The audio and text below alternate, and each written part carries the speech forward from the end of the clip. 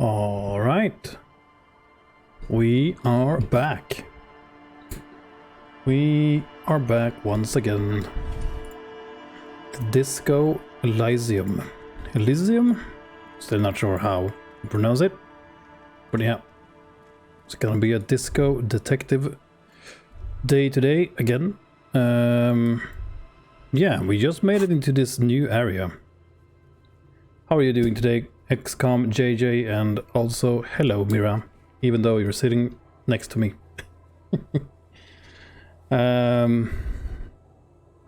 You are here. Good. Yeah, last night we did a lot of things. We explored that whole ghost, the ghost place. And yeah, we just found our badge. That is the most important thing. But we also found out that the drunk driver who jumped over a roof with his car, yeah, that was me, apparently. Or this guy, not me. Goddamn. Luckily, but yeah. Yeah, it's an awesome game. It's kind of nice seeing cops around. Okay. I guess this lady loves me, so let's talk to her. Hi, officer. A woman in a raincoat stands on the quay, considering an overturned boat. A sword in a scabbard hangs from her hip. Are you a pirate? Anything I can help you with? As always, I am the lawbringer. Goddamn. Okay. Depends. Where are we exactly? I have questions first. First is, what is your name? As always, I am the lawbringer. You've graduated to Lawbringer now? Lawbringer? Yep. Just graduated to lawbringer when I got my badge. So look out. Men with authority have their quirks. Comes with never being second guessed about anything. She waves you off. Okay. So what brings you here, Lawbringer? Oh, we got a new thought. Can we check that now? Bringing of the law. Lawjaw. Hey, so, a little observation. It's all cool, man. Don't freak out. But every time you say, I am the law, and you say it a lot, it's basically hello for you. Your jaw does this weird thing. It sort of shifts sideways, hanging off your face at a jaunty angle. Jaunty? While the word law sounds oddly guttural and low. Yeah, law. It's strange. You wouldn't notice it, but after saying the law 8,000 times, the question does come up: why do you have law jaw? Law jaw. Weird jaw. Yeah. The fuck. Hey Puddles, how are you doing today? Yeah, we are doing great. We just made it to this area, the south, across the bridge last night. We found our badge. Still sick. Oh man. I hope you're feeling better soon. Nice. How did that go? Did you do anything interesting? Something major? Whatever. Did you have fun? I guess is what I'm asking. So what brings you here, lawbringer? I have questions. The first is, what's your name? The name is Lillian. People call me Netpicker. I think I have time for questions. What are the other ones? Netpicker. Ask her about the cool sword. Helps to break the ice. I'm looking for someone. Maybe you can help. Nice sword. Does it come with a story? Unfortunately, the factory sold this one with a 3-year warranty instead of story. It's to intimidate folks mostly. Okay. Hold on. Do you know how to use it? Are you the murderer? Did you hang the... Wait, that was a hanging. Never mind. Isn't that what guns are for? Hold on. Do you know how to use it? Not really. I know some basic moves, and I know it sure as hell beats a knife when you're in a tough spot. That depends. Anyway. Isn't that where guns are? Nah. It is imposing. It's a regular mass-produced sword, like a shovel or an axe. Nothing fancy, just for intimidation. What do you mean mass-produced sword? From where? Can I get it at the hardware store? Maybe the junk guy has one. Why do you need intimidation tactics? From time to time, people need a lesson in respect. That's just the way it is. Back in the day, I caught the eyes of many men. And believe me, men need a lesson in manners from time to time. Okay, so then you need a sword. I get it. What? Can I borrow the sword? No, I'm afraid Fuck. not. Tempting to confiscate the blade I used to keep these animals in check. You would put me in an early grave. Okay. Damn it. I tried at least.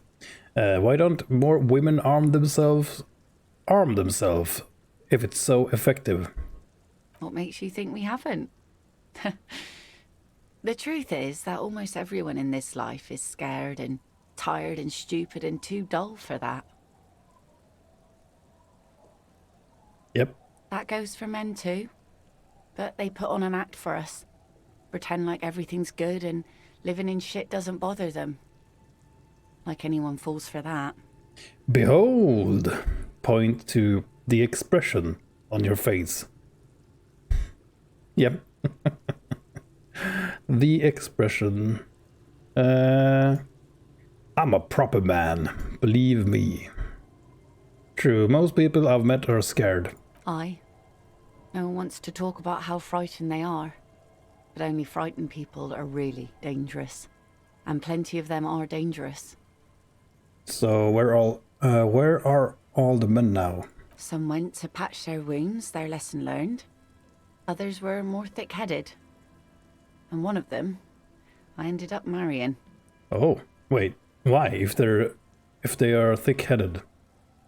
Nah, where's your husband now? Gone. Okay. Gone? Coward! I would never leave anyone. He's disappeared? It sounds like a missing persons case. Yeah, just instantly go for the policing. It absolutely does not. We are not going to look for him. Wait, why not? We're the police. No. There's nothing to find. He's dead. Lost to the waves. Oh, maybe he's the ghost. That's bad. Oh, say no more. Wait for her to continue. He died? Was he murdered? The lieutenant shakes his head again. Fuck, wrong again. Yeah. By himself. Inadvertently. Well, I was right. He never respected the sea. Went out there drunk like a skunk, and sure enough, one day he didn't come back. Now, before you tell me how sorry you are for my loss, know that it was 4 years ago, and I've moved on. There's only so much mourning you can do for a drunk with sinewy muscles. Wait, does she have earrings with fish hooks in them, by the way? Nice. She really likes those muscles, though. It's in the way she pronounces sinewy. Sinewy. Yeah, death is nothing. I shit on death. What the? You should have thrown yourself in the waves after. Ooh. Time really is the best cure for sorrow, isn't it? It's healthy to let go and move on. Gotta keep the wheels spinning. Maybe this. Us working folk don't have the luxury to be bedsick with melancholy. I buried him, mourned for an appropriate amount of time, and went on. What's an appropriate amount of time? 10 minutes? 5 hour? Life didn't really change that much for me and the kids. Oh, she got kids too. She glances at the village where two little kids are playing with what looks like rocks. This is neither a touchy nor a very interesting topic for her. Yeah, me neither. She looks like she's ready to go on a date with another, better, drunk. Ask her. Both of you could need some action. Ooh. Kim's presence makes it awkward. Don't know a good spot yet. Explore the coast. Okay. Is that your boat? Point to the overturned boat. Sure is. The Sun, I call her, coated with a fresh layer of tar just yesterday. It'll take some time for it to dry, assuming the sunny days continue. Sunny days? Put your hand in the rain. Aye. Sunny days. You got a problem with that? Yeah. Fuck the sun. No, man. We have no quarrel with sunny days. Okay. Good. It would have been bad news had it turned out it wasn't a sunny day. Bad news for the skiff, bad news for the nets, bad news for the kids. There's a moment's silence. She looks at the rain streaming down the yellow belly of the boat. I want to ask you something else. When do you think the boat will be ready? In time, when the sea turns and the winds settle, she will be ready. My prediction, it will be at least 2 days. My prediction? Pain. What do you do around here? Like I said, fish mostly. Sail the waves, take care of the kids, pick nets. Right now I'm tarring a little skiff. Is that enough to make a living? Sometimes I also walk to the beach to see what the sea has given up. The sea is full of surprises. Yeah, like death. Keep it professional, man. Don't make it sound like you're hitting on her. Wait, I wasn't. I never thought the sea brought in anything particularly interesting. Walking on the beach sounds quite romantic. Interesting. What have you found? Wood, pieces of glass. Every once in a while we see dead bodies. Human, animal, fish, other odd sea creatures. A mine washed ashore once. Okay. Bottles, drugs also. Lost cargo in general. Most of the time it's just wood and glass. All right. Major choice moment. You only get to ask one thing. It would be weird to say them all. Choose wisely. God damn it. I need to know about those human bodies. A mine? The RCM could use a mine. Where is it? Drugs. I need major info on this. I need info on this. Major narc. Point to yourself. This place looks bad. Why don't you leave? I need to know about those human bodies, though. Well, you're barking under the wrong tree then, officer. I have no interest in floaters. Seen enough of them in my life already. Very unattractive bunch. Okay. I'm looking for someone. Maybe you can help. Let's see. Who are you looking for? I'm looking for a missing cryptozoologist. I don't think I know what these are. Care to elaborate? People who look for imaginary animals. People who look for animals mainstream scientists deny exist.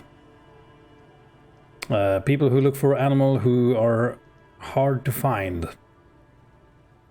Nah, let's take this one. The mainstream scientists. Aha! Like snowmen. Yeah, snowmen. Haven't heard about those though. Two odd guys have been wandering around here, nose in sand, talking nonsense about snowmen and the like. Okay, more druggies. And where did they go? I don't really know. Further down the peninsula, I guess. I mean, that's where they were heading. Who else are you looking for besides snowmen? That's it. I'm not looking for anyone else right now. Well, how can I assist you then, officer? Looking for someone else, actually. Oh? No. Well, how can I assist you then, officer? She needs to go on a date with another drunk. Badly. Okay. Be seeing you. Later, lady.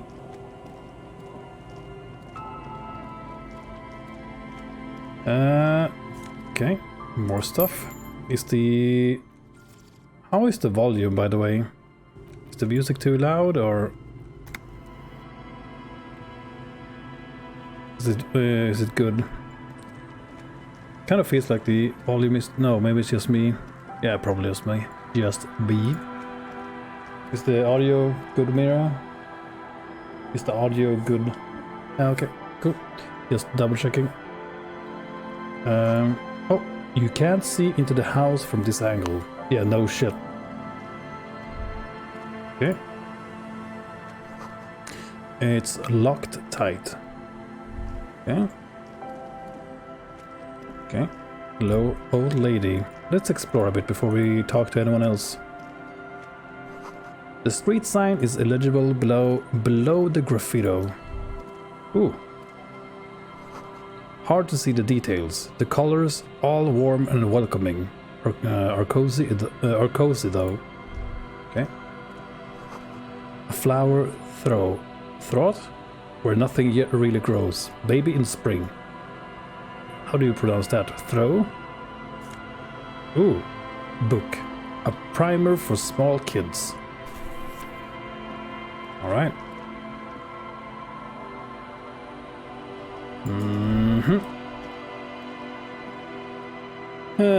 Let's see. Do we explore a bit down here, maybe? Huge place. Okay. There's a shovel here. Ooh. Rust-eaten letters read Mazout. Mazout? The rear tire of a motor carriage adorned these reeds. That's a Noland winged quinch, an unsuccessful model.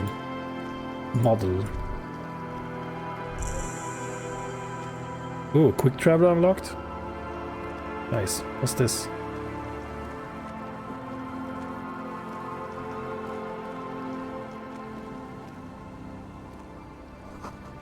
Looking back at you from the rust-colored water. You. Okay.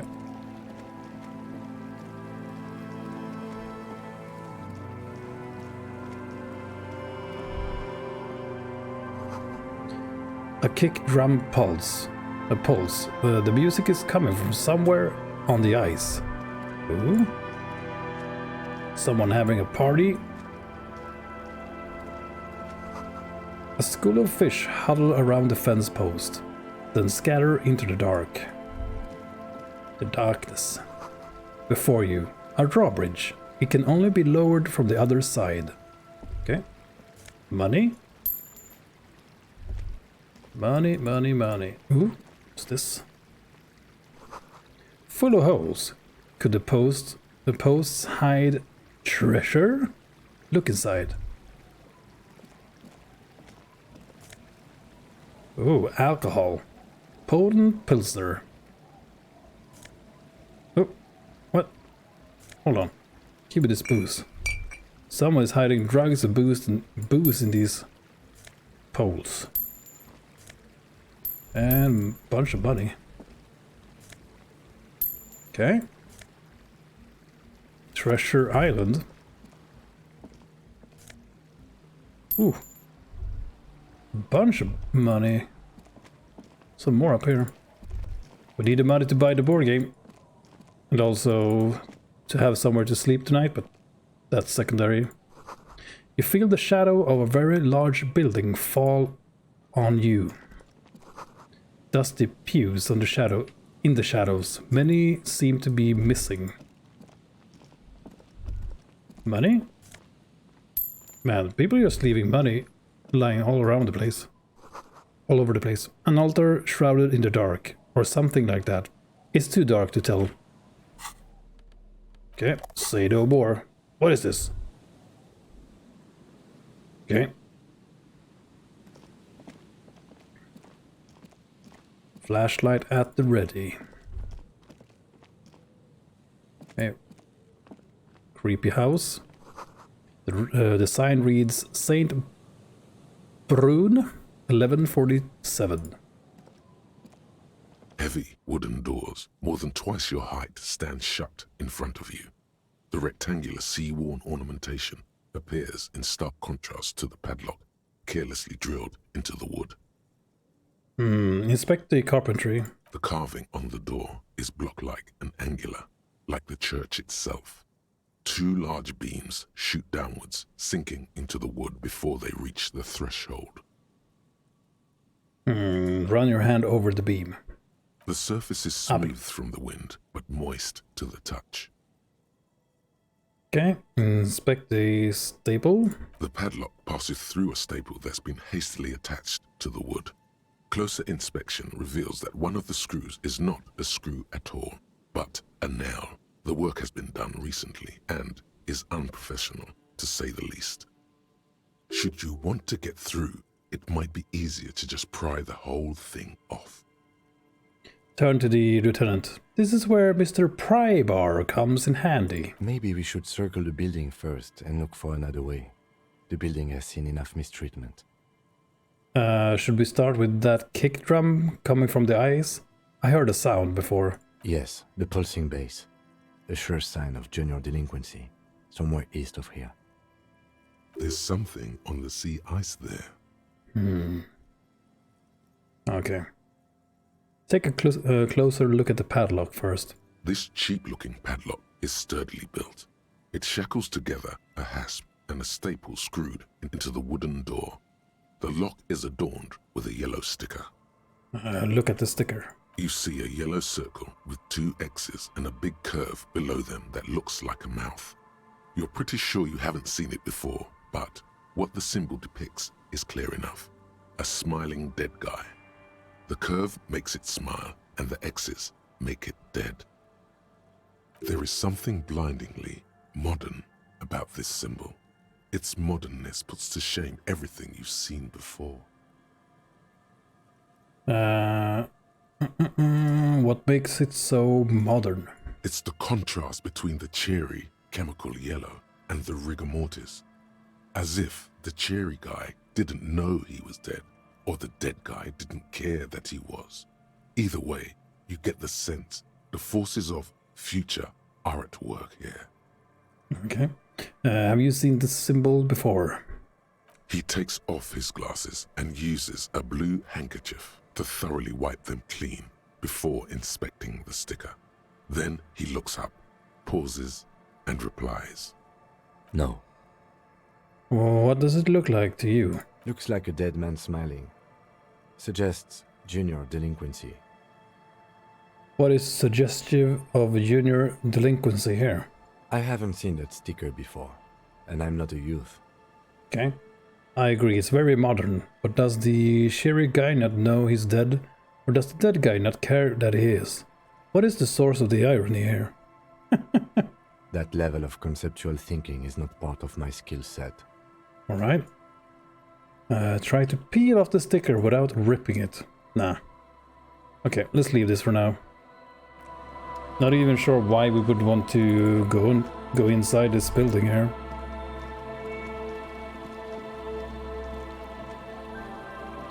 Okay.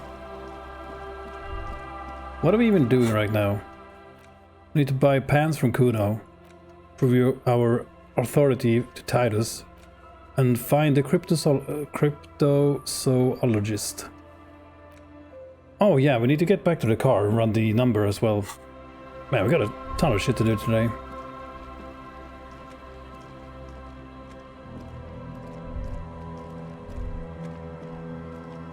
Okay. Guys, shine your flashlight. Keep on shining. It must have taken a lot of patience to do this. Yeah.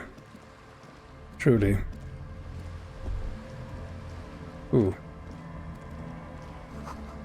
Painted with pastels, someone is trying to bring cheer into the world. Sons of bitches! You're madmen. A shaggy-looking girl in her late teens or early 20s kneels on the ice with an electronic contraption in her hand. Hearing you approach, she looks up. Oh, sorry, I wasn't listening. Oh, hello there. Hello. It's cold out here, but she's not wearing a hat. She must be freezing. Everyone knows drugs make you invulnerable to cold. You bet this one likes to party. Dear child, it's freezing. Where's your hat? So, you wanna party? The fuck? Where's your hat? Huh? Yeah, huh? Maybe she didn't hear you. A little louder. Yeah, scream at her. I said, where's your hat? So should you. Wait, what? You should have a hat on. I have a hat on. Look at this cap we have. I don't have to do anything. I am the law. You have to do what the law says. I should, and I do. Point at your hat. Oh, I didn't notice that. You didn't notice my fly green hat? Okay. Are you on drugs, lady? Sir? Ma'am? Madame? It's nice. You should wear one too. If you plan on staying outside in this weather.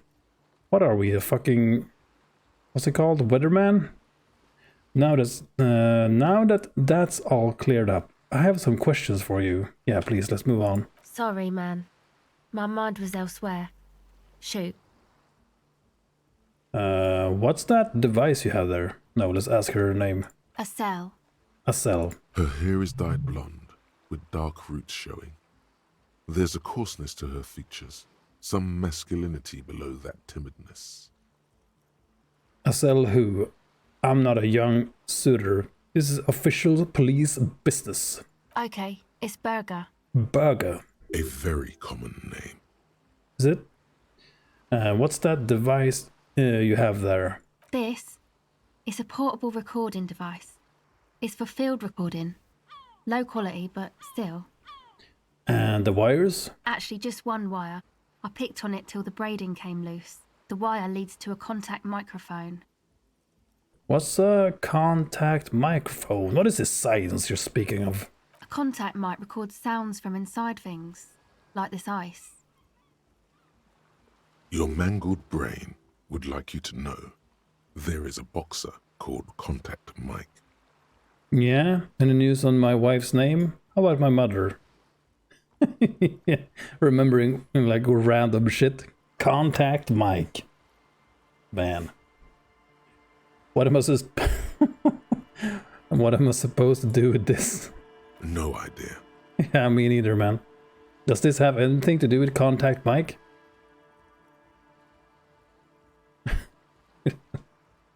Yeah. Yeah, I record stuff with it. Oh, nice. No, I mean the boxer. Contact Mike. No. This is a contact microphone. It's for recording inside solid objects. Contact mic just beats people up. Okay. He records them with his fists. You know, Contact Mike doesn't just beat up people. Contact Mike is a role model. Yeah. What the fuck is happening? How does that thing work? The mic? I don't exactly know. Somehow it doesn't pick up vibrations from the air. The book said it only picks up structure-borne sound, if you like technobabble. Technobabble. No, I like disco. Where did you get the mic from? Same place I got the recorder from, the Palaceum. Palaceum? Oh man, you haven't been to the Palaceum? It's the coolest place in this whole drug-addled shithole. Oh? It's a music club and a synthesizer workshop on Boogie Street in Jamrock. Musicians live there, like real musicians. I once saw Arno van Eyck. Oh my god, sounds interesting. Who is this Arno guy? Oh goddamn. No, let's not pick the other choice. Oh yeah, guess you wouldn't know Van Eyck. Or really be a Palaceum going kind of person. On second thought, let's go back to the goddamn, let's go back to the contact mic. Yes? Actually, I have some non-microphone questions for you. Okay. What are you doing here, out here in the cold? Recording, I guess. Okay. What is it you're recording? I think I'm recording cracks in the ice, but there's no way to tell. Not without headphones. I think I just recorded your footsteps too. Not sure how that will sound. She scratches her forehead. What? And what are these recordings for? The cracks, the footsteps? The musicians in the Palaceum used them for making music.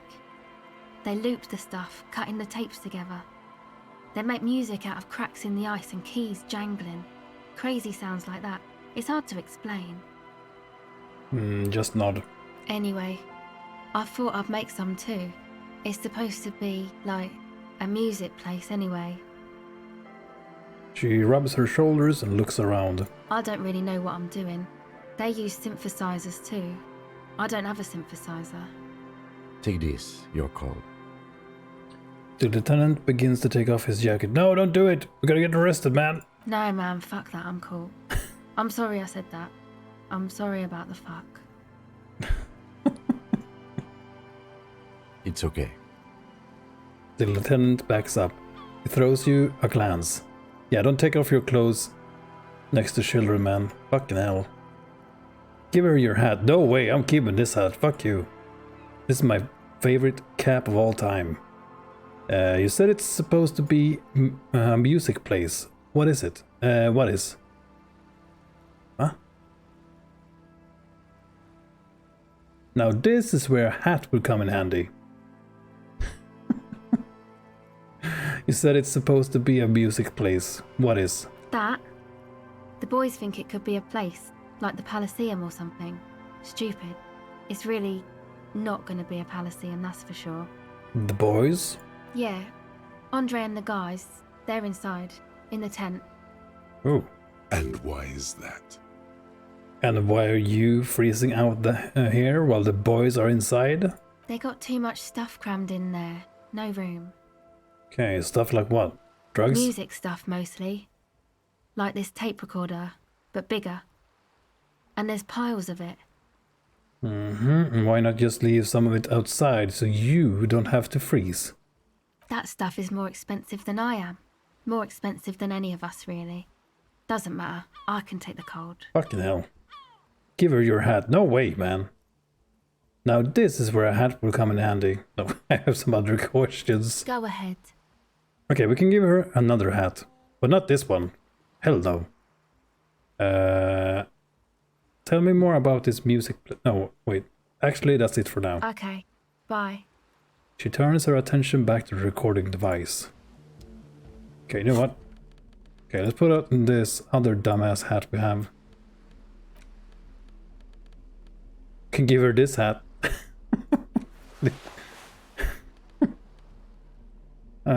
Reaction speed. I guess let's give her this one. It goes well with her yellow jacket, I guess. Hello again. If it's possible.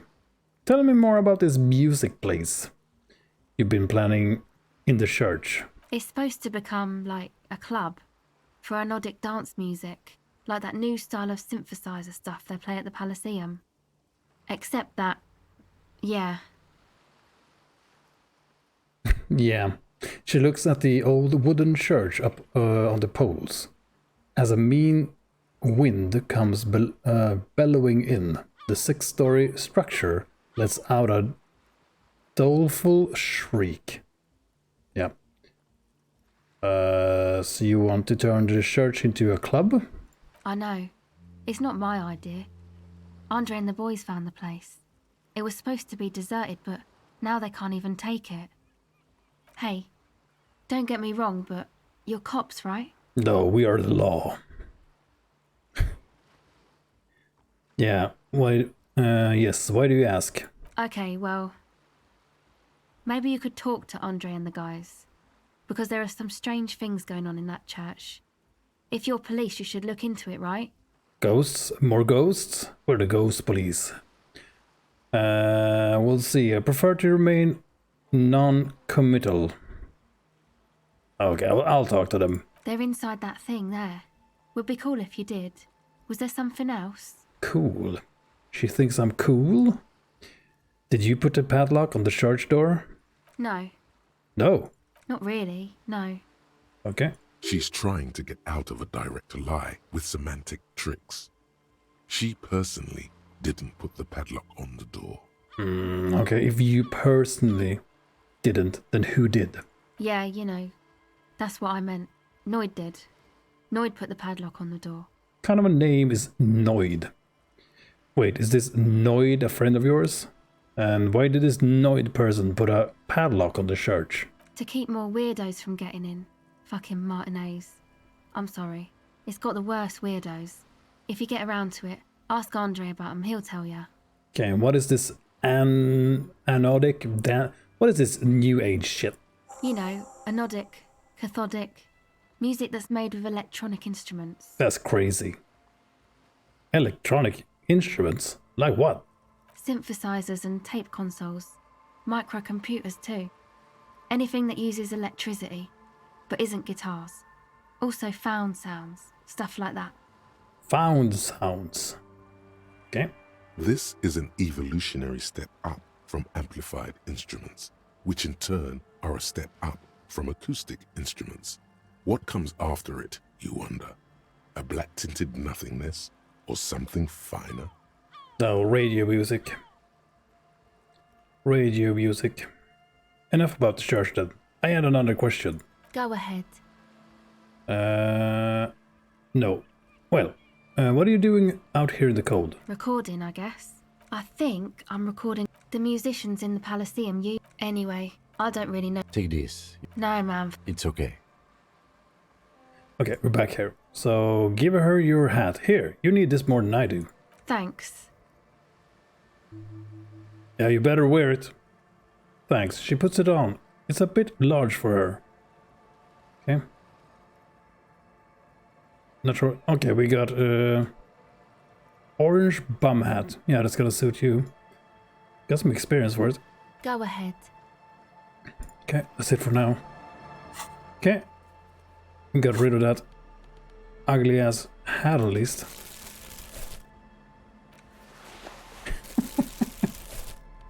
I mean, what's more ridiculous, this one or this?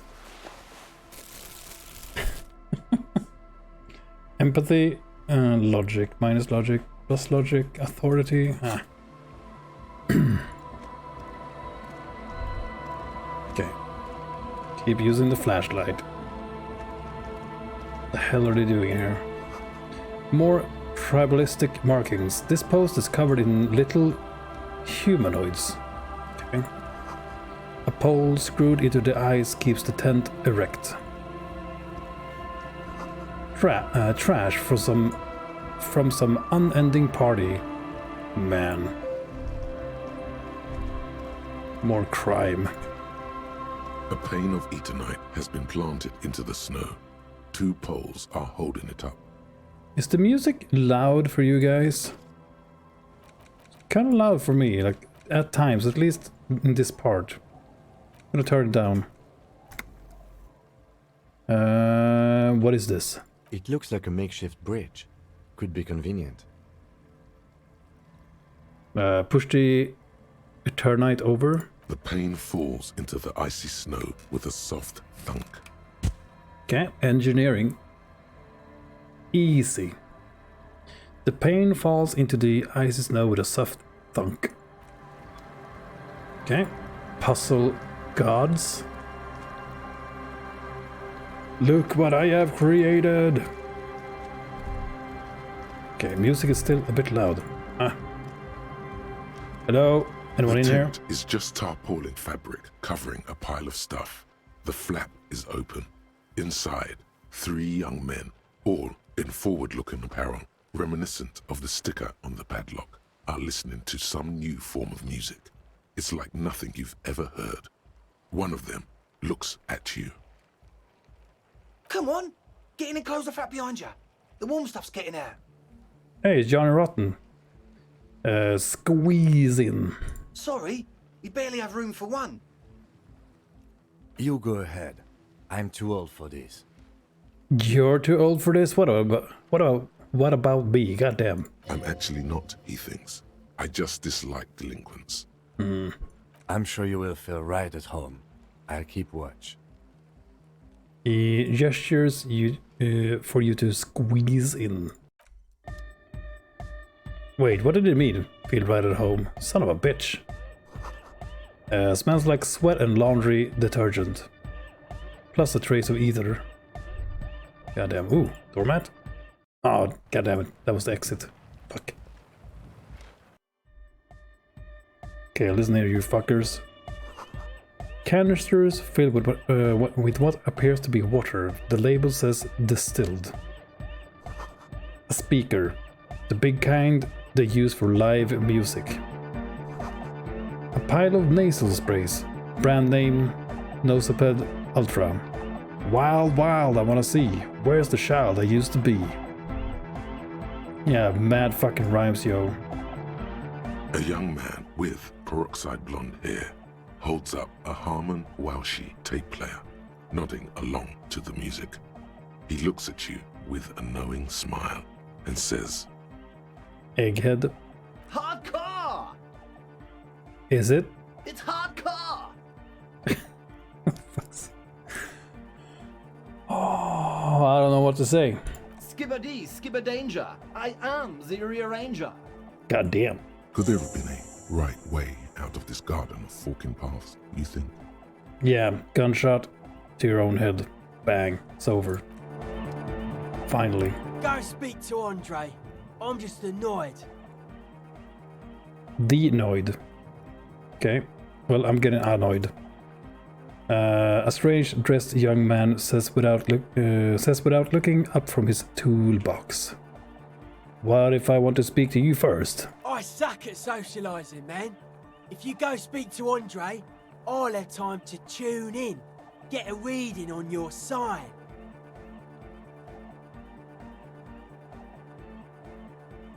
Oh, sorry, I was jamming with that guy. Alright. I'll do that. The young man picks up a thin metal saw blade and nods.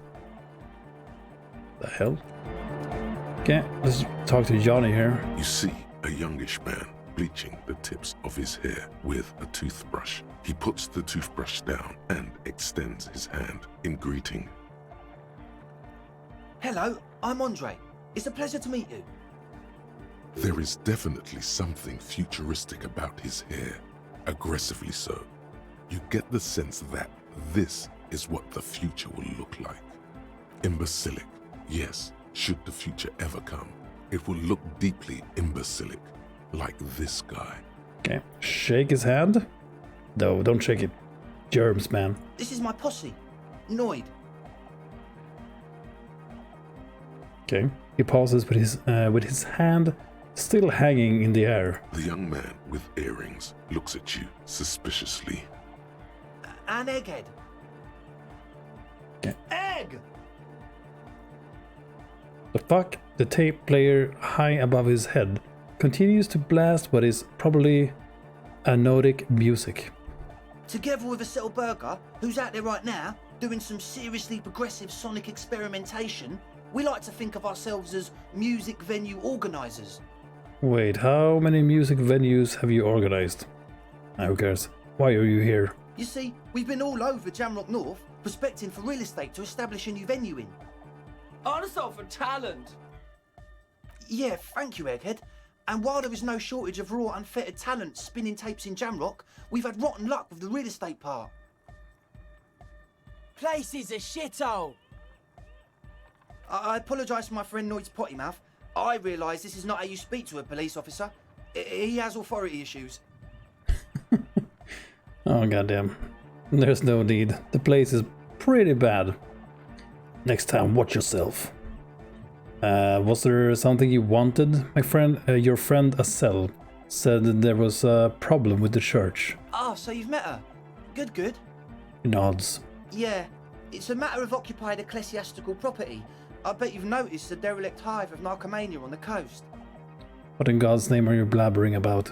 I'm talking about the church, and I'm not exaggerating.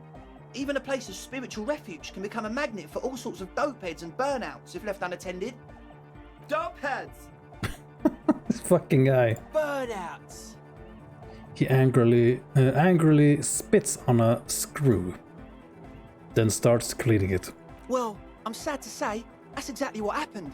Sad because we were just about to put Martinez on the map with one of the maddest dance clubs in Jamrock. Nah, strike that. In Revachol. Strike that! The world! And sadder yet, because the dopeheads and burnouts hold up in there are the worst kind. Good. This calls for an opinion. You're an expert in those. Oh yes. I won't stand for narcotics of any kind. No narcomaniacs on my watch. Shake your head gravely. Yes, yes. And the worst part is, they're also spooky. Spooky? Oh no. Well, I've dealt my fair share of ghosts. Spookiness is not a matter for police investigation. You know, officer, you really should judge that for yourself. But keep in mind, their spookiness is the kind that keeps us from restoring this church into a community centre and a place of spiritual refuge. Also, they don't eat or clean the building. Shit's gonna collapse. Yo. People just want to spin tapes without them spooking it up. Place has bad signs. No one can dance like that. Thank you, Egghead. Yeah, thanks, Egghead. So you're gonna look into it, right? It should be a police matter. Getting them out. Whatever spooky stuff they're doing, I'm sure it's not what the Ecclesiastes meant their property for. I love the art, by the way, in this game. Like these portrait arts. I mean, the artwork for the portraits. Fucking awesome. The police have more important things to do right now, kid. Okay, I'll look into it. Tell me more. Yeah, sure. All right, man. Help ravers start a nightclub. Andre's obviously very happy you took him seriously. The whole tent is. The boys exchanged giddy looks. Acel told me Noid put a padlock on the door. Why? I did ask Noid to install a measure against more drifters wandering in. It's a temporary fix, just something to contain the situation. I had to do it in an hurry. Not my best work, but it should hold for a while. Okay, I need a key. Of course. Noid, give the officer the key. All right. Oh no. The speed freak dips into his belt pack and produces a yellow key. It then makes a sudden, cool, infused move. Damn. Tossing it in your general direction. Oh my god. Be the cool cop. Catch the keys as it flies towards you. Oh yeah. Right It's now. as if time has frozen somehow. You think you can sense the key moving in the air. Yeah, this is going to be way cool. Right in the eye. Don't ruin the cool by overdoing it. Raise your hand in front of your face with minimum effort. Blam! Straight in the eye. I fucking knew Straight it. in the old eye orb. In the looking ball. Called it. A stabbing pain. Tears stream uncontrollably from your right eye. What the fuck? Ouch! Goddamn asshole, what's wrong with you? Can't you see I'm in pain now? Man, I'm super sorry. That was totally my bad. I got overexcited. Threw him too hard. I'm sorry. I'm sorry. Bend your face in mockery of his useless contrition? You almost murdered me, a cop. That's use of lethal force. What is happening? I really am sorry, man. Just take this, okay? He pulls out some black paper from his belt pack. Wow, looks like there's quite a lot there.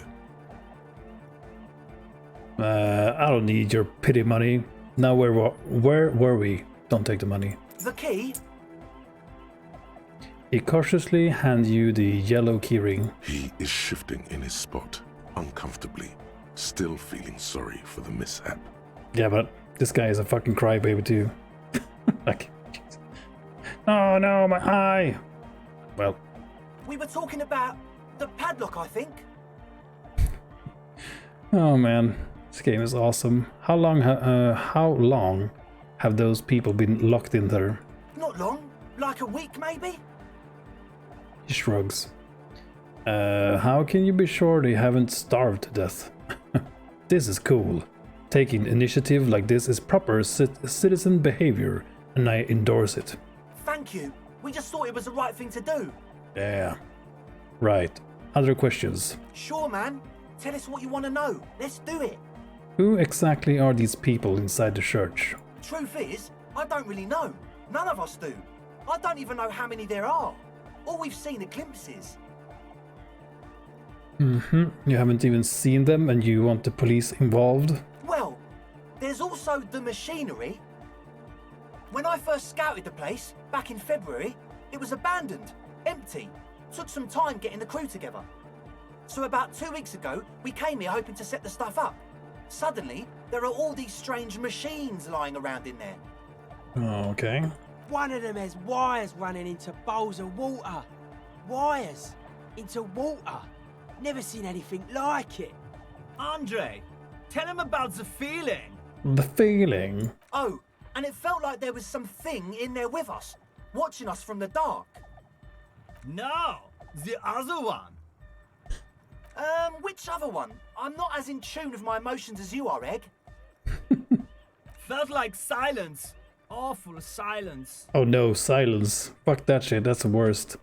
But you haven't physically seen anyone? Not exactly. We've just seen someone who we think is a woman go in and out of the church. A couple of times. And we felt someone or something eyeing us inside. But that's kinda it. Okay. A woman though. Might be the lady that we're looking for. What was that about? Something watching you? Like you aren't alone, you know? Yeah. It wasn't quite human, if you know what I mean. Not human, as in a ghost? Do you know what he means? It was this dark shape climbing upside down along the ceiling, like some kind of crab man. Zoidberg? Yeah, you know, the way it was climbing up and around the ceiling, like a crab. It was stalking a cell, exhibiting ambush behaviour. Odd. Crabs are usually marine creatures, and not known for climbing walls. Yeah, makes no sense. Ambush behavior. Nod. Crab man. Crab man! Yeah, totally. I mean, I didn't personally see it. Estelle was alone that time, but I believe her. If she comes out running and says there's a crab in there, there's a crab in there. You should ask her about it, but be nice. Don't tell her you don't believe in the crab. The crab. There probably is no crab man. Don't let them draw you in with this nonsense. Man, I can't wait to do a playthrough when we are just a brute force law Judge Redman with no logic. He just completely, everything just flies over his head. Can you tell me more about this machinery? You should talk to Noid about that. I just got a distinct burnout and dopehead sign from them. Probably jacked up to some snuff station too. Probably, very likely. With a small surge of PEA, alertness fills you, as if to say, this is a dark corner. Look behind it. I'll talk to Noid then. Good idea. So, how can you be sure they're burnouts and dopeheads if you haven't seen them? Well, honestly, I can't, but I am. This is a below feeble attempt at avoidance. Basically, he is attempting to weaponize idiocy. Wow, you can't, but you do. I should add weaponized idiocy to my own repertoire. Hey now, I'm 70% sure they're substance abusers. Don't let all that technology fool you. Where do you think the drugs come from? Alright, let's talk about something else. Sure. What? I know Noid has his signs, but what's the deal with Egghead there? He's a quiet man, mostly communicates through music, and by being a master of ceremonies. A what now? And how do you communicate with him? Well, he's just kinda here. I don't really know how to communicate with him. Have you ever really talked to him? Yeah, sometimes. When I stumble and find my way into his centre, you have to hear a lot of hardcore to the mega first though. The man smiles mysteriously, choosing to let the beat speak for itself. You mentioned some kind of ecclesiates.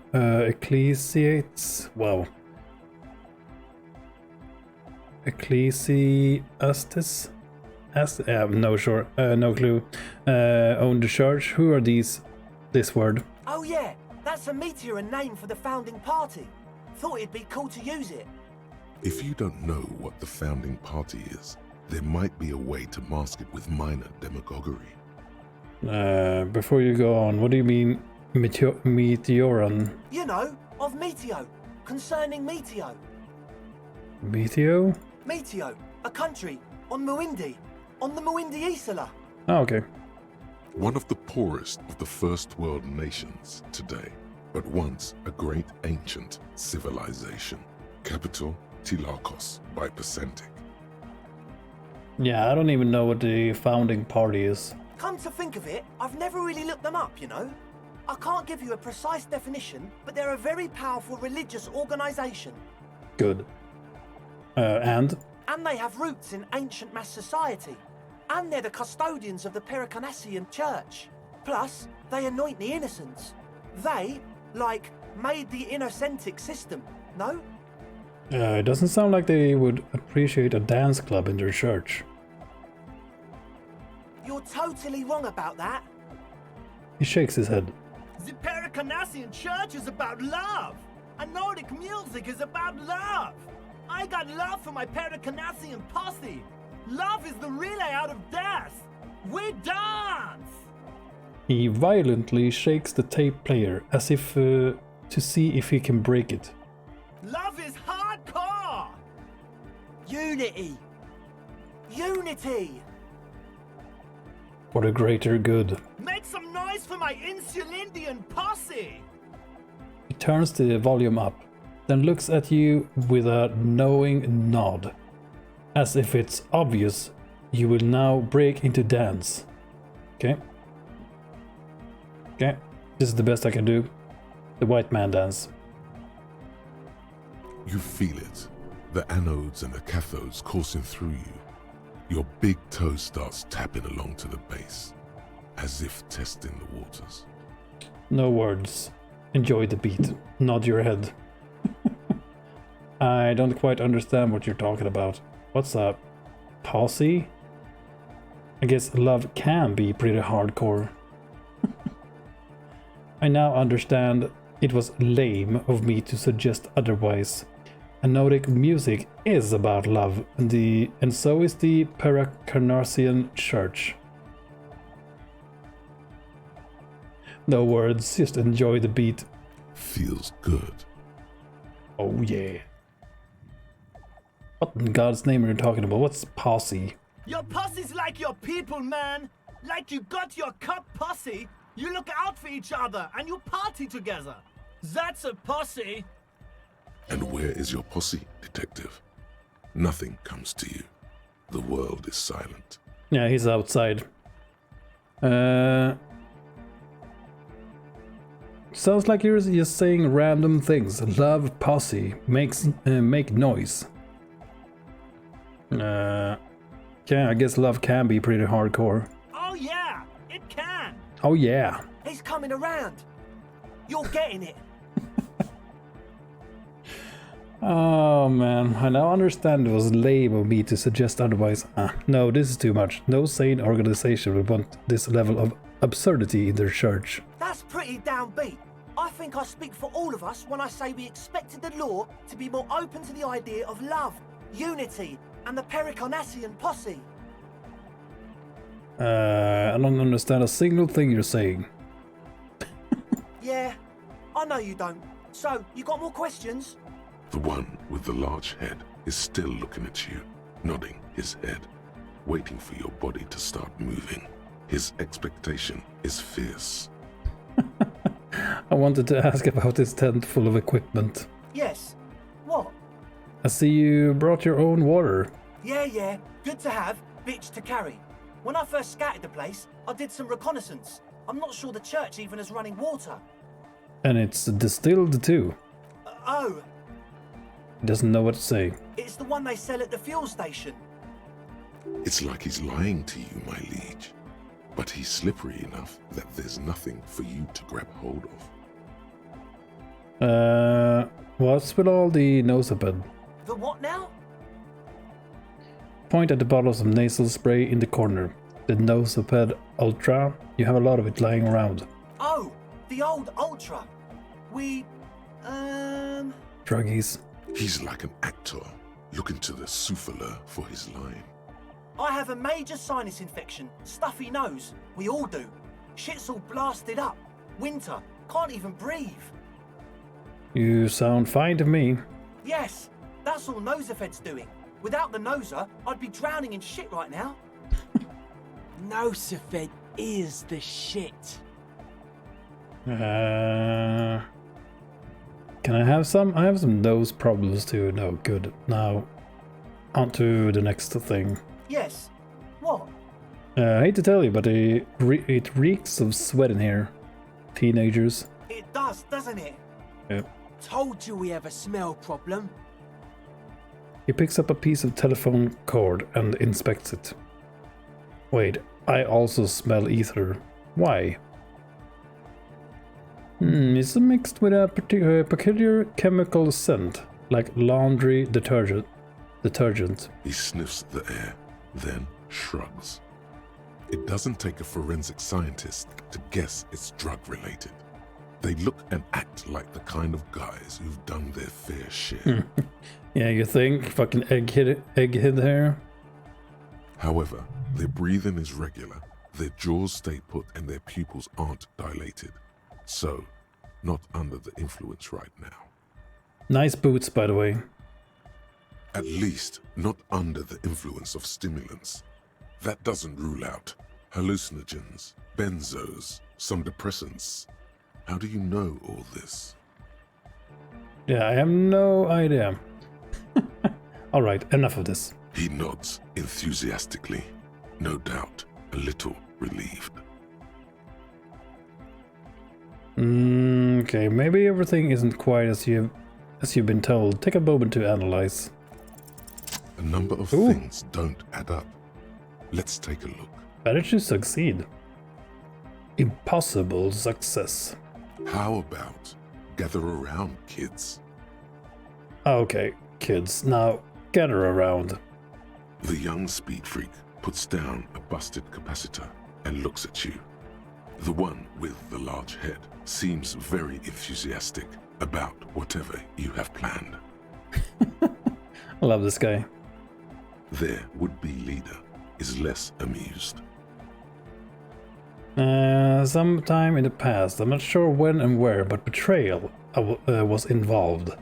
I felt sick and became the shadow you see now. But before that, I have a reason to believe I was a police detective. But you still are. Thank you for your kind words, but everyone in here sees I'm a disgrace to the uniform. I was good enough in this job to be awarded the rank of Lieutenant Gefreiter. I could have been a captain. Imagine that. What happened? Egghead looks serious suddenly. Disco happened. I did. I happened to myself. That's a real downer. He shakes his large head. Now, obviously, that might as well have been 1,000 years ago, but there's still some detective left in me. The young speed freak is silent. This isn't the making of a club. It's a tent full of laboratory equipment for manufacturing drugs. You're sober. Was it hard for you to keep sober for this meeting? No. I have no idea how you arrived at that conclusion, but it's wrong. Look, we even have speakers. Points to the speakers. One speaker. They have one speaker. And where is his friend? Did he lose his friend? What do you mean, friend? The other speaker, dumbass. You only have one. It's a one-speaker system. It's monodynamic. You wouldn't know the first thing about sound reproduction and anodic music. Other speaker. This may be the brain damage talking, but you've definitely never heard of monodynamic or one-speaker systems. That nosepad is here for its active ingredient. He said it was for his nose. What more do you want? Okay, listen to you fucking... What's it called? Drow-looking son of a... Likely pseudoephedrine, almost exactly the shape of ephedrine. Ephedrine makes you happy, and so does pseudoephedrine. The distilled water, cornerstone of a clean lab. And of all cellular-based life, what's your point, Lawbringer? There's no need for me to pile on anymore, is there? No shit. He sounds tired. In short, you tried to use a police detective to set up a drug lab. That's... Come on, that's... Against the law? I meant to say, not true. Okay, you're sober. Was it hard for you to keep sober for this meeting? We don't need drugs to be hardcore. Your fucking head's glowing, man. Shut the fuck up, Egg. Maybe not today, Egg, but you need drugs to get through the days when you're not expecting me. Climb down from the equestrian monument, cop man. Consciousness is new to the universe. We all have our ways to ease the shock. Bottom line is, I know. What exactly is it you know? It sounds confrontational. So what are we gonna do with you? What do you mean, do? There's resignation in his voice. He's almost ready to drop the act. It wouldn't take a lot of pushing. We do this lawman style. First you tell me everything, then I pass judgment. Yeah, it's the judgment day, you sons of bitches. You tell me what's really going on and we'll work from there. I can be lenient. I don't really care, I just wanted to crack the case. What do you want and I'll do what I want. Do what I want and I'll do what I want. Do what you want. Okay, goddamn, I can't read. Sorry, man. We do this lawman style. Who else?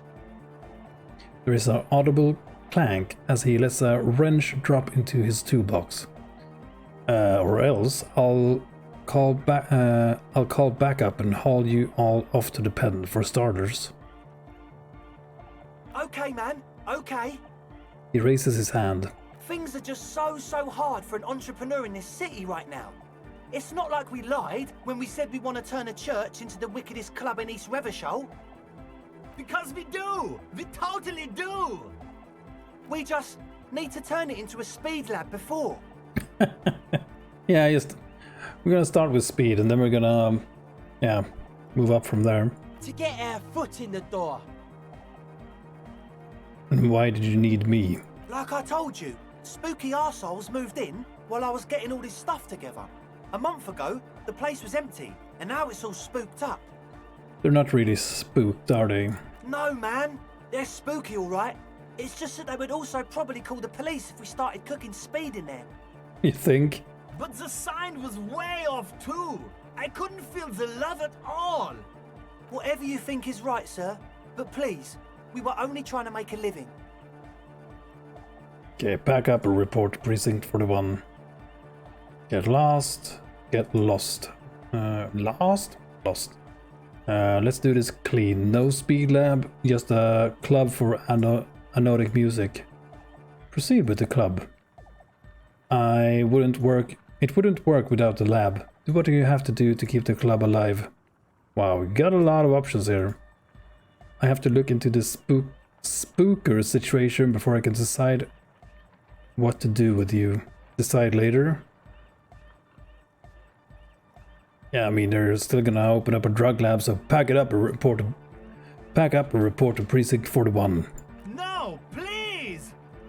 The one with the large head presses stop on the tape player. In the silence, you can hear the wind howl outside. There needs to be a club for anodic music in there. Everyone hates each other. Everybody hates it here. It's all just drugs and we're slaves and I can't. We are running out of time. Without his smile, he looks heartbroken. And older than you thought he was. He looks almost as old as you. And he probably is. We need a win. I promise you this will be a win. We won't cook speed in there. We'll do it clean. We'll do it true. We'll do it sober and real and beautiful. This will be a victory for the light. The law is the law. If you avoid a call, we will consider you fugitives and hunt you down. Ah man, that speech was beautiful. I think I've changed my mind though. No! What does that even mean? It looks like he's at least 45 years old. Okay. What happens at the station? Yeah, the case will be revised. You might get prosecuted or not. We'll see. Fine. I guess we're truly done. First, I need to see all of your identification documents. The would-be leader pulls out a card from his jacket pocket and hands it to you. The name reads Pete Andre. His friend hands you his papers. The name reads Carl Holtzman. Jermaine van der Wijk. Close to tears, the one with the large head hands you a card. The name reads Jermaine van der Wijk? Yeah. Mark their names down on your paperwork and hand each their form. I guess that's that. Yeah. Pack it up, Egg. Nice. We did some real police work for once.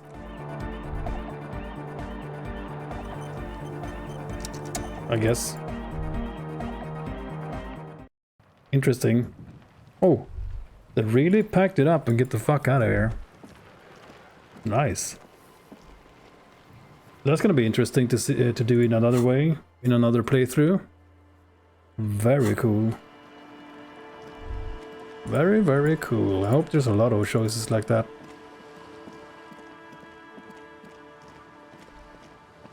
Okay, maybe we can... Still gonna investigate the house though. Can we talk to Kim about it? Probably not. Yes? Nope. Okay, we have a skill point here. More perception. Or do we open up another? I think I just want to keep unlocking these. I don't know, what do you guys think? Should we go for more of these thought cabinets? Like max them out? Should we go for more skills? Not sure.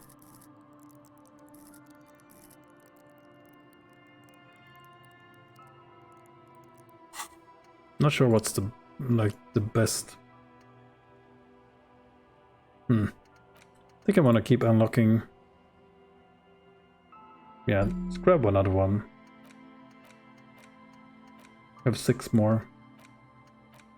Didn't you need to use skill points to remove them as well? Like this one is nice, but don't really need it maybe. I like this one for the perception.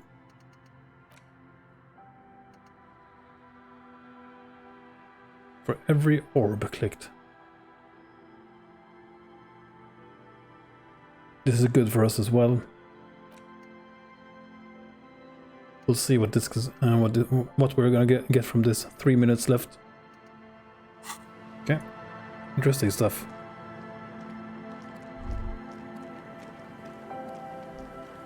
Hello, birdie. Okay, nothing here.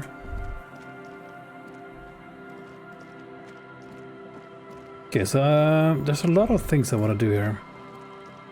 Okay, we stopped the speed lab at least. I think I want to move back to the... Like, how do we fast travel? Yeah, travel here. Okay. Can you just click it? I wanted to make this call about the armor. Inside, you see a set of steering levers, a radio microphone, a pull-out toolbox, and the soft glow of the fuel preheater. This is Precinct 57. How may I assist you? First I'm gonna report that I found my badge. Elise, please contact me to the first again. Just a moment, officer. 10-4, come in, officer. Over. I am happy to report that I have found my badge, Jules. 10-4, sir, glad to hear that. I'll write down that there is no need to issue a new one to you then. Over. Oh yeah. Feels good to get that off your chest, right? Celebration with beer? Okay. Transition.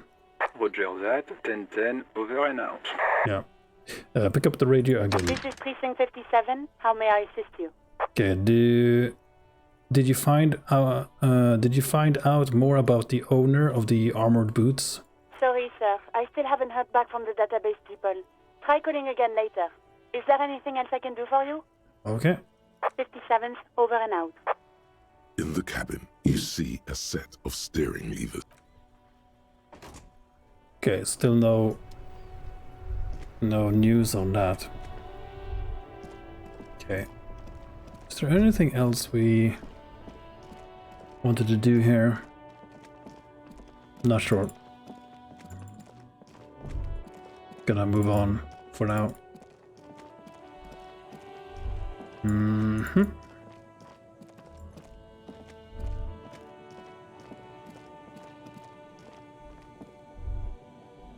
Oh, we can't get to that place. All right.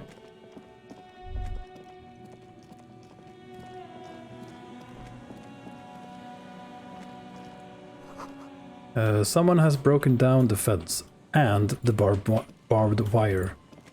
Well, one of these days, by the way, we're gonna get that body down. I'm not sure when, but yeah, one of these days.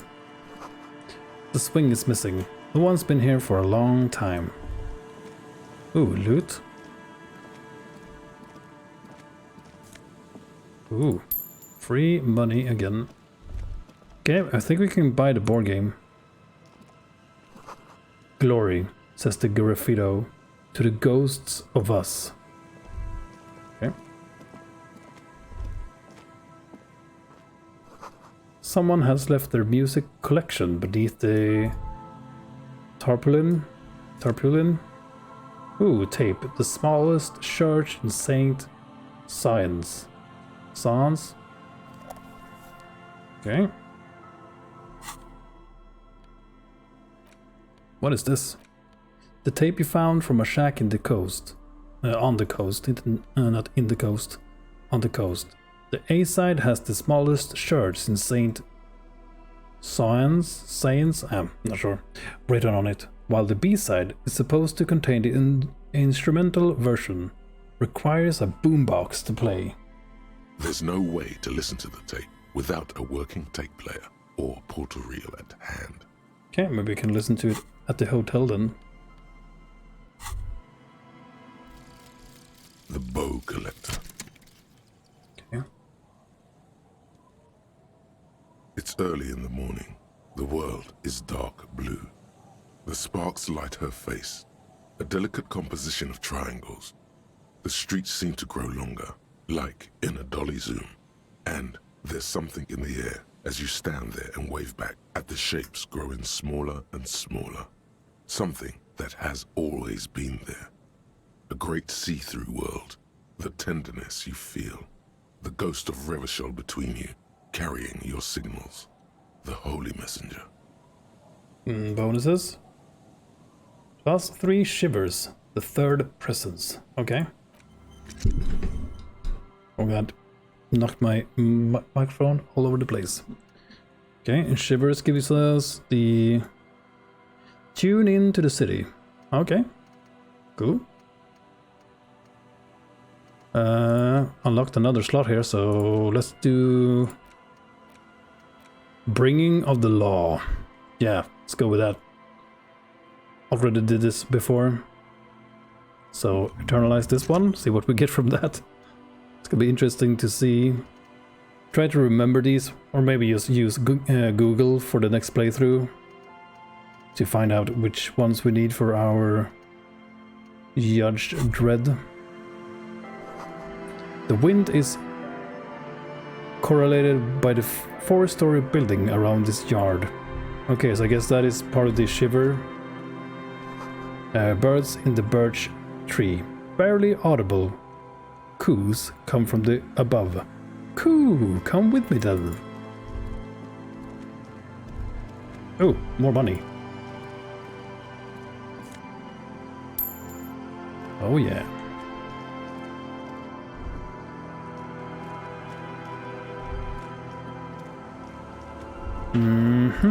Okay. Is that it? Okay, seems like it.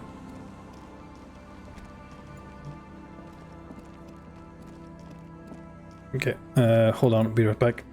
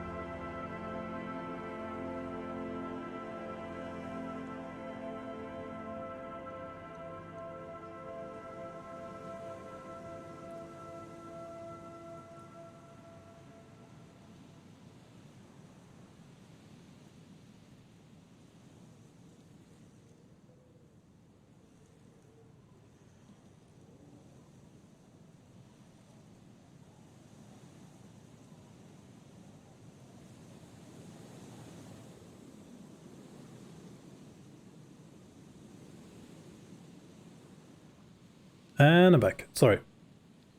Okay. Let's keep on moving. Okay, where have we been? Is this the... Yeah, this is the thing. Oh god. Oh. Great news. The boat is big enough for a grown man like you to fit underneath it in a supine position. Great news! I found somewhere new to sleep. Huh? Wait, what? Did I say that out loud? I said great. I can pretty much finish the case from under the boat there. It's dry, weatherproof, and free of charge. I'm gonna live under the boat now. I said great news. I found somewhere to sleep. Point at the boat. Under this boat here. It will be free. Sarcastic self-pity is not what we need at this moment, officer. Okay. I understand the situation looks grim, but we must continue with our investigation. Okay. How is it grim? Isn't that a great idea? You have a home somewhere. All cops do. When this is done, you can return. Okay. Alright. Sounded good to me, but fine. Okay. Ooh. A cold breeze is enough to make the wall planks creak.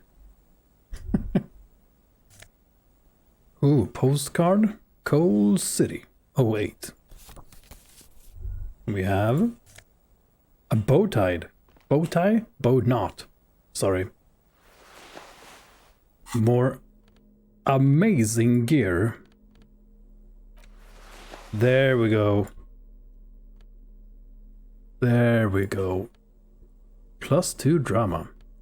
You're not sure that wearing this tie is a statement, but you're not sure what kind of statement though. Wait, you're sure that wearing this tie is a statement. Okay. Yeah. Yeah, sorry for misreading.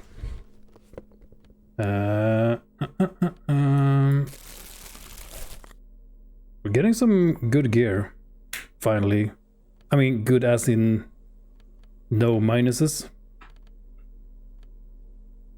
We only have the glasses and the pants. That gives us -2 things right now. But yeah. Starting to look mighty fine. What is this? This postcard depicts a forest of smokestacks releasing fat plumes of smoke into blue cloudless sky. The tinge of age, the color of old teeth, gives it a sickly look. Written on the back is a single sentence, repeated twice. I got out. I got out. No address. Addressee. Okay. I'm not sure what you need those postcards for. Should you just sell them maybe? Through the broken glass, dusty shelves and a forgotten chair. Ooh. Sounds of life in the north. A washboard scrubs filth from fabric. Yeah, we can hear the old woman. Okay, let's go back here. Man, this seems to be a pretty big place. Oh, already been here. Okay, I guess we need to go around.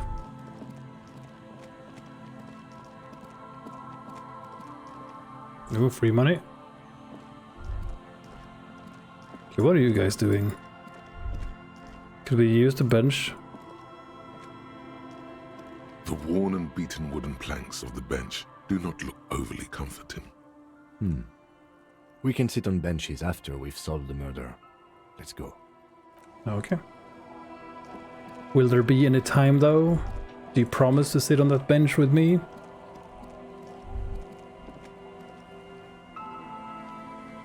Did we go in here? Inside you hear the cozy sound of some kind of heater sputtering. Okay, do we use the crowbar? Just breaking into the houses. Nope.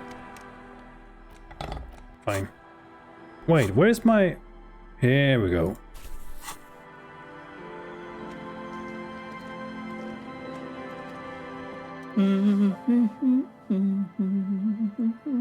The woman next to a bucket of clothes hums on an odd melody. Her eyes are closed.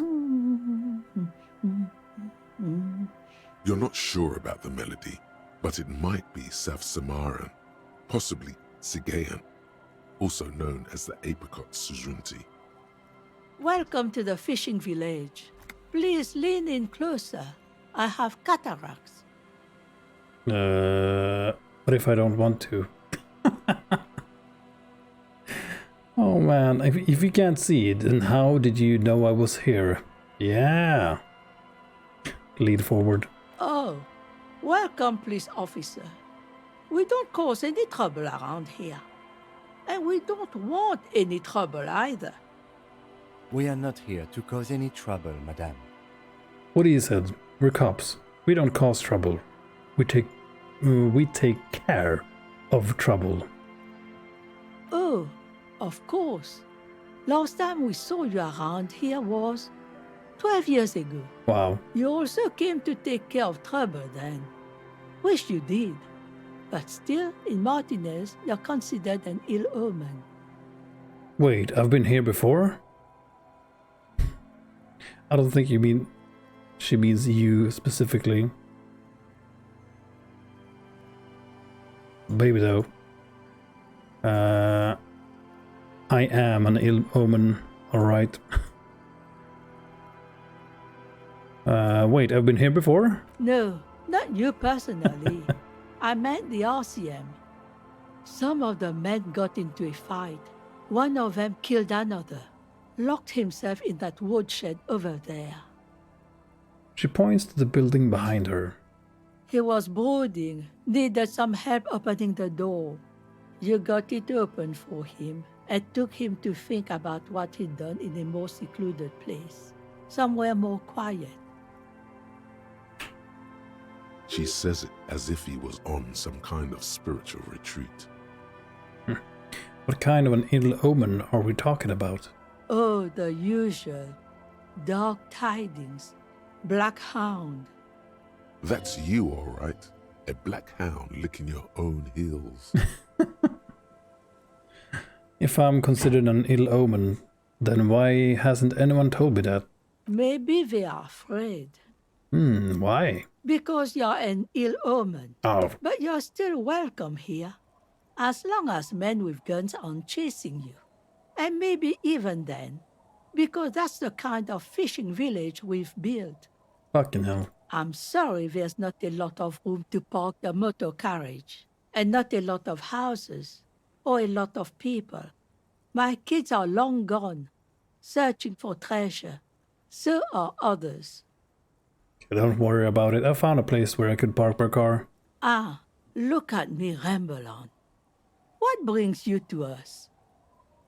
Where could someone stay around here? Stay? Most people here are trying to leave. That said, if lodgings is what you're looking for, I've got a free room in the shack. Ooh, her soapy thumb points to the building behind her. How much is it? I won't charge you for it. Take it as a gesture of goodwill from the village to the RCM. Score! Finally, now we can buy the board game. And fuck Garth. There's this guy, Garth, who makes me give him money every night just so I don't die out in the cold. Yeah, fuck Garth. Okay, I'll take it. Don't make an old woman regret opening her house to the police. A key appears from under her apron. She hands it to you. Well, if you are not in the hostel in the morning, I'll know where to find you. Here, in a shack. Yeah, so? He's a little relieved you're no longer in that room. Okay, it doesn't sound happy about it though. What is it? What is in this fishing village? Just us. It's barely a village anymore. We almost don't exist. What do you mean? This is pretty much a non-place. A gap. A blank spot on the map. Just a cluster of nameless shacks on a nameless street. The place is so pornographically poor, it's not even funny. This place is pornographically poor. The lack of wealth is the one thing we've got in abundance. The woman smiles cryptically. Riddles. Fits with the general ambiance here. Aye. Sometimes it's as though I'm also gotten lost inside this nameless nothing. I'm lost too. Oh, it seems to be a common theme these days. I think I'm in the process of finding myself again. Just super open. Just fuck it, man. I'm just gonna tell everybody. Yeah, I'm in the process of finding myself again. Isn't that what people always think when they are lost? Something I can do for you to find your way, officer? No, you have already done enough. You've given me a home. Goddamn. There's got to be something here. Tell me. Over there, you can find more of the same. Shacks and trees growing wild. That's the pox. The pox? Between here and Jamrock, a dusty sea of old trees, all covered in industrial soot. Small houses under them, an overgrown park. The pox? What's that? Nurgle? An old military hospital and its surroundings. Or it used to be, during the time of the suzerain. After the war, it was turned into a goodwill hospital for shell-shock veterans and folks looking for some quiet in the old sanatorium gardens. Now the area is crisscrossed with nameless streets and makeshift cinder block houses, shacks as far as the eye can see. And what happened to the hospital? The goodwill ran out. The staff left and the place was shut down. It's long gone by now. Who else lives in this village? Well, there's Lillian and her kids. A few new folks live in the house to the east, but they're away right now. And then there's the drunks.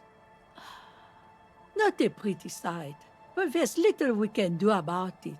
Home is home, even for them. I met Liliane already. Lillian is tough. Tougher than the men here, at least.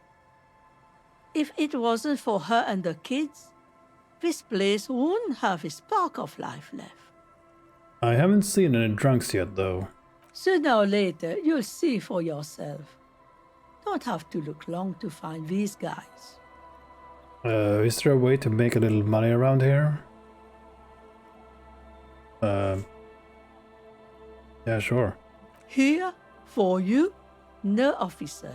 The only money we have here is some coins the drunks tried hiding from their women and then forgot about. Alright, there's another topic I'd like to address. She nods, rinsing another piece of cloth. What's further down the coast? Not much. There's the abandoned church, the DeLorean Church of Humanity. It's been there since before my time, even. Why is it abandoned? Some things just don't fly, officer. Look around. Who'd go to church here? They built it 300 years ago. Must have been nicer then. So, they don't hold services there anymore? The Ecclesiastes? Ecclesiastes. No, we've tried, but things just keep happening. Crime, accidents, other things. The place never stays open. It's a pity. It used to be such a nice church.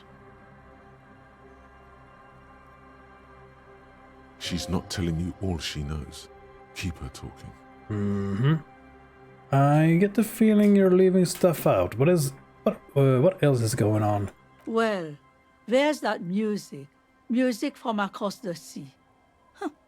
It started a few days ago, and now it's blasting, even through the night. And now, suspicious-looking people are sneaking around the church. I don't like that.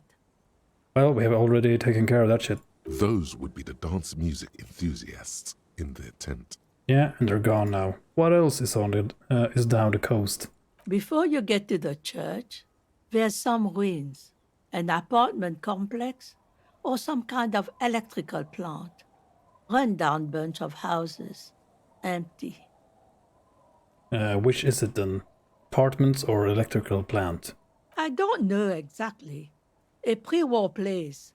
It used to be something. Before the war. I wasn't here then, you know. Was born in Samara. Anything else of note? Of note? The old fish market up on the boardwalk. But it's closed. And who'd want to come to a fish market here? No one. That's why it's closed. It was once a bustling place, back when I was young, and so was everyone else. Now, what catch we do bring in goes straight into a lorry for the Delta or somewhere else. That's it? There's gotta be more along the coast. What? You're one of those real estate people with big plans? If you want a development opportunity, you can check out the abandoned building over at Land's End. Used to be a supply depot, we think, sending goods and ammo across the bay. It's jammed shut though. We tried to get in, see if there was anything to sell or scavenge, but it's impossible. And now you know everything there is to know about this coast. She drops a bar of soap into the bucket with a splash. Tell me about yourself. Who exactly are you here? Me? No one. Just an old washerwoman. Mother called me Isabel, if that's what you're asking. And my married name is Sadie. Isabel Sadie. Now it's your turn, Mr. Lieutenant Double Freighter Harrier Dubois. Quite a handle you got there. So many titles. One of them double. Oh yeah, that's who I am. Double Disco. Wait, what the fuck does that mean? No one knows. The door has seen better days. The layer of paint has started to peel off due to the salt and wind from the sea. Even the lock looks slightly rusted. Okay, let's unlock it. I'll wait outside to give you some time and privacy to check out your new living arrangement. But just so you know, after we are done with the day, I'll still be staying in the whirling in rags for the night. We'll meet in front of the shack in the morning. Okay. The key turns with a satisfying click. You can enter the shack now. Oh yeah. We unlocked housing in this game, finally. Ooh. Oh no, the floorboards creak under your step. You see the waves, the sea, a church. Oh no. An old mirror hangs on the wall. You see the reflection of your face in it, adorned with the expression. Yeah. Maybe we can... we need to put points into encyclopedia. Okay. Let the mirror be for now. Ooh. On the table, you see a bowl of water, a rough soap, and next to it, a small hand mirror. A straight razor soaks inside the wash basin. Time to shave. Get these mutton chops off. Why though? It's looking mighty fine to me. And also, if we try this, we're gonna cut our own throat and die. Is shaving the right call? The water reflects back a vague image of your face. Nose bulbous and red, hair unkempt, wrinkles lining the eyes and forehead. The stash is gigantic. I want to keep my stash though.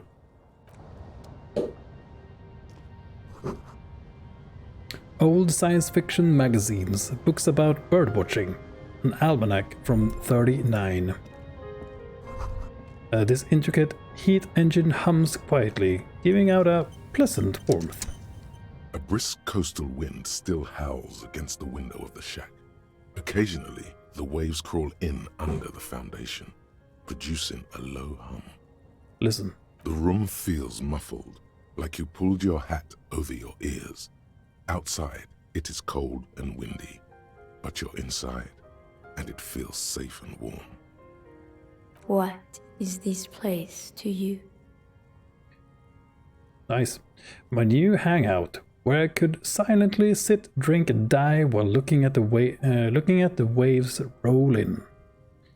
My forward base for the coastal part of the operation. It's free. That's good enough. I could live here. Looks like this is my new home. Wonder where the old one went. No, my forward base. Overhead, you hear the forlorn shriek of seagulls. Far below the birds, a wooden boardwalk filled with abandoned stands, tables and benches, echoes from a long-lost time. A middle-aged man stands in a rundown shack on the edge of a fishing village, listening to the heater hum on the wall. Thank you, strange sensation, for a fair assessment of the current situation. Outside, the howl of the wind has picked up. The waves crash against the stilts again. It's as if you think the thought, but in someone else's voice. Look under the floorboards. Oh no. What's under the floorboards? Oh god. Another case I'm not gonna be able to solve. Using the thermodynamic expander condenser cycle. Nice. Oh, what's this? Ooh. Korojev jacket? Yeah, that's how you pronounce it.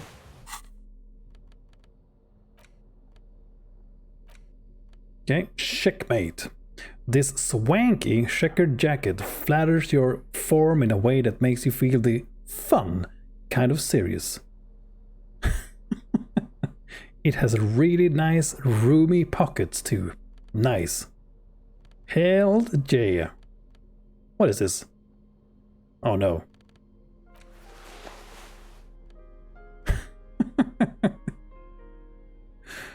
Oh, the fucking mesh tank. Fucking mesh tank top is ruining everything. It's good though, the drama. Yeah, we're gonna keep using our visual calculus here. Please manning it up. Party Dragon Silk Robe, though. That is for another playthrough.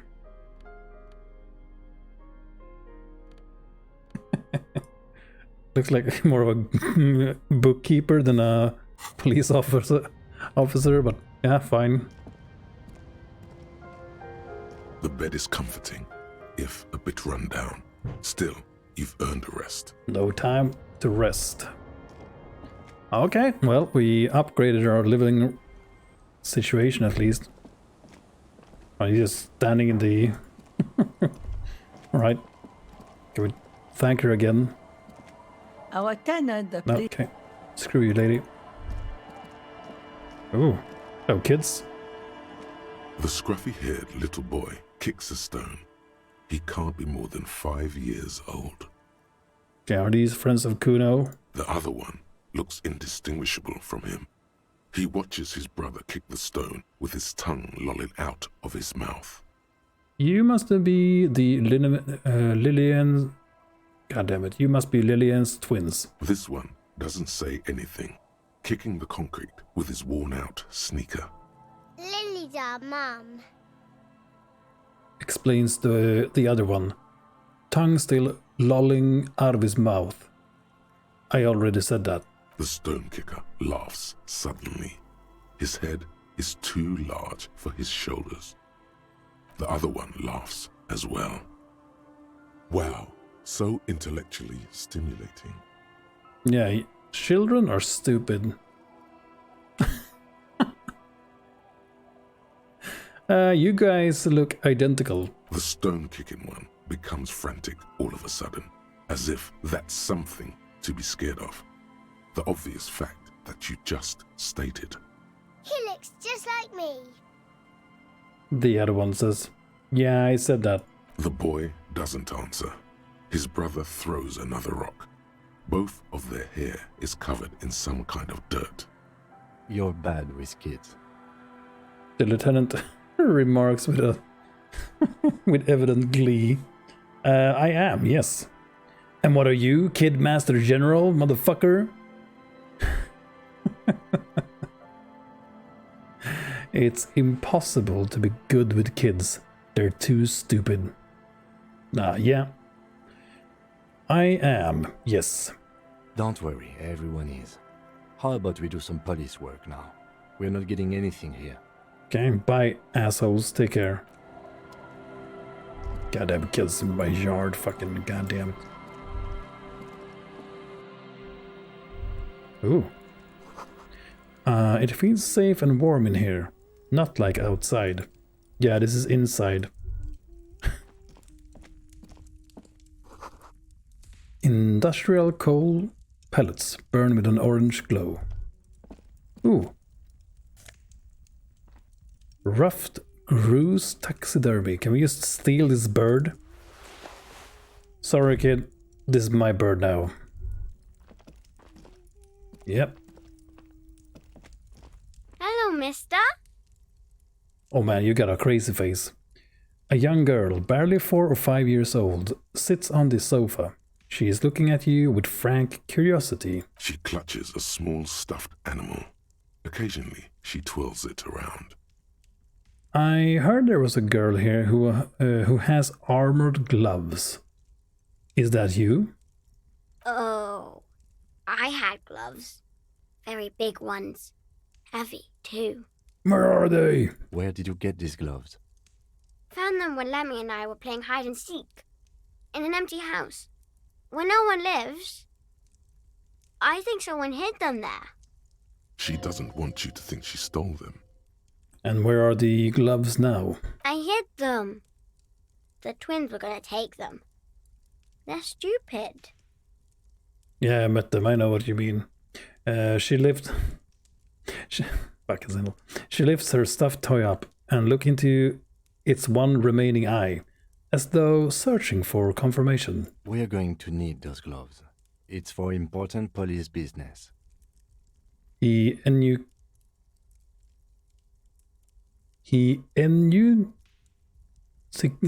What? Okay, hold on. I need help. The fuck? Why can't I say this word? Enunciates. Enunciate. Yeah, that's what I fucking said. Yeah. He Enunciate. He enunciates the last two words carefully. Oh. Thank you, Google. Oh.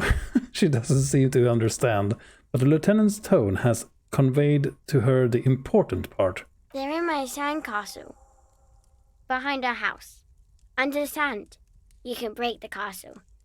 It's not very good. Okay. Are you Lillian's daughter? Yes, I am. Little Lily. You know my mom? Yeah, we met earlier. That's nice. My mom is great. She's never angry or anything. Are the twins outside your brothers? Yes. They don't want to play with me. They're older and play outside. They look the same. Sometimes I can't tell them apart. They look identical, right? I said the same thing. They look identical. She slowly processed the word, then snickers with laughter. Yeah, I know how it is. I don't blame you. Fuck words, man. What is this? What's this? Show her the stuffed bird you took from the ceiling. It's a grouse. Yeah? You might be able to get on Gart's good side if you make up for the skewer you broke. Ooh. Yeah, but what's it for? I don't know. Okay. Can I have it? I know someone who really likes stuffed birds. Sure. I mean, you already took it. I don't like it anyway. It looks angry. What's that thing you're holding? It's Lammy. He's my friend. Sort of. Like... She holds the fussy beast up to demonstrate. Lambie is a stuffed lamb that, admittedly, has seen better days. One of the eye buttons is missing, and the fur is tattered in several parts. Okay, well, pleased to meet you, Lambie. Lammy usually doesn't like strangers. But you're also fuzzy, like Lammy. Yeah, and I think the stuffing is coming out of this one as well. Bye! The girl's large, curious eyes remain fixed on you. Okay. Laters, kid. Thanks for the bird. Alright. The dead body of a grouse stuffed with some unknown material. From a distance, it might just pass off as the real thing. The bird itself looks extremely ruffled and slightly grumpy. Okay. Oh man. Ooh. Oh yeah, the gloves. Weather has not been kind to Lily's little sandcastle. The once mighty towers are quickly eroding away. You can see something shining back to you from what must have been a vast underground catacomb network. Yeah, I'm sure. Reach in the catacombs, and pull out the shiny object. The walls and floors give way to the giant's greed, collapse and present you with a pair of ceramic gauntlets. Nice. Congratulations. That's the gauntlets down then. We're doing good on the armor collection front. Yeah, you doubted me, you fuck. I remember.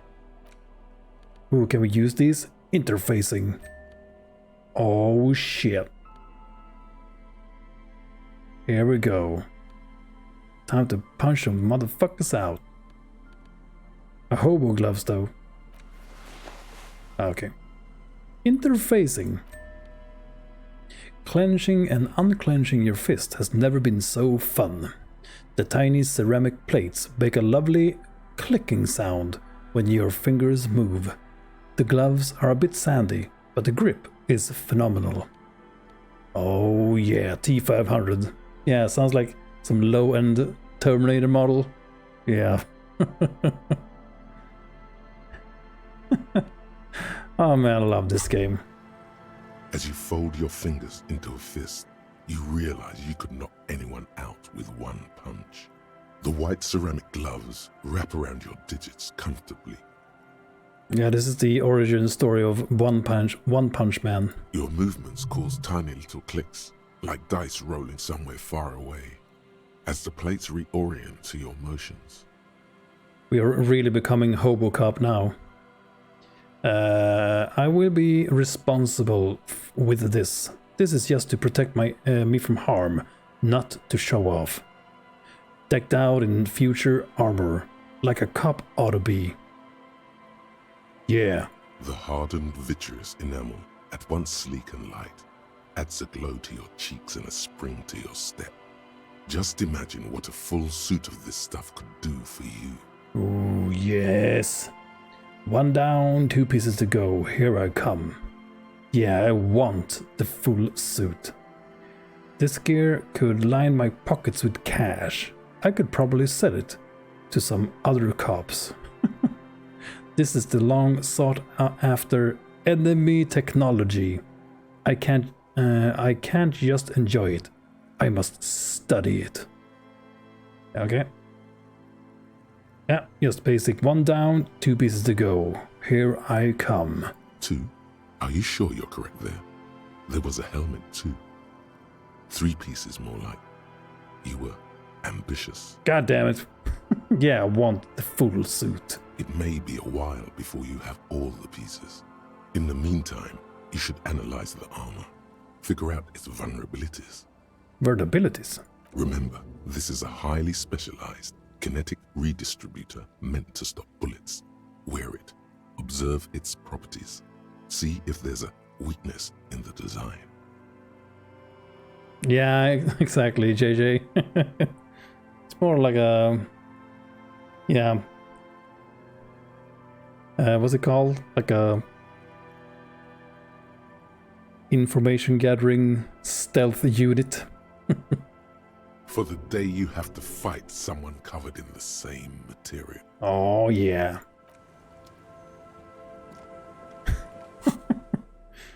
Oh, man.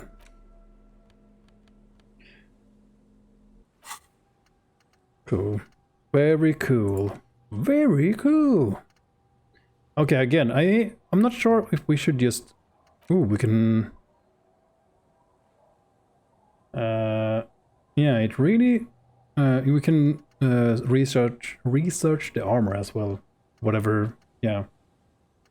The thought cabinets. It's hard to tell again which ones you should go for. The fact that it costs you skill points to forget them is like... like there's a whole level just to remove a thing that you don't want. Like this is kind of... I mean, the learning cap for pain threshold raised to 6. But I don't think we're going for that, so we don't really need this one. Although the healing is nice, I guess, when we fail the red checks. And all learning caps raised to 3. I mean, that's pretty good, right? Maybe we don't need this one. But I don't think there's much point into removing things until we have just completed the whole cabinet. So that's like the question, like, do you keep unlocking these to have all of the slots, or do you go for a skill point here? That is just a thing I'm asking myself all the time. It's just hard to know what you should focus on. But I think I just want to keep unlocking these things here. But I think you can only research one at a time. So there's really no point in researching another one. Or like taking another here before we can... Before we are done here, I guess. So we can... Yeah. So let's grab another point into maybe perception or... knowledge. Produce fascinating trivia. Wheel draw intellectual power. Deduce the world. I really like the perception though. Yeah, let's keep leveling that up. finding a lot of shit from it. Which provides you with more XP, I guess. Oh. A little black swallow circles above you. You hear it chirp. Chirp? Man, this place is huge. Okay, you can go up here. Alright. Oh, what's this? The water runs from the west. The source is upstream. A broken pipe. The beams are splintered. The bridge didn't collapse on its own. Artillery broke it. Man, this place has been... yeah. Fucked up. Ooh, for money. Yeah, you also find a bunch of money with having the perception. Okay, so now that we have free lodging, a place to sleep for free, now we can really buy that board game and see what that is gonna give us. A dead phone, a smashed receiver, like someone hung up too hard.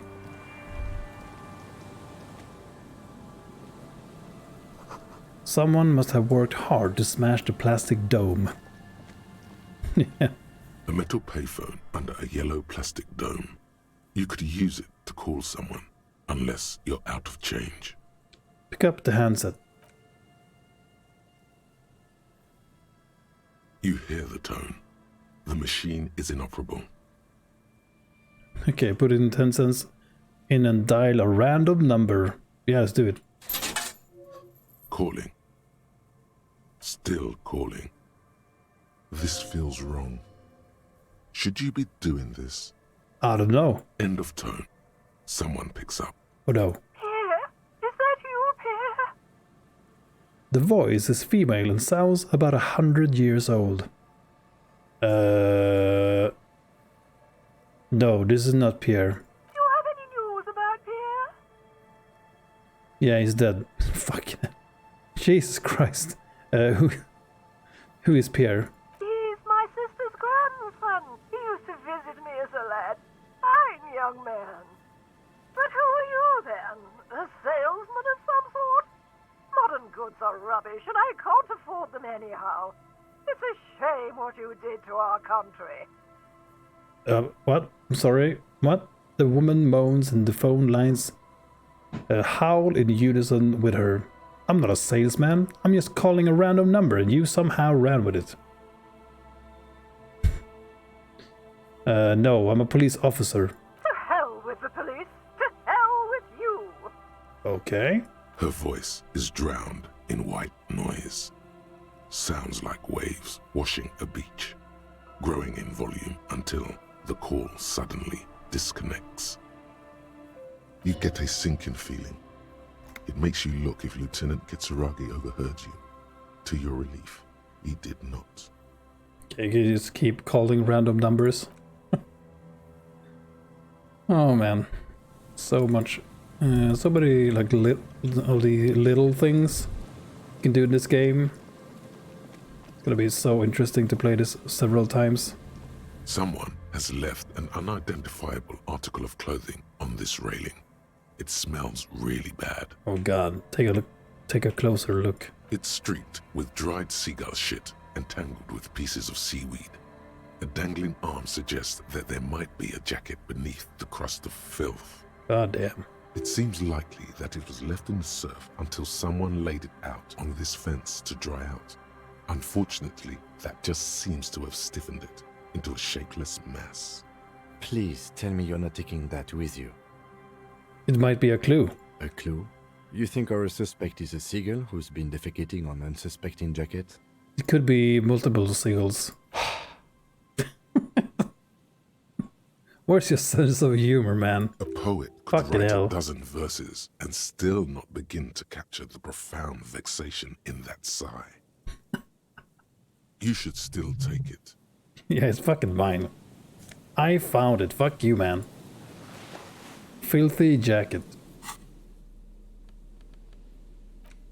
Okay, at least it's not clothes we can wear. This filthy rag has been at the mercy of the elements for quite some time. It's streaked with seagull shit and with seagull shit and abnormally stiff from God knows what natural processes. You can't even tell what brand it is. It's a shit jacket. As you hold it in your hands, it makes an uncomfortable crunching sound. Oh, God. Man, how did this jacket get so disgusting? It's a sordid, filthy tale, not for the weak. Are you sure you can stomach it? Think about it. It occurs to you that you're not even holding the jacket itself, but rather the thick crust of jetsam and seagull shit that ensconces it. Oh my God. It smells like a dead sea creature, tangled in grey strands of seaweed. It must have spent quite some time in the water before the tide deposited it ashore. Okay, what's the crust made of? Somehow, it was carried or dragged to the boardwalk. If not by human hands, then perhaps the feral dogs that prowl the beaches at night. The faint impressions of many footprints are also present, though it's impossible to tell what kind or how many. Suffice to say, the jacket spent some time on the ground before someone draped it over the railing. What happened once someone put it under a railing? The crust is hard. This jacket spent at least a day baking in the sun. Who knows what happened to it then? Somewhere, high above the city, a pair of seagulls trace loops through the air. They are like the bombardiers of the aerostatic brigades, gliding above a target-rich environment. Fucking birds. Oh man, I like the shivers though. I mean, the things you get from it. Very immersive. All of a sudden, the Bombay doors open. Oh no. And their white glittering payload rushes to the ground. Get down! Splat. An explosion of white on a man's shoe. A curse goes up, but the birds do not hear. Or gives a fuck. Why did I just spend all this time thinking about seagull shit? I feel like I really understand this jacket now.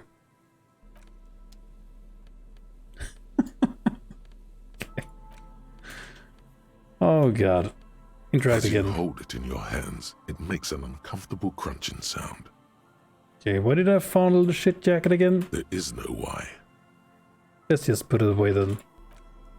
Okay. I thought maybe we could have gotten something more out of it.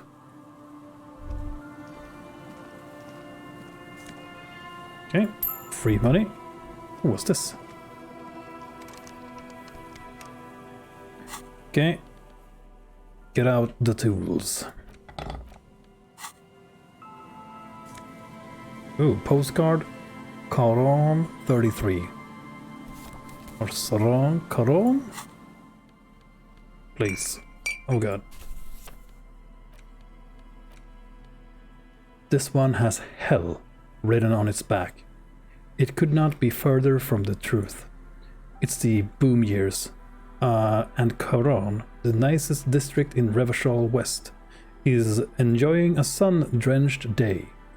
Tall and handsome buildings rise from the riverside. Steel, iron, and yellow limestone, with clouds, shadows sliding on its facades.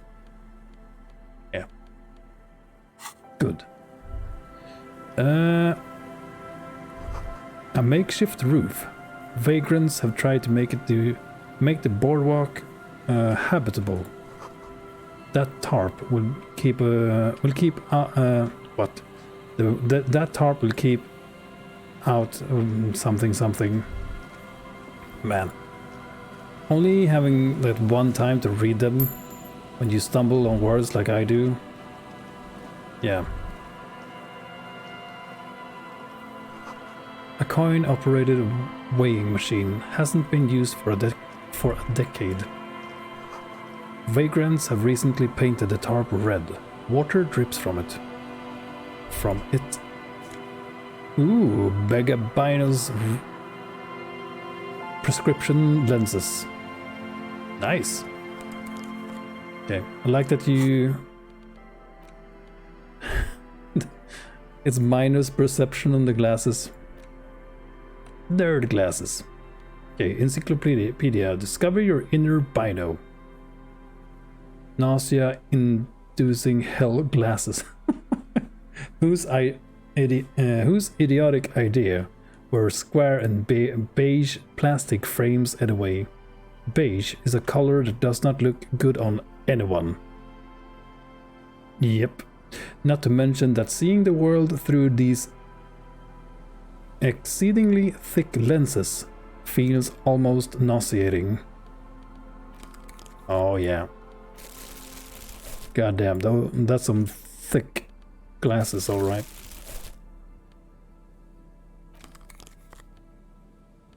Not even sure if we should be using these glasses. I don't want to lose the perception. We can use these when we try to go for the mirror again though. Empathy. Nah, more logic. I don't need no authority.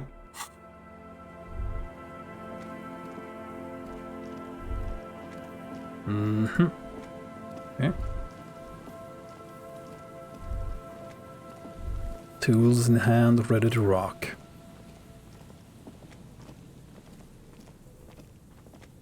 Okay. Ooh, what's this? A big wine canister. It's open and empty. A wine canister? Okay.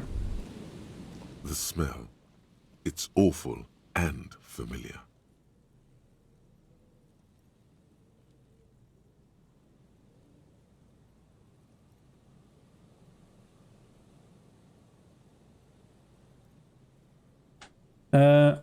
The smell is awful and familiar. Hold on.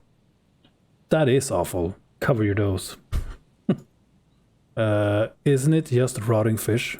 Don't be naive. Oh no. What is it then? Don't you recognize it? That hideous pungency. That faintly cloying sweetness. Only death smells like that. Oh? Something cold wakes in the pit of your stomach. Fear. Fear? What is that? The signs of decaying meat.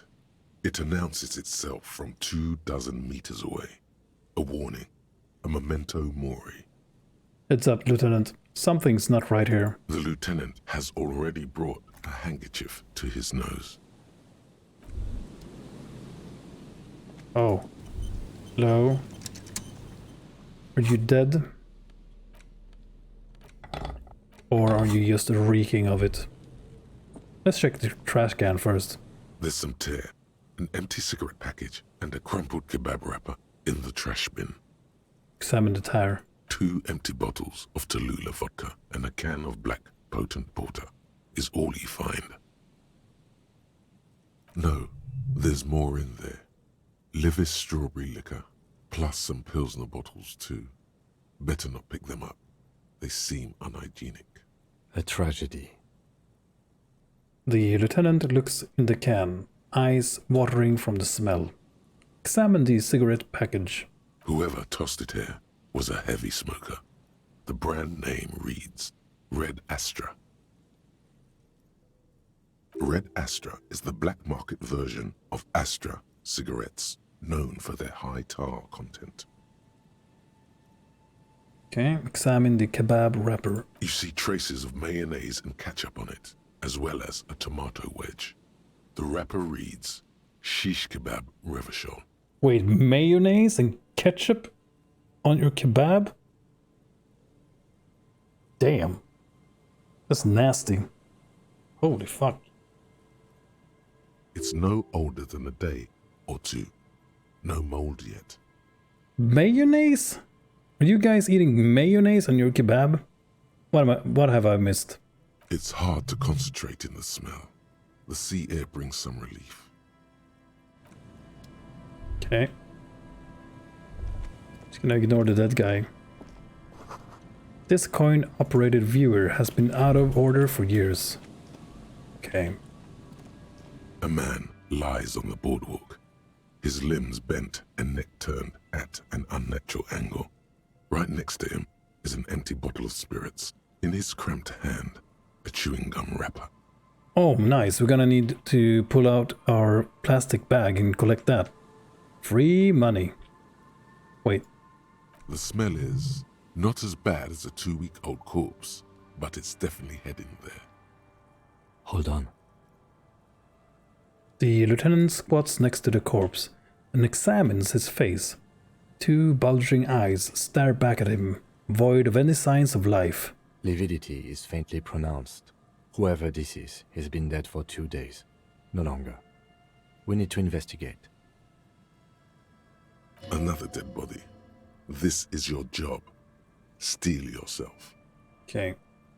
Study the surroundings. There's some dried blood on the metal bench, right where the corpse's head rests.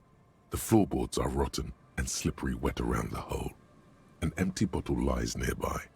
A chewing gum wrapper is clutched in his fist. Examine the bottle. A .75-liter Tallulah vodka with its cap missing. There's hardly anything left inside. Tear all around us. He looks at 2 other bottles forgotten near the coin-operated viewer. Yeah, probably drank himself to death. Never know. Examine the chewing gum wrapper. Rybowski spearmint chewing gum. Green leaves on the cover.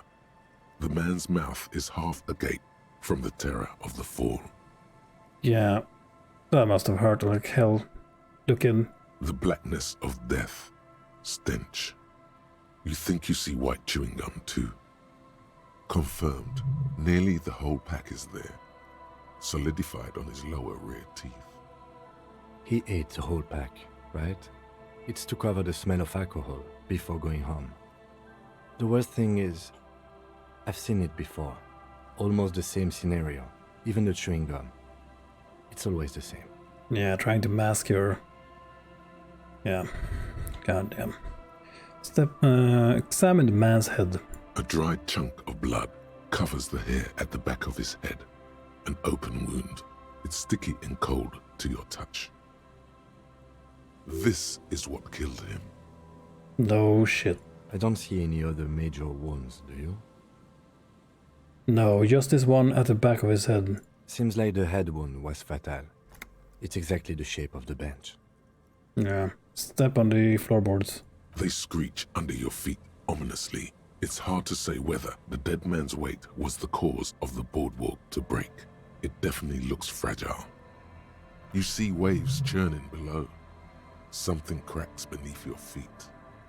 He could have easily disappeared into the sea through that hole, and you would have never found him. Step back. The entire boardwalk creaks in the wind as you take a step back. Okay, study the man's clothes. He's wearing mud-caked boots, beige trousers, and an old brown leather jacket with a bright blue lining. There are traces of kebab sauce on his chest.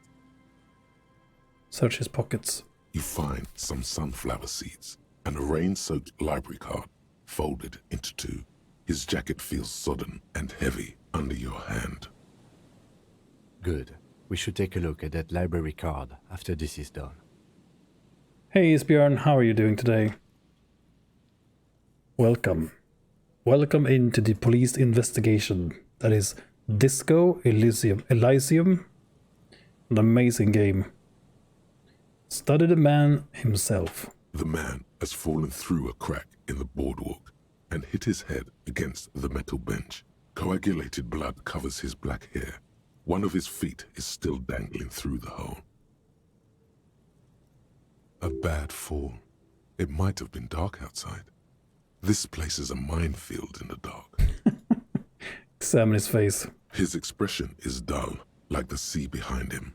Drops of water shining on his moustache.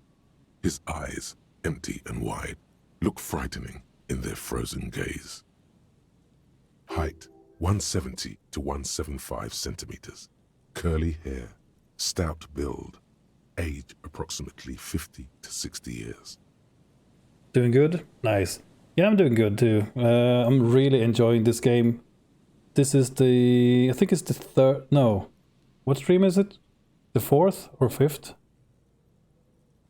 Put it in the stream title. Instantly forgot. Yeah, part 5. Yeah, this is the 5th day we're streaming this game. And yeah, I'm not sure if you know about this game, but it's called Disco Elysium, however you pronounce that. And yeah, a lot of reading. Luckily, they released like the final cut of the game has most of the dialogue voice acted. So yeah, for people who streamed this game before they added all the voice acting, oh my god. I thought Baldur's Gate was bad. There's a lot of reading. Yeah, see, I don't have to read. I mean, we're reading some of it at least. Like who is this man? Looks like one of the locals. He'd have to know this spot to come here. You don't just walk over here. It looks south, the way you came. So there's not too much reading. Like when we were the game we played before this, Baldur's Gate 2. Yeah, I got pretty tired. Not gonna lie. After a while, like after 6 hours of streaming that game, man, my voice was starting to go real bad. But we found you in this game, by the way, yesterday, I think. I'm gonna show you what I mean soon. But that's just a lazy assumption. What do you think? Looks like just another old drunkard to me. I think labeling him as an alcoholic is a bit premature. We don't know anything yet. We do know that he was married. The lieutenant points at the ring on the man's left hand. The flesh around it, swollen and grey. But you're right. Let's not run ahead. For now, all we know is that he's an unidentified middle-aged man found dead on the Martinez boardwalk. And what do you think happened here? He drank himself to a stupor and just... yeah. What do you think happened here? Death by misadventure. He slipped and fell through the boardwalk. A truly unfortunate accident. If it wouldn't have been for that bench, he'd be alive. Yeah, but he probably would have frozen to death, so... could it be related to the lynching? Do you think he was drunk? Point to the bottle. What about the kebab? Did the kebab do it? Probably. Like he was putting mayonnaise and ketchup on it. If he didn't die by that, I don't know what. Someone should be held responsible for this broken boardwalk. It's dangerous. They'll seal this place off after the news reaches the coalition officials. I doubt that they have enough resources to actually repair the boardwalk. Yeah, this place is poor as... Not that sealing it off would keep anyone away. All it does is keep the city council's hands clean. He smiles sourly. Can't remember being in a game. Yeah, I'm gonna show you in a second what I mean. Could it be related to the... no. Do you think he was drunk?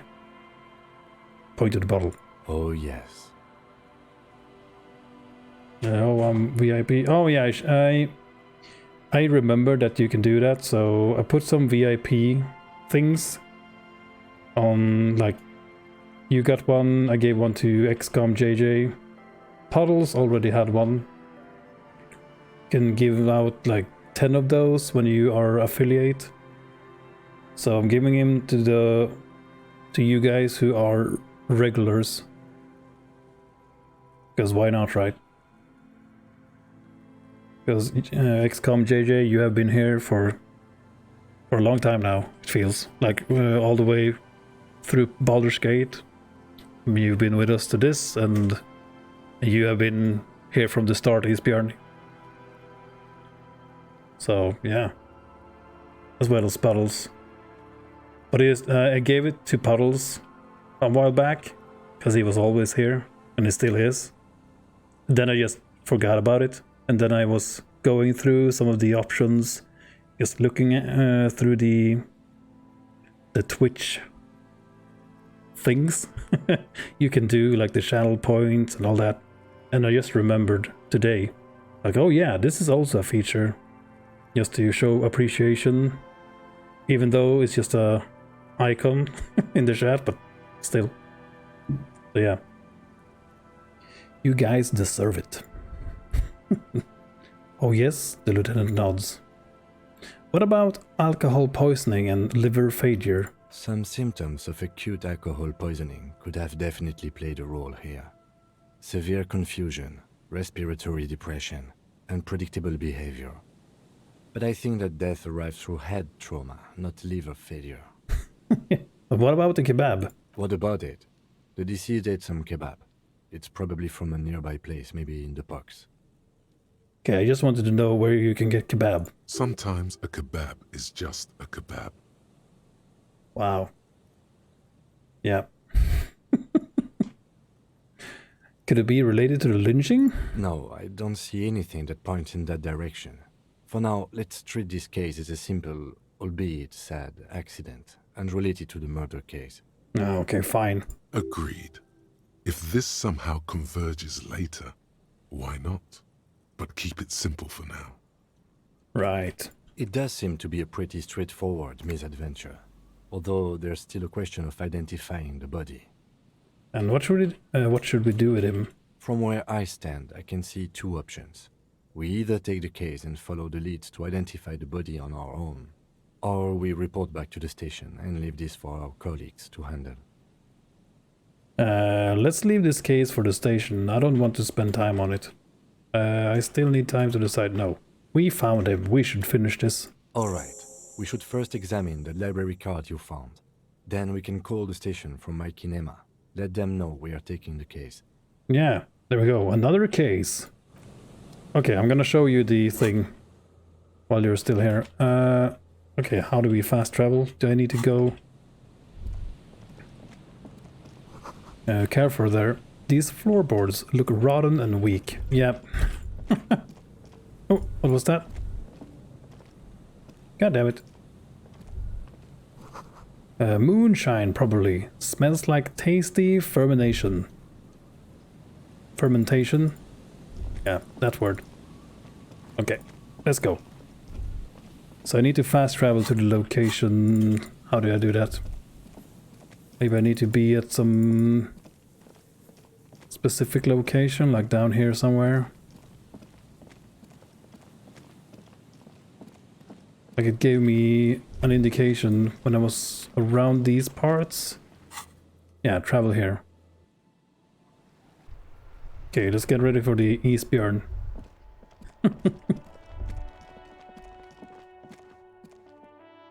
It's down in this.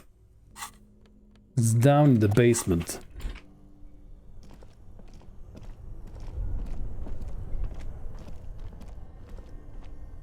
Okay. Here it comes. It's an ice bear refrigerator.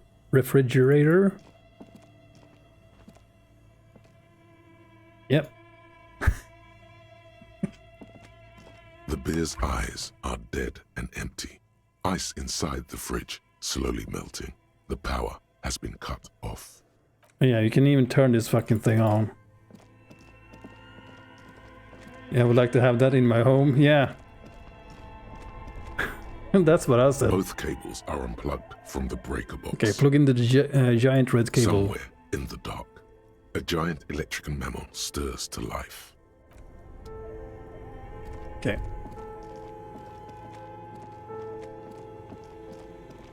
Oh man. Oh, here we go. He's got glowing red eyes as well when it's turned on. A bit faint, but yeah.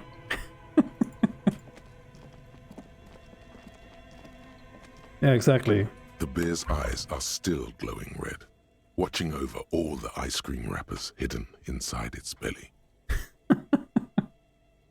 What is a giant bear-shaped fridge doing in an abandoned cellar in the first place? Good question. It looks like an ice cream fridge.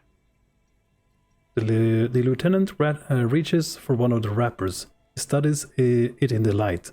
So they try to sell ice cream from this hyper-carnivore? I know. What an unfortunate marketing choice. Yeah, no one dares to fucking open this fridge. What is even worse, the bear is still costing them money to this day. The lieutenant points at the red sneaky cable running from the fridge. The fridge buzzes with energy. The electricity bill on this thing must be catastrophic. Oh man. Oh, so good. Only the red cable is plugged into an electric sizzle. Let's unplug it. Think of the electricity wasted here. Yeah. But yeah, just had to show you. When it gets hungry, it tries to kill you. Yeah. Seems like like he said, or the game said, pretty bad idea. Like the marketing. Wow. Okay, we needed to inspect the folded library card. A library card found from a pocket of the dead man on the Martinez boardwalk. It's still slightly damp to the touch. The cover bears the stamp of Jamrock Public Library. The library card is folded into two and still slightly wet to the touch. The front side reads, Central Jamrock Public Library Card, issued to Billy Mejean, expires July 53. Billy is a unisex name. Could be the deceased or his family member. Look at the backside. If lost, please return the card to the library. Dial 005 02 55211 or visit us at Moreau Street, 78, Jamrock. Business hours, 900 to 1800. Good. We should give them a call from my kinema. See if we can learn anything about Billy Mejean. Billy Mejean. Look inside. Whoever owns this card is an avid reader. You find a list of books written in blue pencil. Radio thriller. Stand a little less between me and the sun. The last one in the list is The Glinton Curve by M. Theobald. A library stamp indicates that the book has been returned. Most of these titles seem to be in the sci-fi genre. Some thrillers too. Ooh. Put it away. Okay. I'm gonna save this book for later when we need it. And when we need to pass time. God damn, it's snowing. Shit. Goddamn snow. Oh. Bars cover these long, dusty windows. Okay. Let's keep exploring before we go back to his Kanema. What are you looking at? You see a once bright mural towering above you. The signage has peeled off over the years, but you can still make out Feld Electrical R&D. A slogan used to intertwine with the loops a long time ago. Now, only a shadow of peeled letters remains. It says, tomorrow is just a whisper away. Tomorrow is just a whisper away. Looks like tomorrow never came. The lieutenant raises the collar of his bomber jacket. Goddamn. Okay, let's inspect this before we... Another power box. It charges nothing now. It's empty. Ooh. Loot. Okay, money. The fence blocks the path. No way on from here. Necessity driven archy something. And Mikhail noticed the windows, especially with how there are no windows on the south side.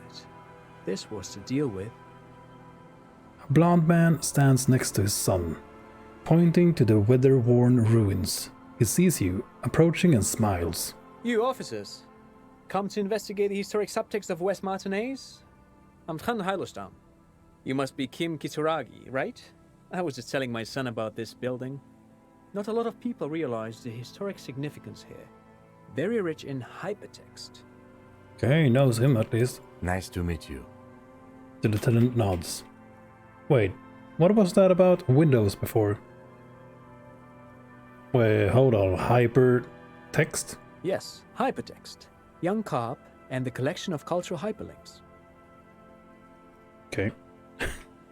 Wait, what was that about Windows before? Oh yes, so Mikhail. They had to deal with monitor glare, especially in the summer. They still had vector monitors back then. That was 49 years ago. So they didn't have windows on the south wall. Okay. You and Kim know each other? No, I can't say that we've met before, but I've heard of Kim, of course. Mikhail, say hi to the officers.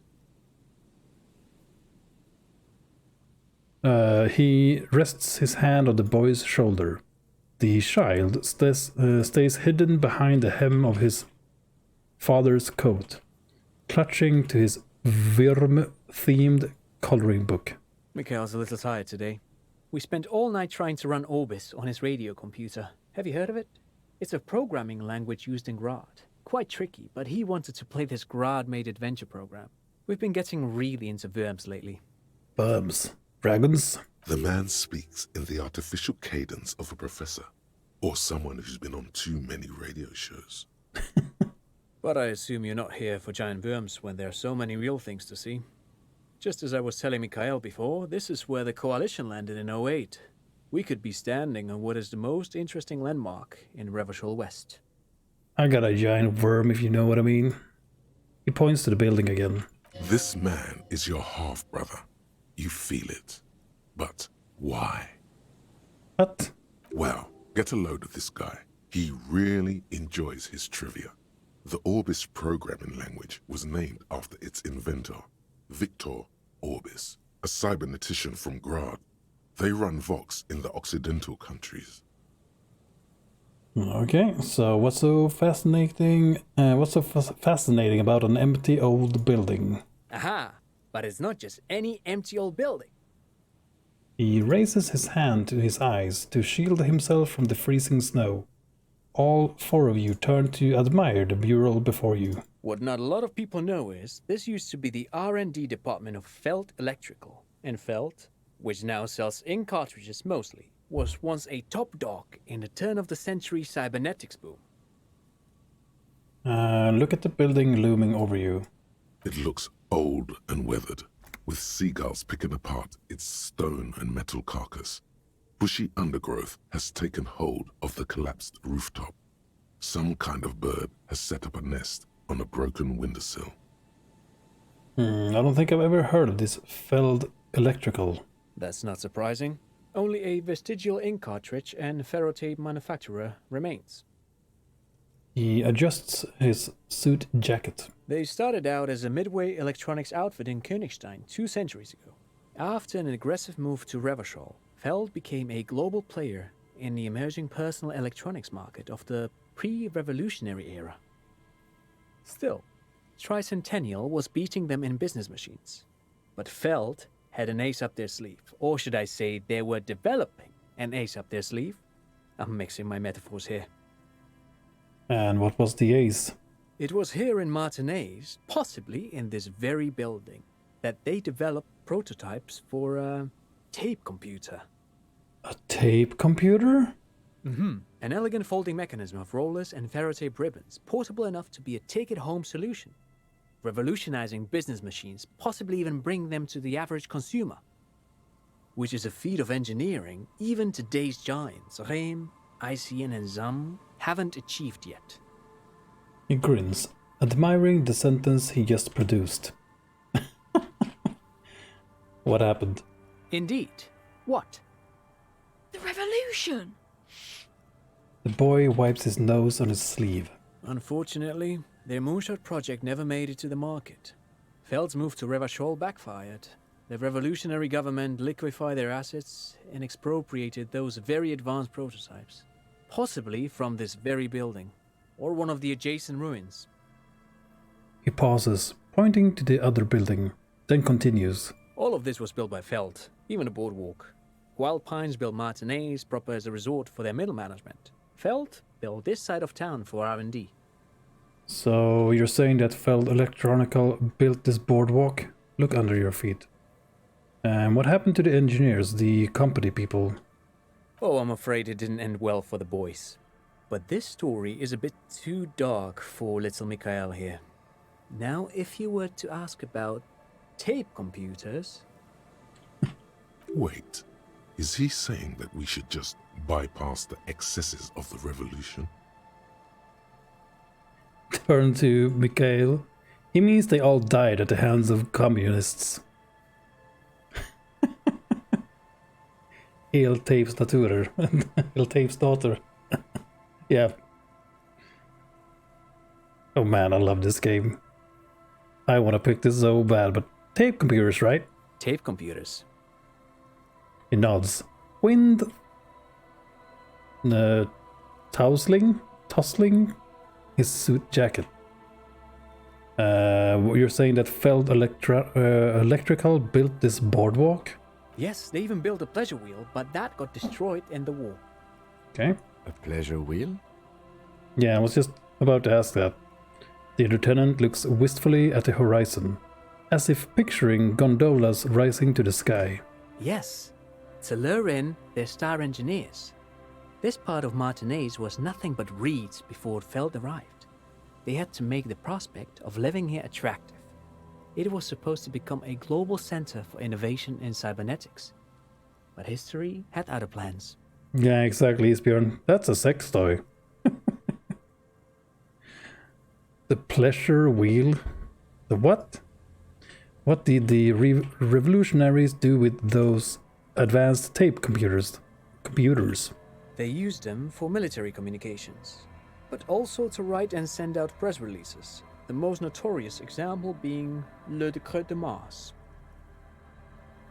What was that? What's the Mars Decree? I mean the radio transmission sent out to news agencies and world governments by the newly created Commune of Revachol on the 7th of March in the year 02. A short-lived legislative foundation for a short-lived utopia. It's a beautiful piece of text, actually. A singer-songwriter I know, Charette, called it a love poem to Revachol on her political concept album, Bon Baiser dans le Lind. You should read it. Every local library in Revachol stocks a copy of the decree. Yeah, maybe. I tried to get Mikhail to memorize it. Tried to. Someone was much too interested in worms to be paying any attention. Yeah, same here. Worms. It's much more interesting in whatever you said.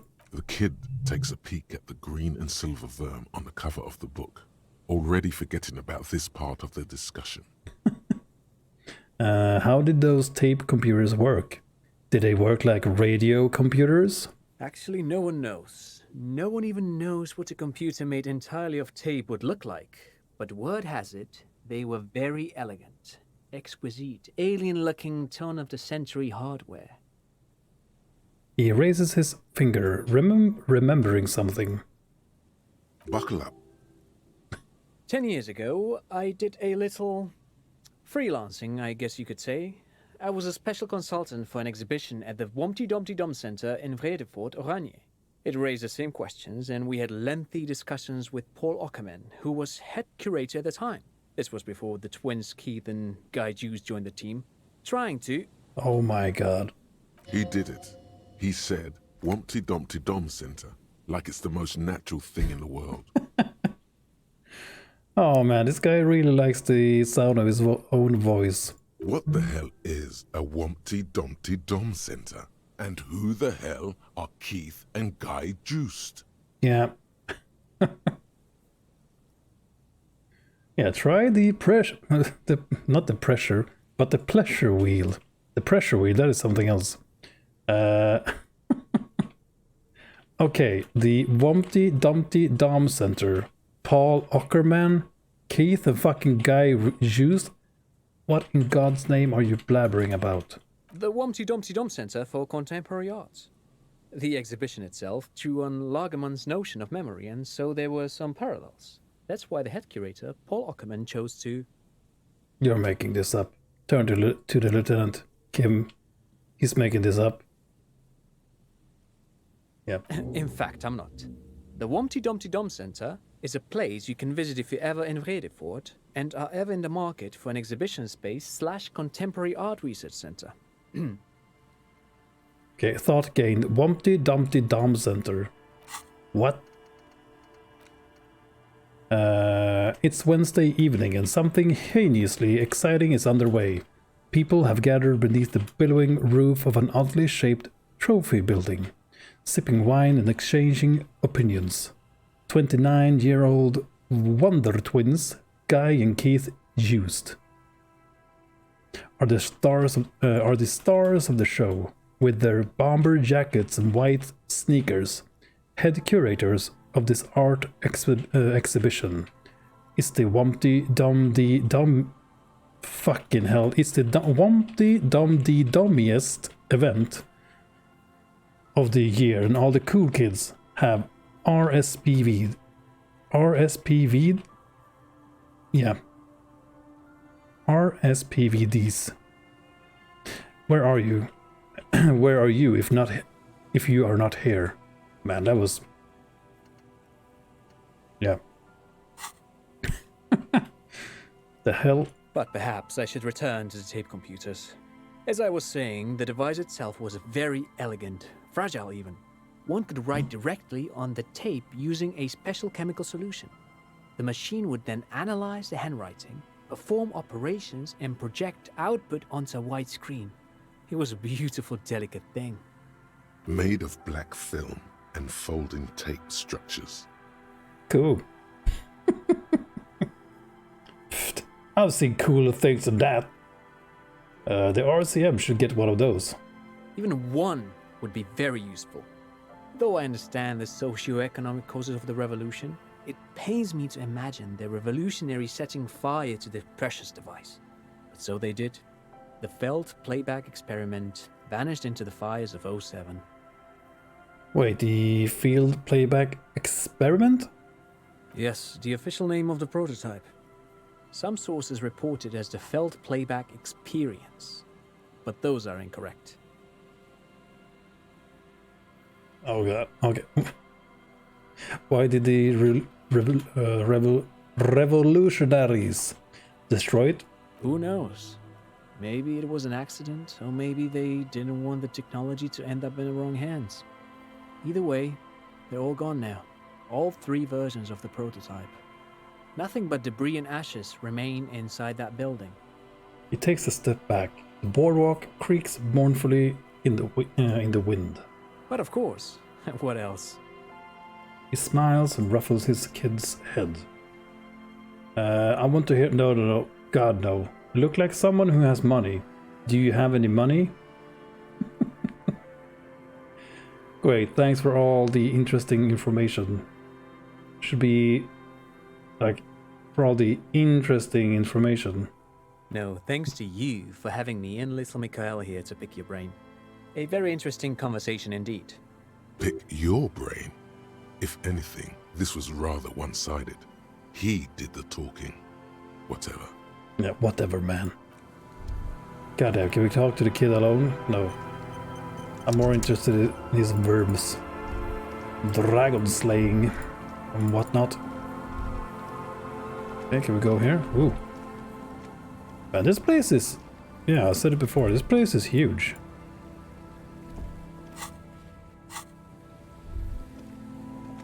I thought this was just gonna be like a small side thing. Ooh. Wait, what are those? Treasure found. 50 years ago, this place was a heart. Oh, goddamn. Shut up about it. Shut up about it. Yeah. Ooh. Wow, that's a lot of money. Ooh, more nose spray. They remind me, I'm just walking around with a crowbar and a cutter. Just normal police work.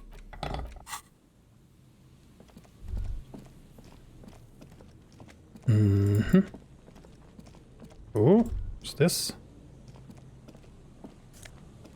More free money. Okay, I'm gonna get attacked by a dog here. No boat in the boathouse today. Ah, okay. This section of the coast hasn't been used in decades. Yeah, I was just about to say, like, what boathouse? Ooh, magnesium and oversized superstar sunglasses. Oh yeah. Here we go. In your own stardom, is your own stardom too dazzling for your eyes? Can't bear to look at your own fabulous reflection in the mirror? Then these classic oversized sunglasses are for you. Oh man, fantastic. Yeah, they are oversized, all right. God damn. But I need my hat. My amphibian sports visor. My flip-up glasses. The auditor. Just need logic here to make any sense of this goddamn mess. The boathouse is shoddily constructed. A strong breeze might blow it over. Money. Okay, nothing can do here. Ancient paint is peeling off the roof of this shaded bench, covered in rust. Okay, what's this? A scattering of bullet holes is spread across the cracked wall, reaching from one corner to the other. Visual calculus. Why this many bullet holes? People have been executed here, I guess? A row of ghostly shades stand facing the wall. There are many of them, a dozen at least, their heads lowered and eyes blindfolded. It's quiet, no sound, no movement. 10 meters away, other shades are lined up in an orderly manner, automatic rifles primed. A gust of wind blows by. The coats of the firing squad flap slowly in the breeze. A single person stands on the side. The sun blazes high up in the sky, baking the planks, the sand, your skin. The order was carried out in the afternoon. A long time has passed since the moment of this fusillading. Rain and brine have since washed all the blood away. Not a trace remains. What is this? The abundance of bullet holes leads to two options. Either an inordinate amount of executions were performed here, or they did not use a conscience round, where only one soldier has the loaded rifle. Looks like this was a mass execution with everyone fully armed. God damn. Look at the people against the wall. A host of men, probably in everyday clothes, ragged from the conflict and covered in dust. They were not sitting, a common practice for executions in some nations, as demonstrated by the height level of the bullet holes. They stand, facing the wall. It's impossible to discern any details about their personality or background. Ordinary people, familiar, each and every one of them. Who were they? Leeches, fleas, and thieves, all the freeloader scum living off the hard work of others. Such is your belief. Okay, look at the line of the soldiers. 7 men in combat uniforms and dark coats, holding automatic rifles aimed at the people. Soldiers from some side, but from which one? Okay, look at the person who's standing on the side. The commandant, the one who gives the order. Machine gun fire crackling through the air, the lights of the muzzle flashes dancing on his face. Kim, who was who in this execution? I don't know. I don't know who died here, lined up beside that horrible wall. It could have been any of the parties involved in the revolution. Perhaps the ones executed here were the loyalist conservatives, killed by the communists at the start of the Civil War. Or it could have been the communists, put to death during the last stretch of the conflict by the coalition forces. Remember what Trent Heidelstein said about Veld? What if it was the Feld personnel when their assets were being seized? by the revolutionaries. Another likely scenario. The lieutenant nods. You mentioned coalition forces. Could it have been them against the wall? Yeah. It's very unlikely the coalition forces were the ones who died here. They were always the last ones against the wall. To be honest, if a coalition member was anyone in this situation, it was a commandant, the superior giving the orders. Got it. Goodbye. A cold sea wind blows away the figures. Man, I love that shit. So good, this game. The sign says entry interdit. Interdit? Yeah, whatever that means. An old ticker-taker booth, no longer in operation. Okay. More money? Oh yeah. 17 cents. Wait. Ooh, more money here.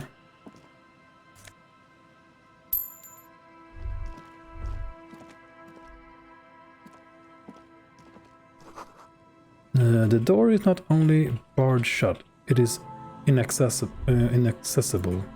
Wait, why aren't we using our plastic bag? Might be a lot of stuff we can pick up here, like bottles and stuff that I've been missing. Fallen Peepo. What? What now? Oh.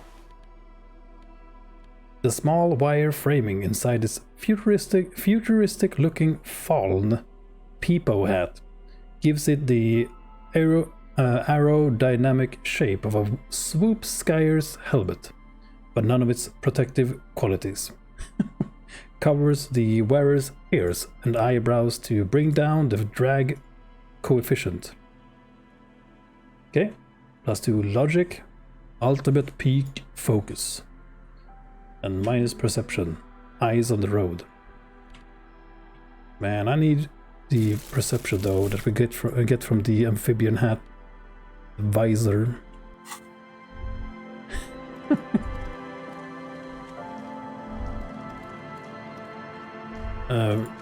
Can't we go any...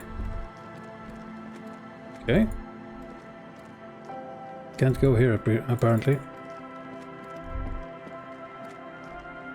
Oh, another box. Yeah, look at this. Bunch of plastic bottles. Man, I wonder how much I've missed. Yeah, a bunch of it.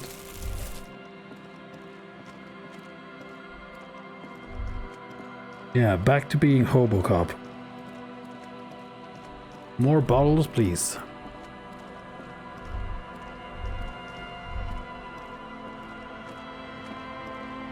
Okay, any bottles here?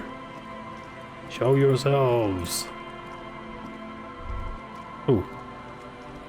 I guess we have found the guy we're looking for. Tiny cages, carefully constructed. Hey you.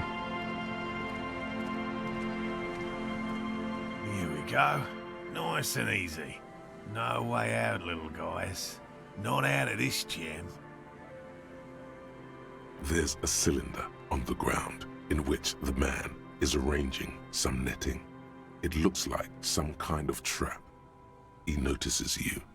Who's there? Oh, the police. Hello, officers. Is that the police? Why are the police here? Gary. Don't worry, Gary. I'll handle it. Okay, that's how you say it. Gary. You must be Morel, the cryptozoologist. To what do I owe the pleasure? That's sarcasm. He takes no pleasure from your appearance. Yeah, I don't blame him.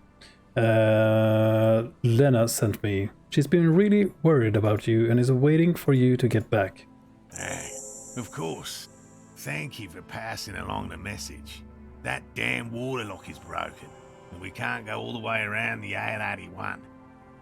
The 881 is a raised motorway that separates Martinez from Jamrock. The labyrinth of streets underneath it makes it difficult to pass, not like walking over a nice water lock. Yeah, that was me. I broke the water lock with my motor carriage. But it's fixed now. You can go back. The water lock's been fixed. It was fine when I crossed it. Withhold the whole story. Oh, good. We should really be getting back. Gary could use a hot shower and a warm bed. Gary. Did he say we can go back now? Fucking hell, Gary. Yes, Gary. We can go soon. If you see Lena, tell her I won't be long. Sir, your wife is waiting for you. I just have to do one more round. See if the phasmid has taken the bait. Then we're going. He refastens a bit of netting that has come loose in the wind. How did you become a cryptozoologist? I've just always liked animals and puzzles. Searching for cryptids is a bit of both. Have you ever discovered a cryptid? No. Very few cryptids are ever discovered, and not for a lack of trying. To stay hidden is a cryptid's primary quality. It's even in the name, cryptid. The hell is this? So how many cryptids have been found? Of the list of cryptids kept by the Cryptozoological Society of Chemnee, which is 4,082 items long, about 2,000 have been confirmed as hoaxes. Okay. 2 are categorized as confirmed discoveries. The rest are in differing stages of discovery, refutation, and data collection. Only 2 have been proven to be real? Yes, the Chateau Quan forest pygmy, who turned out to be an extinct species of primate, and a cave salamander from Yugograd, who is, honestly, quite unremarkable. It's in a zoo somewhere. Quite unremarkable. We cryptozoologists are brutally honest with ourselves, more so even than the public. With cryptids, most cryptids are hoaxes or they are never found. That does not mean we should stop searching. 2 out of 4,000 is not even 1%. I don't even know what to say. That's a small number of discoveries. Do you know what the success rate in pharmacological research is? 0.00003% of bioreactive agents have reproducibly beneficial effects. Yet science persists in the search for medicine, as we persist in our search for new species. He has clearly done his math on this. There is no surprising him or swaying his opinion. So you're living your childhood dream out here? It's not child's play, just because I have to traipse through the mud every so often. Okay. Why not just be a zoologist? Real animals are puzzling too. Real? I know you think one is a respectable profession, while the other is superstition. Everyone does. I don't. It's a profession, just like any other. Honestly, being a cryptozoologist trumps most of the garbage I've seen people do. I don't. It's a profession, just like any other. Indeed. My methods do not differ from other scientists. I simply draw upon a wider variety of evidence. And I have more hope that something truly surprising might happen. And has anything truly surprising ever happened to you? No. As I said, I have yet to catch a cryptid, although I have come close. Close enough to keep trying. How do you know if you've come close, though? What kinds of evidence do you use? Everything from forgotten regional lore to newspaper accounts, like the one that brought us here, to look for the phasmid. I keep a very open mind. The phasmid? He's interested in things that people believe that scientists don't. You think other scientists don't listen to ordinary people enough? Most establishment scientists only care about reputation and remuneration. Not real research, and certainly not the truth. They're a cowardly lot, and both the field and basement archives can be dangerous places. Okay, thanks for explaining that. Now, about something else. Yes? Tell me about this phasmid you're looking for. Well, first of all, it's damn difficult to find, which is why we've been knee-deep in the reeds laying traps for it. Oh god, what makes it so difficult to find? Good question. Being a phasmid of the order Phantasmodea, a ghost insect, it disguises itself as plant matter. In this case, the reeds. Awful lot of reeds around, aren't there? Yeah, there's phasmids all over the place. And I suspect it may have also developed other specialised techniques to protect itself from predators, or scientists in our present case. What sort of specialized techniques is the phasmids using to hide itself? It's my hypothesis that it has evolved certain electrochemical defences that allow it to interfere with animal perception, impeding pattern recognition, confusing the visual cortex. But I cannot describe how these defences work, much less how they evolved, without studying a live specimen. A ghost insect, he said? These people are looking for a ghost. Ghost insect. So you're ghost hunters? No, that is precisely what we're not. We are zoological specialists, looking for an extant species of phasmid. He said it again. So how big is this phasmid? I'm expecting it to be quite giant. One known species of phasmid, called the Megaphasmodea zoensis, is about the size of a grown man's forearm. So, He leaves the conclusion up to you. Why are you so interested in this stick bug? It doesn't seem to be as colorful as one of the other cryptids I've heard about. typical rookie assumption. Insects are much more sophisticated creatures than those unversed in zoology give them credit for. Even simply catching a glimpse of the Insulindian phasmid would be the apex of my, of any, cryptozoologist's career. But to study it and its defences, find out how it stayed hidden so long. He shakes his head.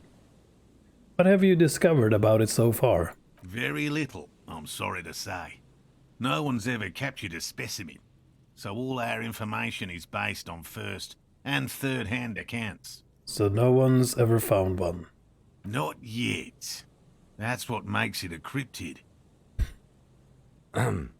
Just out of curiosity, if there's no proof of its existence, how do you know it's real? I know it's real. Okay, the cryptozoologist says, brusquely? Well, how do you say that word? What is this word?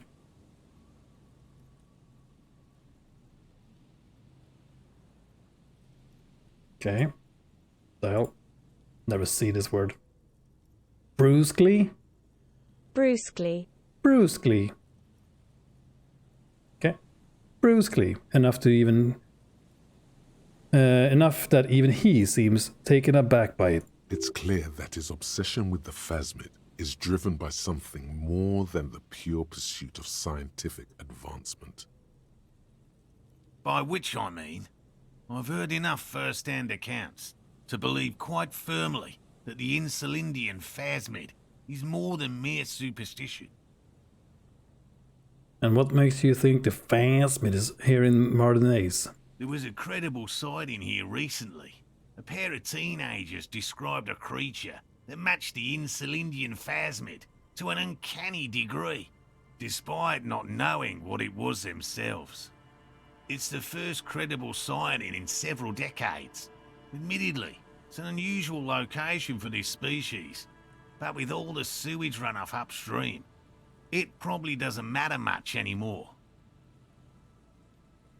I have to resist the thought. Such an extraordinary creature is doubtlessly highly resilient. After all, it's generally thought to be capable of parthenogenesis. He means asexual reproduction.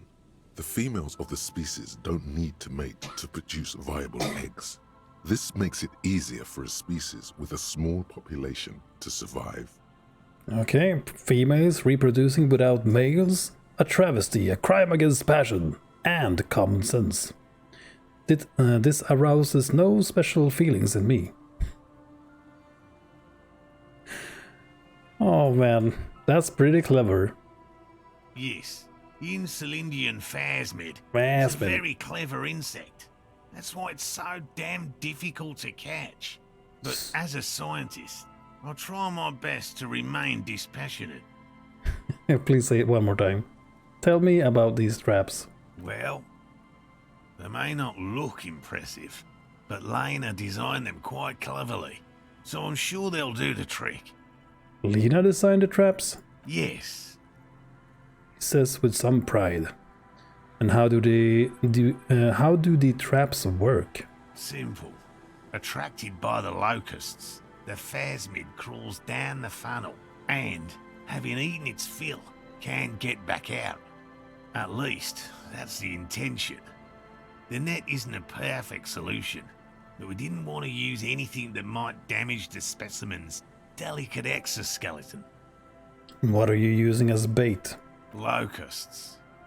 Nearly all known phasmids are herbivores, of course. But we've hypothesized that the Insulindian phasmid might occasionally prey on other insects. Inside the traps, a number of locusts crawl and tumble over one another in a tiny, chittering swarm. A meat-eating stick insect? Does it pretend to be the reeds as part of its ambush behavior? This seems unlikely. Carnivorous stick insect seems unlikely. Thank you for your opinion. We have also included plant material in the traps to satiate your skepticism. Yeah, you're welcome.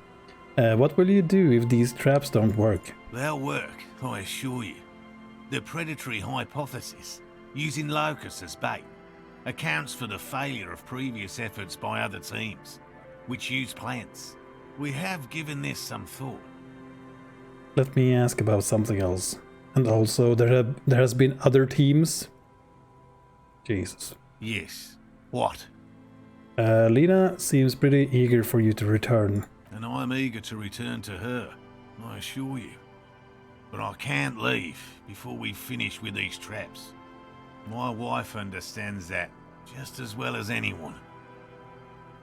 He looks south, where Lena would be. Come on, Morel. We've been soaking out here for days. It's time to go back. And leave the traps? Absolutely not. I won't let Lena down. Come on, she wants us back. I'm soaked up to my nuts over here. We'll both catch reed crabs if we don't dry out soon. I didn't know the phasmid was so important to Lena. Of course it's important to her. She's seen it. A verified sighting, on record. One of only 4 this century, and it's hers. Really? She's sighted the phasmid? Yes. That's how we first came to know one another, in fact. But that's her story to tell, not mine. Coughs, then continues. Suffice to say, it's long been our dream to find proof of the Insulindian phasmid together. I can't abandon course now. Another cough, into his fist this time. Maybe you could go back to the whirling, warm up, come back to check the traps later? No. The traps need to be monitored on a regular schedule. What would we do if the phasmid were to starve while we were sipping tea at the hostel? He's dead set on this. What if we... Oh, goddamn. What if we check the traps for you? Kim is not going to be happy about this. It didn't expect you to take such an interest in our work here, officer. Chaos is my method. I am its scion. I'm all in with this cryptid shit. I'm hooked. Yeah, I'm hooked on some phasmids. Cryptozoology and detective work are very similar. Yes, indeed. Both require a great deal of research, attention to detail, and, above all, persistence. And where are these traps? There are 4 in total. One is to the south, on this little peninsula, by the boathouses there. It's very near. Another we set in Land's End, to the northeast. It's behind a small sand dune there, on your way to the old radio tower, after the church. The third is set near the canal, where you crossed, by a concrete slab. A big thicket of reeds going up the slope, and among them... He gestures to the trap in front of him. You should check at least one of those before returning to this one, since I just said it. This one's more of a technicality, but still, better safe and stupid than sorry. That seems like a lot. Do we really have time for this extracurricular venture? Wait, what? Aren't you having fun? The pursuit of knowledge is its own justification. Is it? Shut up, Kim. He doesn't look too convinced, but the small shrug indicates. Why not? If you think it's important, you have been right before. Yeah, once or twice. Probably just once. What do I do if there's a phasmid in one of the traps?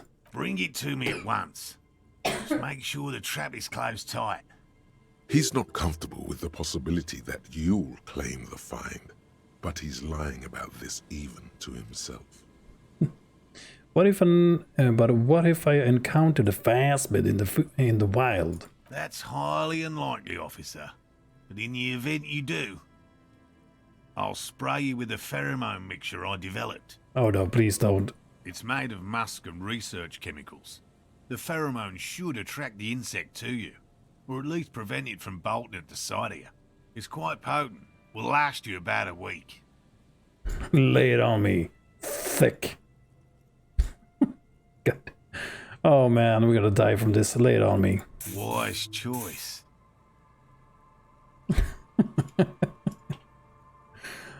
Wise choice. Like, yeah.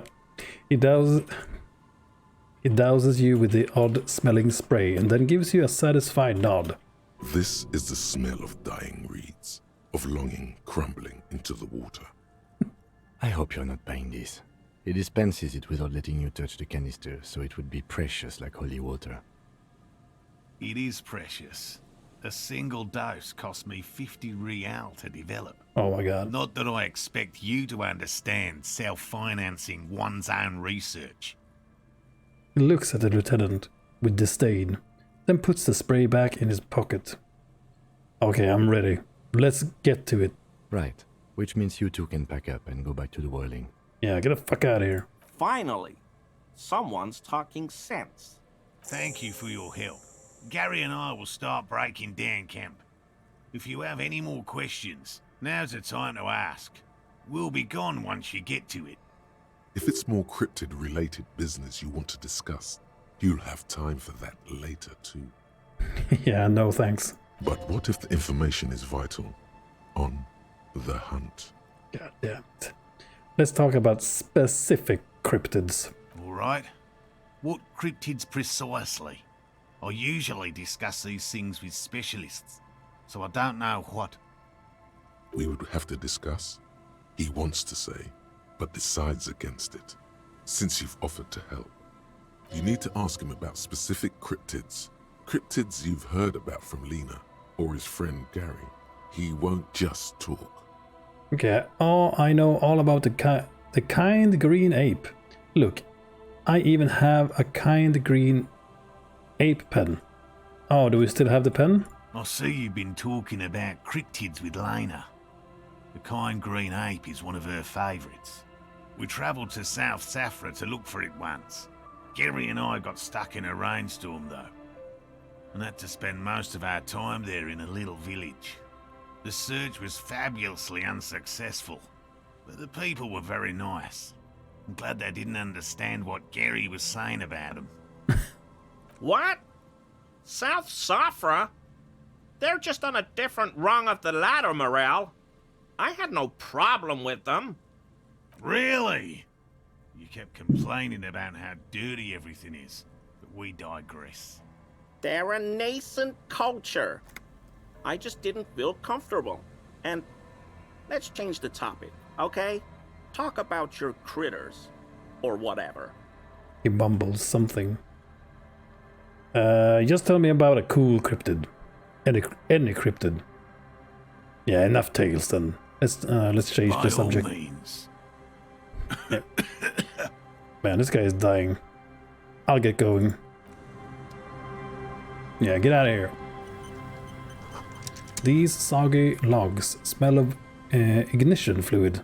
Still, they won't light up. Okay. These heavy military blockades are riddled with bullet holes. Crumbling. Okay, so we're bug hunters now. A boyo bobs in the water. The number on it says 11. Okay, good to know. Okay, let's find this trap. Here it is. There's a trap in the reeds at your feet. Looks like the same one you saw Morel set before. Same mesh, same wiring. Look around. Behind you, a ruined residential building looms over the reeds, shielding them from the wind. They rustle confidentially, in tune with the pitter-patter of the rain. When this district was booming, the reeds were kept at bay. Nothing obscured the freshly painted facades. Nowhere for drunks and adventurous teenagers to hide. Now only the wind blows. Reach for the trap. Locusts are crawling around in the trap, confused but uneaten. You see no carnivorous reed phasmid gorging on them. Big surprise. Anyway, 1 down, 3 to go. Damn, I was hoping it would be in the first one. Oh, no need to grin. I'm not expecting to find anything. I'm helping some citizens and getting some fresh air. It will be in the next one, surely. Surely. Anyway, the air is nice and fresh here. Yeah.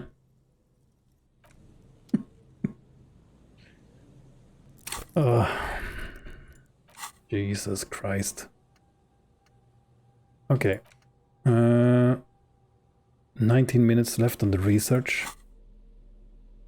Okay, do we level up? Yeah, more perception, please.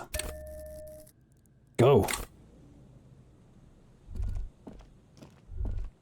Okay, so yeah, that was the southmost one. So let's okay, let's go north. And he told us we needed to at least check this one first before checking this one up here again. This one, so I'm thinking maybe it's almost impossible to get a fire going near this near to the ocean. Let's go back here last. Just to leave it out as long as possible. Ooh, what's this? Money? Because maybe that is how you do it. To have a chance to find this cryptid. Or find this. Whatever the hell it was called. The remaining windows rattle from a strong gust of wind. They're covered in a thick layer of grime. They must have been like this for 40 years. Lieutenant, can you make out what's inside? No, try to see inside. Dripping water falls from a high place. All you can see is the shadow of a collapsing staircase. There's rust and corrosion on the bars. They're foaming with it. And a small layer of white salt from the sea. Yeah, Lieutenant, can you make out what's inside? point at the windows. No. I won't even try. You know... He takes his glasses off. I had a partner once. They called him Eyes, because he had to show me things. It's that bad. Can you still shoot though? Well enough, actually. It's odd how that works. I'm no sharpshooter, but I pass my shooting courses 7 out of 10. Okay. Blind as a bat. Oh, what's this? Can we get in there? No. Probably need to go around it, maybe. Maybe this area opens up later. I'm not sure. See if we can find some plastic bottles here. Yeah, seems like it. Oh, yeah.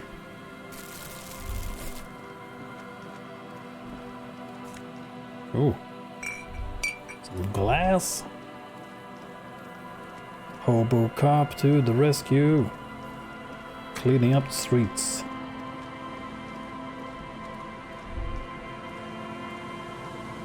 There's some tear. Okay. What is this? Nothing. Okay. We still have the book if we ever need to pass time, so save it for later.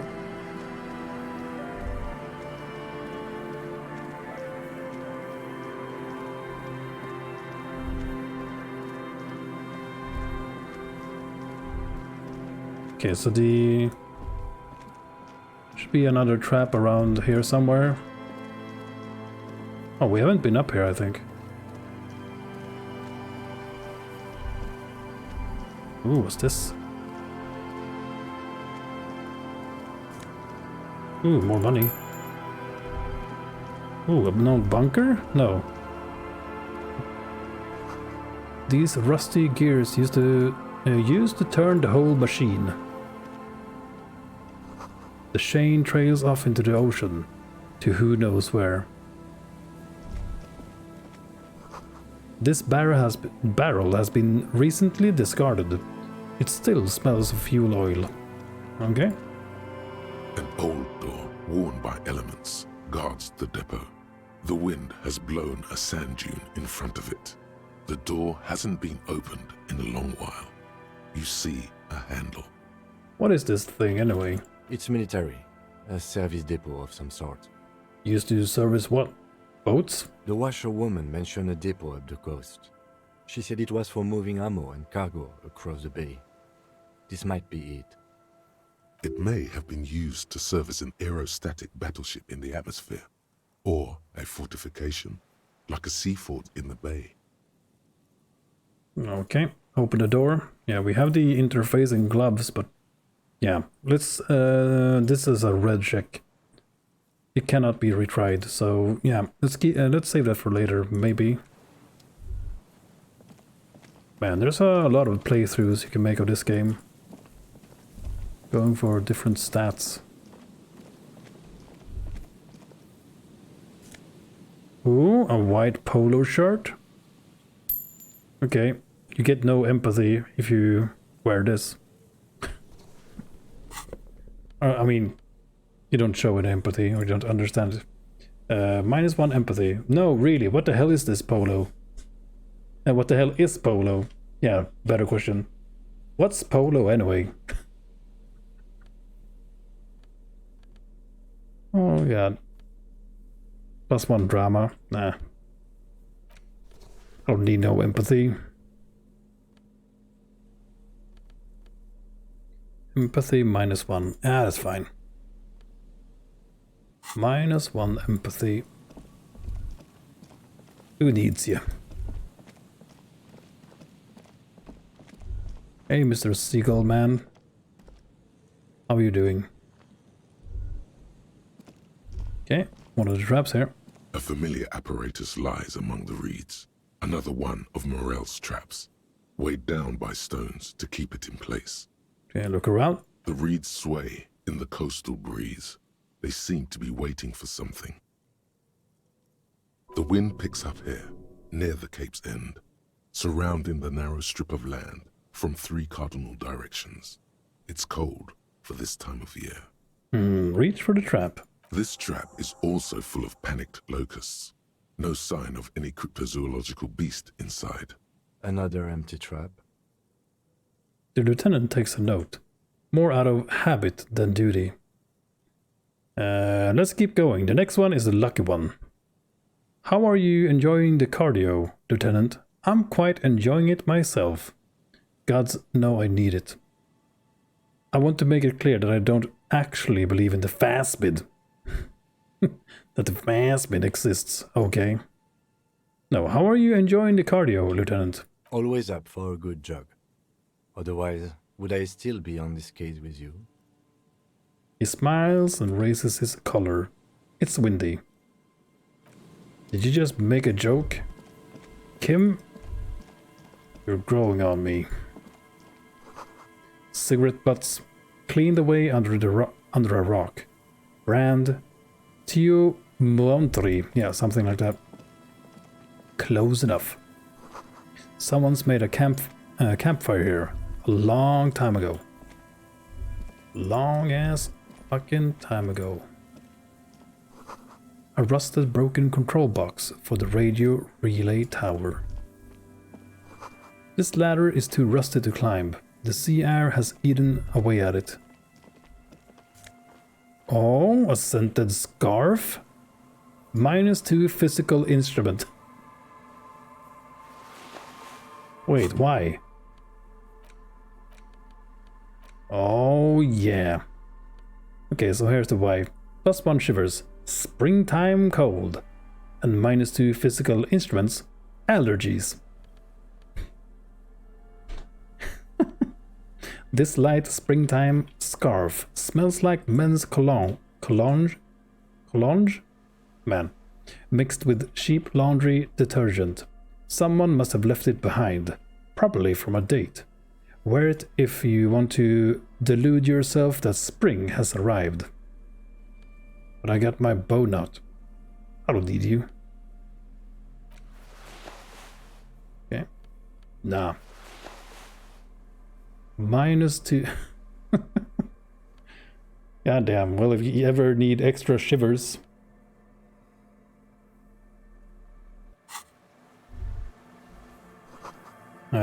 Tiny inlets are there, off in the far distance, where they post trail something. Yeah. Too bad you can't read those again. Oh, what was that? You take a mental note. Tui Bautiri seems important somehow. This relay tower coordinates boat traffic in the bay. Barely.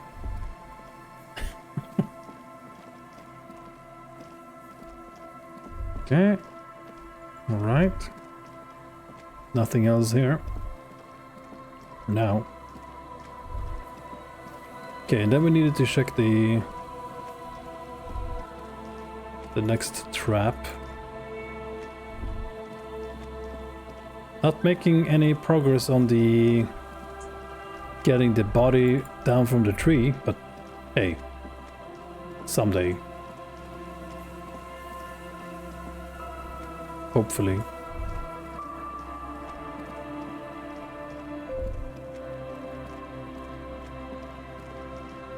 We need to get in here too, but I'm gonna kind of just holding off on it for a bit. Just saving it for later. Ooh. Yellow moss on these stones. They're probably stolen from someone's garden. Okay, another crime. Get your notepad out, Kim. We need to take notes.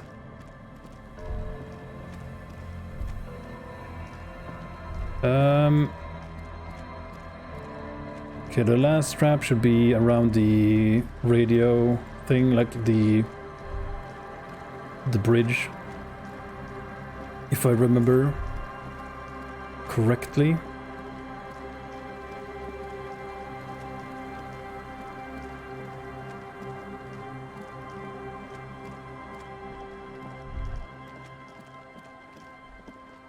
Did we go in here?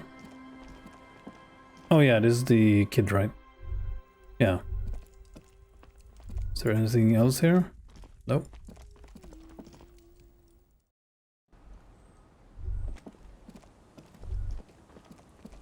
Ooh. Nice. More Tori. A drop in temperature, an easy flow of air, an empty street. Before you, a thoroughfare unjammed with lorries. No more drivers smoking on hitch steps. Just silence. And what did the smoke smell like? Chemically sweetened. Across the road, a forgotten bus stop. Corrosion has opened a hole in its roof. An elm tree watches over the building. Its branches are dripping with rain and snow. The road is smooth and motley. Craters filled with a black asphalt. The asphalt, first laid, is grey already. A row of tenements are under construction in the distance. Who are the people who lived across the road? A tub warm with water, white with soap. A man bathes while radio waves transmit the lottery numbers. 4, 18, 21, 4, 1. A modern washing machine rattles a drawer full of silverware. What about the bus stop? Number 312D. Young girls used to come here huddled up, hoping for more warmth than their thin coats give them. The bus took them to school. It has not run for 8 years. There were not enough girls to sustain its cost. What about the road? Craters pocked the surface. Children played in them until heavy trucks full of black pitch rolled in. The landowners have filled the craters with money. It is a vital artery of the flow of trade. There's one bump on the road. A dead dog lies flat about 200 paces away, right at the turn. A dead dog? Tragedy comes from the wheels of a fast RCM vehicle, hurrying to work. The cold washes over you. The sound of the sea has grown distant. Oh man. Poor doggy. The wind moves the aerosol. A detective stands behind the boom barrier. A breeze moves a curl of his hair. Alright. Did we get anything from that? Nope. Okay. Really like the shivers, man. Did so many things from it. Like the extra story, like not a story, but the immersion. Is that maybe that's the word? Oh, you can't cross it? Okay. Yeah, we can't. I guess we don't have the physique to jump over it. Okay, who are you guys? Got money here though.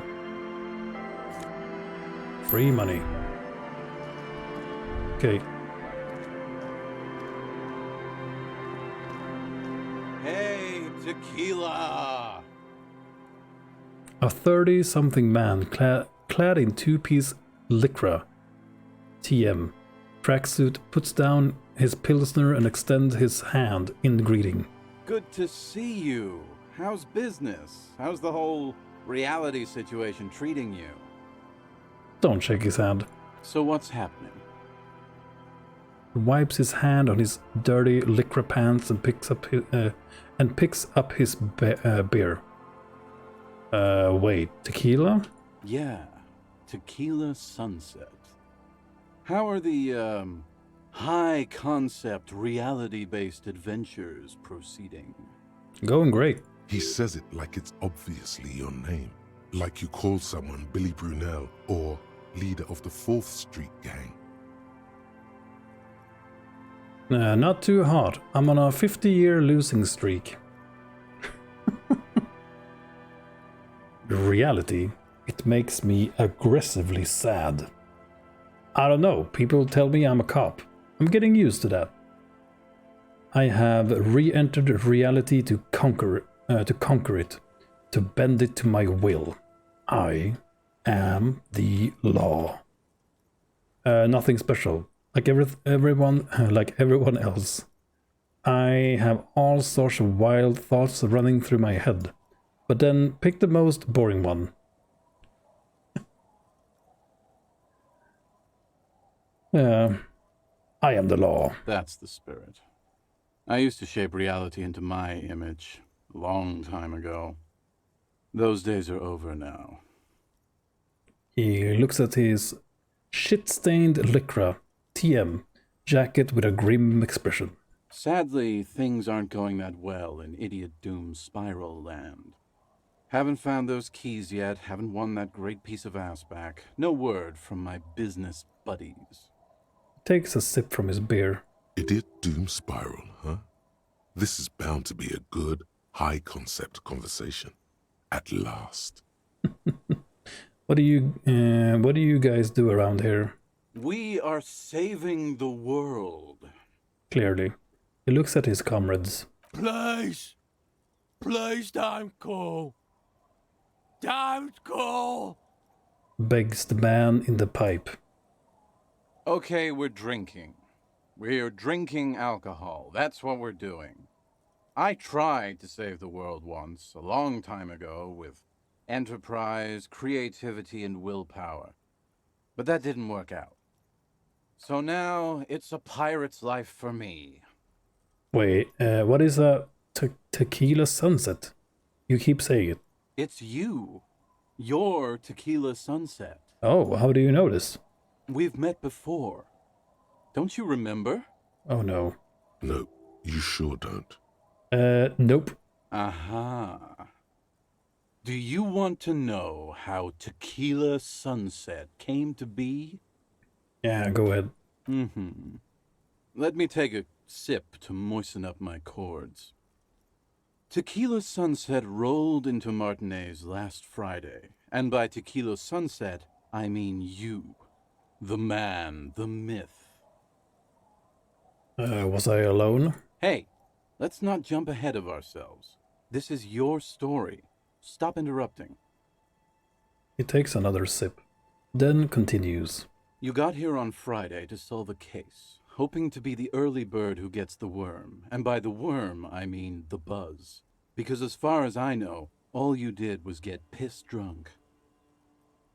Word on the street is you went around the local hostel telling people that you're a police officer, and that it would be really fucked up if you shot yourself in the head right in front of them. That's pretty high concept, if you ask me. What the fuck? It is. Yep. The lieutenant's brow is furrowed. He's listening as casually as he can. What happened then? It was a late Saturday night when we, the Union of Moribund Alcoholics, were getting our drink on. Nothing remarkable about this. We get our drink on 24/7. Makes everything warm and glowy. I trust you know the feeling. One moment we hear the sound of a motor carriage revving up somewhere on the plaza, followed by a series of dings and bangs. Do you remember the sound of wood cracking? The billboard? Oh no. Naturally, loud noises pique the interest of anybody owning a pair of ears. That's just the reality we're in. Naturally.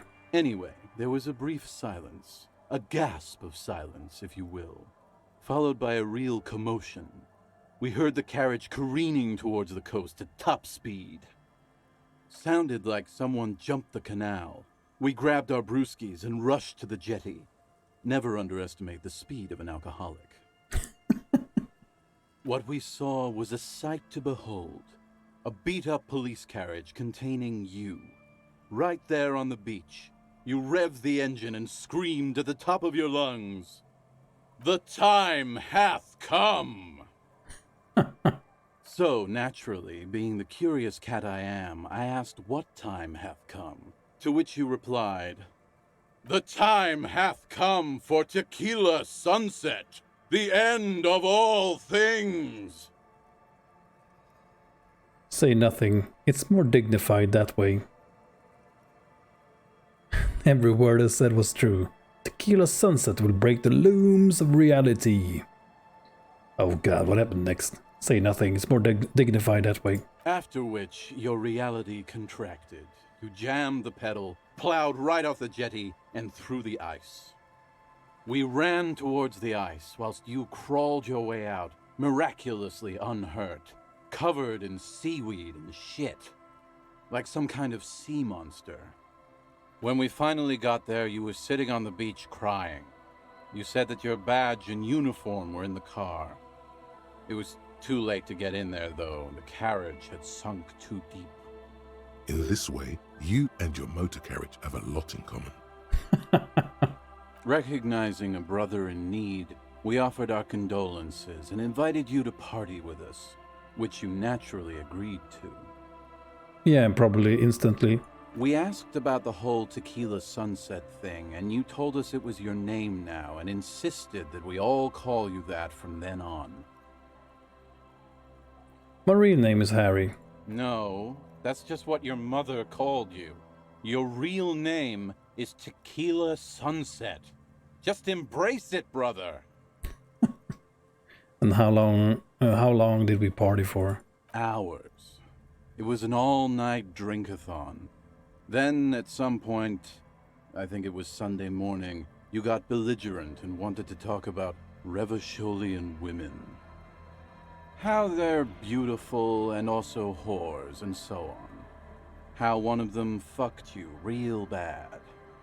After a short while, you crossed the event horizon, looked sullen, got up, and left without saying anything. Yeah, we're getting our ass beat here, our morale. Wow, that's quite a story. Yeah, it's average. Yeah, I bet Tequila's a fucking legend around the precinct. You must be proud to work with him. If you only knew. Huh. Did I tell you anything specific about this person that fucked me? Yeah. You were pretty vague about it, but you kept saying you got fucked real hard, and that we've all been fucked too. No one's fucked me. I do the fucking around here. Rosemary. Abigail. Don't call me Abigail. It seemed pretty painful, to be honest with you. If I had to guess, I'd say you're still working through some shit. Yeah. Did I mention losing anything else? Beside your gun and your badge? You said something about your hope or heart or something. To be honest, the details are a little hazy. In retrospect, I guess you lost your motor carriage too? That's a big one. Did I say anything about my colleagues? You told us that they were a bunch of fucking losers whose main interest was cramping your style. No specifics, though. It was more about you that night. You were the star of the show. Okay, did I say anything about the case?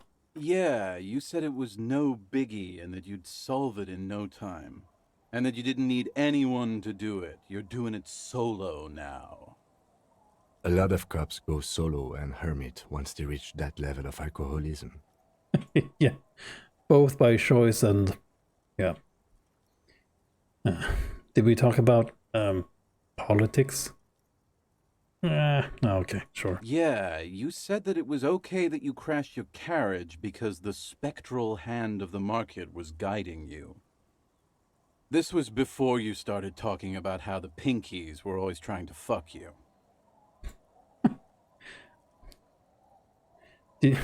Fucking hell. Did you get a read on what kind of cop I was? You said being a cop was real boring and that there was no reason to talk about it. Shrugs. You also kept pausing to knock the heel of your hand against your temple, saying, boring, boring, boring. Yeah, I don't need you here anymore. It's a hard thing for a man to confront his past. That's why I avoid mine at all costs. Yeah, smart. You seem like you're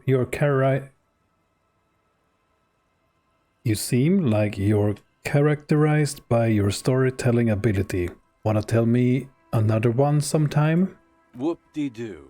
So now I'm a fucking storyteller. Right, why not? Better than a beach bum. Okay, yeah, you want to tell me how you became Idiot Doom Spiral? It depends, really.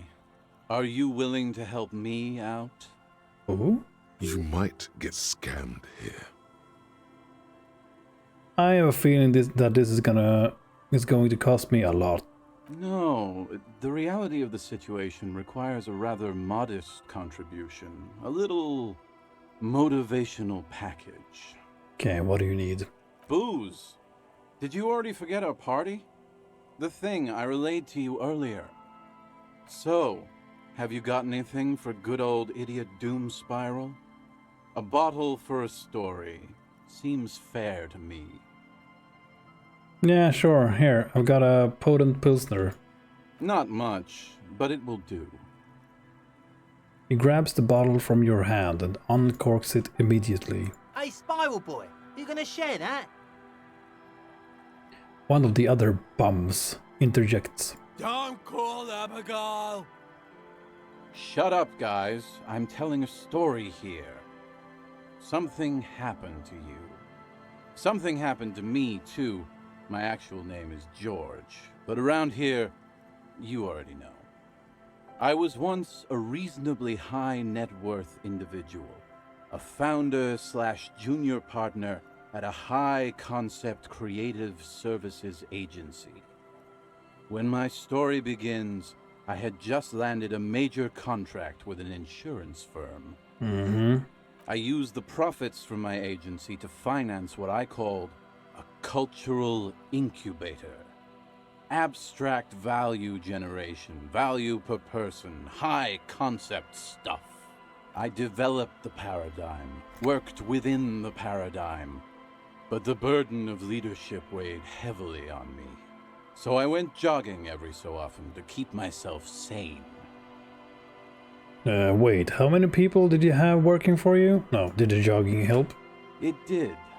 With my trusty Sansarique tracksuit, I felt like I could conquer the world. But now dreams are worn thin, much like my tracksuit.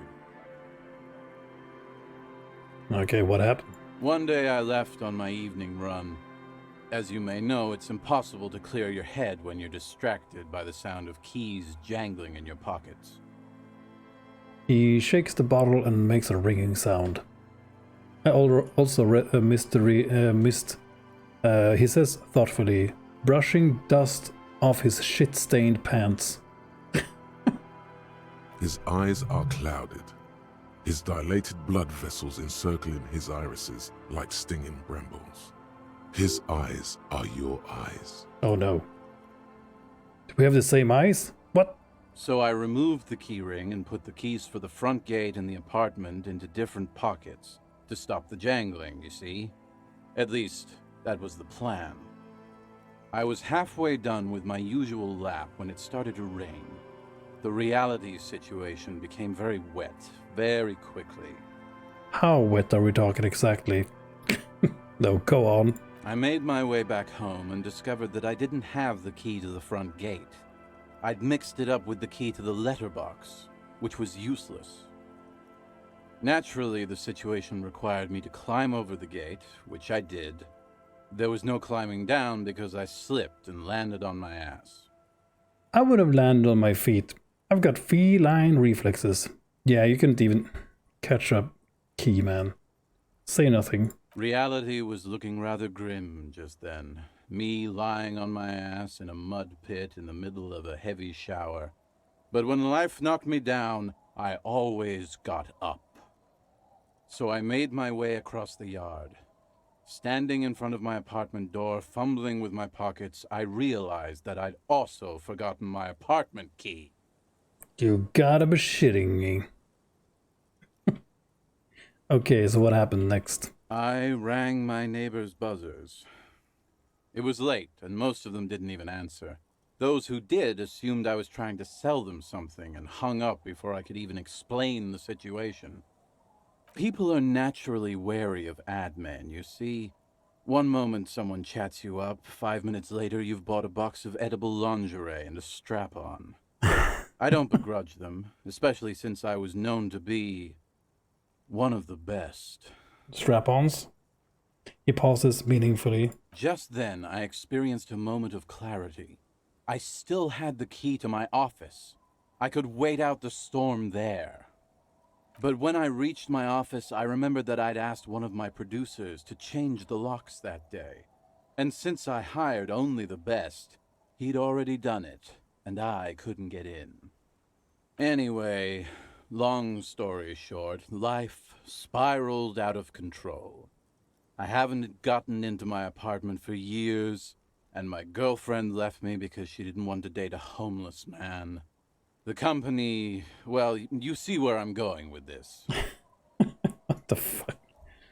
He pinches his thigh as if to check whether this reality is the reality. Okay.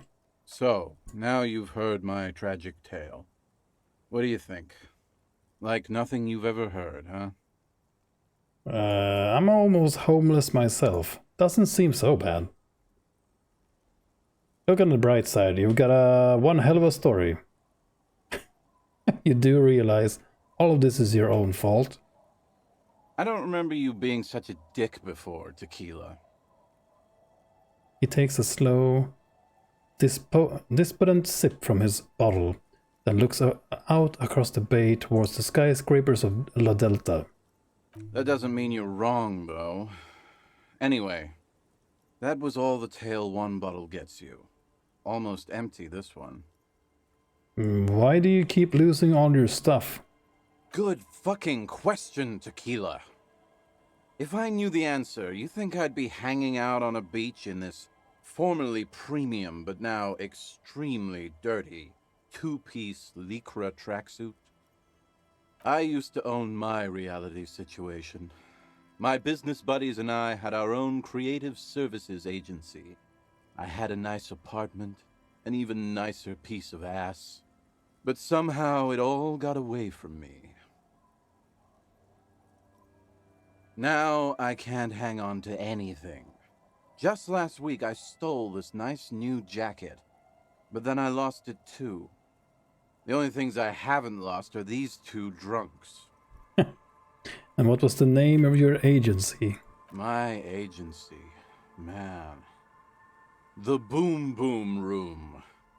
Our concept was combining high art with the lowest forms of marketing. The color red, breasts, and oil painting.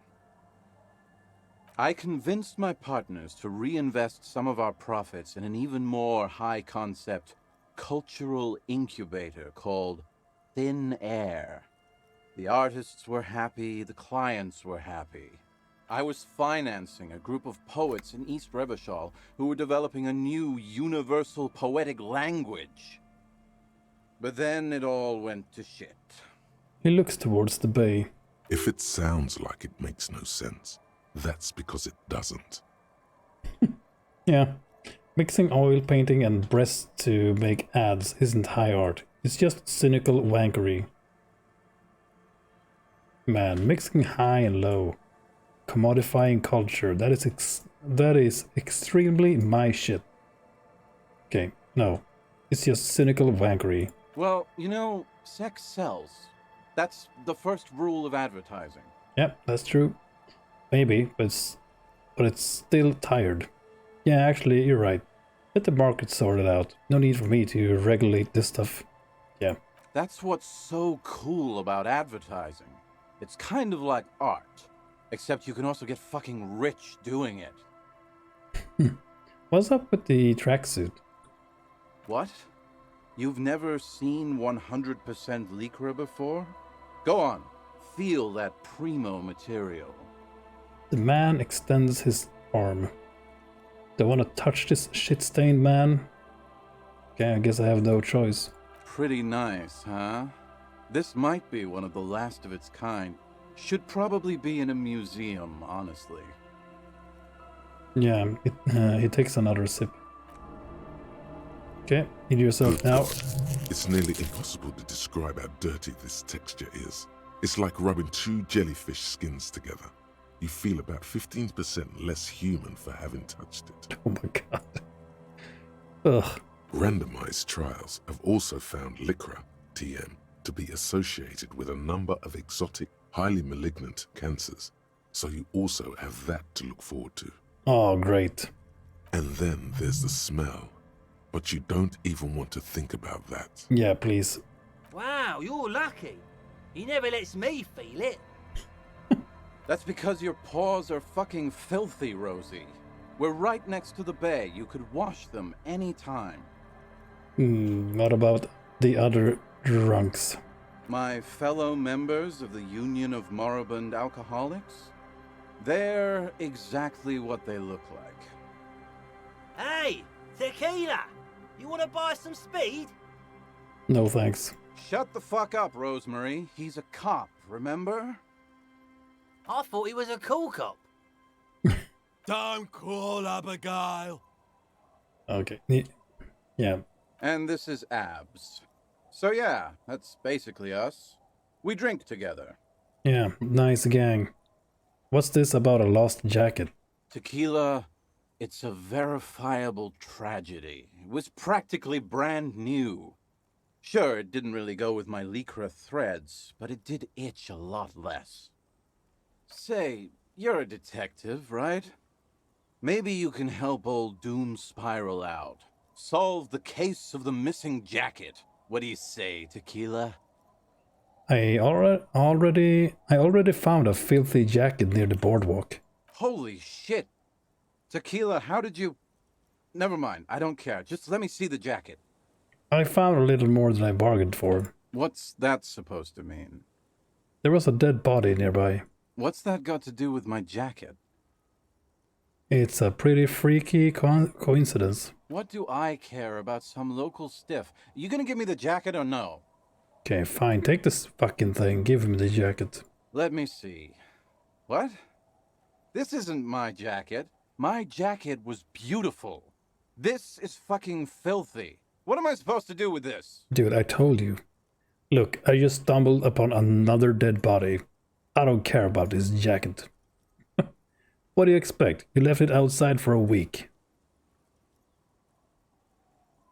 I'm sorry, I found it like this. Goddamn, what? I'm not taking a disgusting pile of hobo rags. I may be in an irrecoverably decaying orbit, but I've still got standards. Okay. Man, I should have just told him to fuck off. Either bring it back the way it was before, or find a dumpster to burn it in. He hands it to you.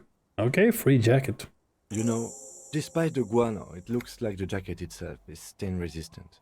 It may just need a good scrubbing. Yeah. I want to hear the story of your name again. No. Have you got any more stories? I do. But as you can see, my fuel tank is running quite low. If you catch my drift. Okay, we've already taken 2 points of morale damage on this. Okay, I've got some sweet Commandori red. Give it. Classy. He snatches the bottle and pushes the cork in through the bottleneck. The tale I'm about to tell you is an urban legend particular to Martinez. That said, I first heard it from a former bicycle courier in Koran.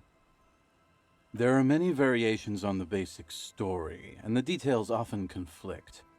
What everyone agrees on is that nobody knows the exact nature or identity of the phenomenon.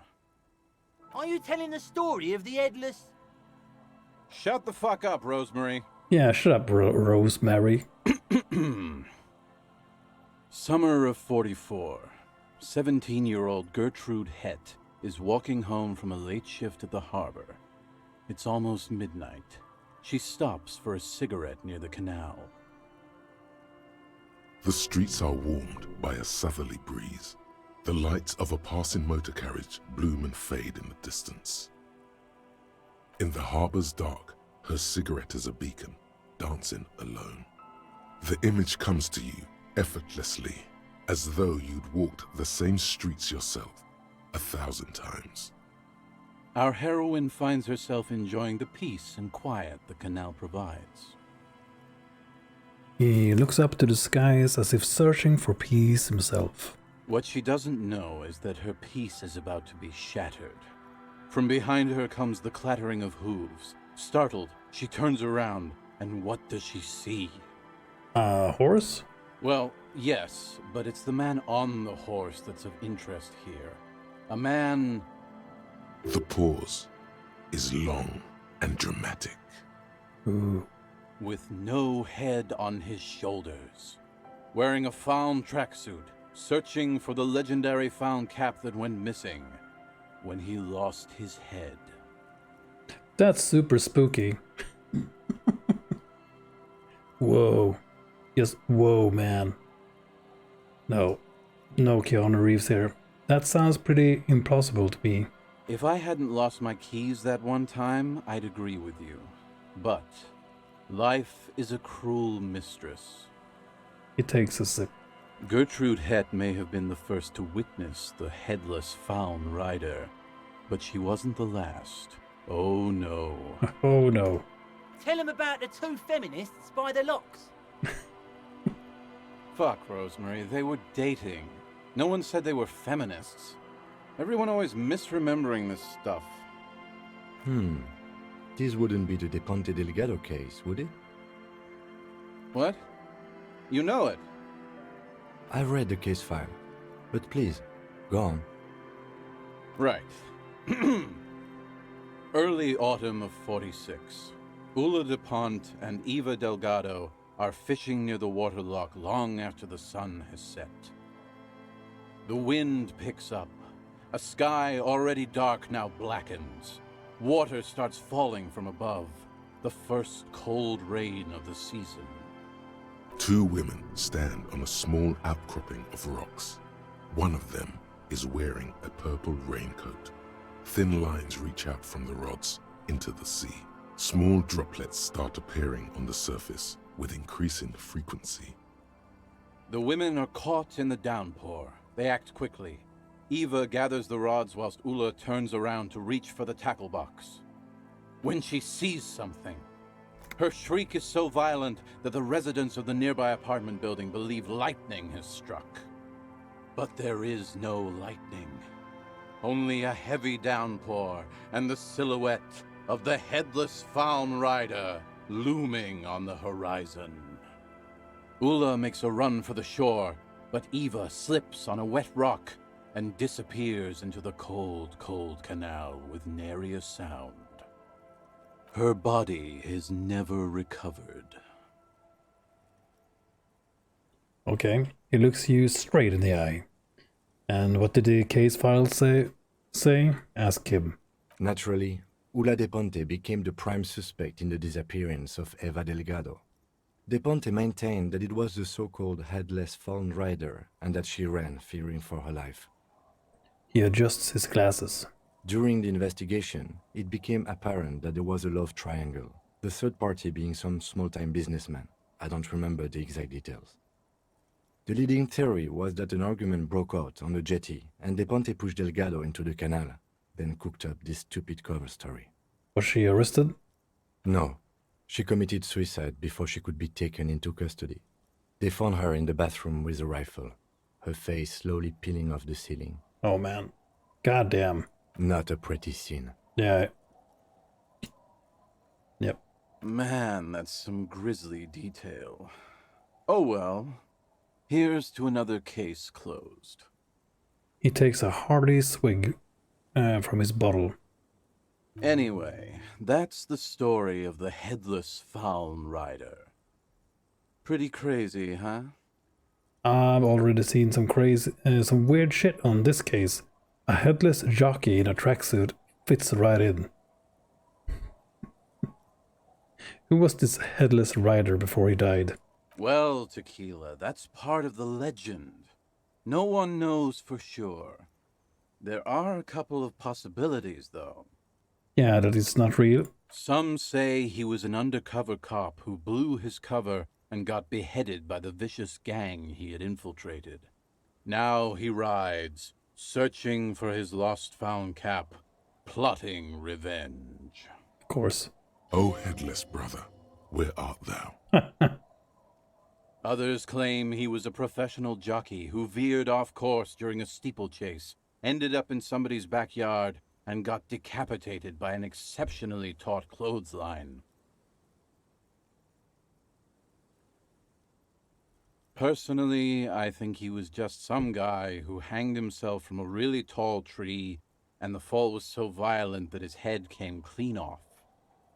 Coincidentally, at that exact moment, a horse happened to pass under him, and his beheaded corpse mounted it, where it remains to this day. But then, no one really knows. Yeah, all very plausible. For some reason, this does strike you as the most plausible theory of them all. Yeah, but still. I've got to agree, your theory sounds the most plausible. None of these really sound plausible, to be honest. Like you could do better, Tequila. Anyway, to each his own. You want to hear any other stories? Hold on.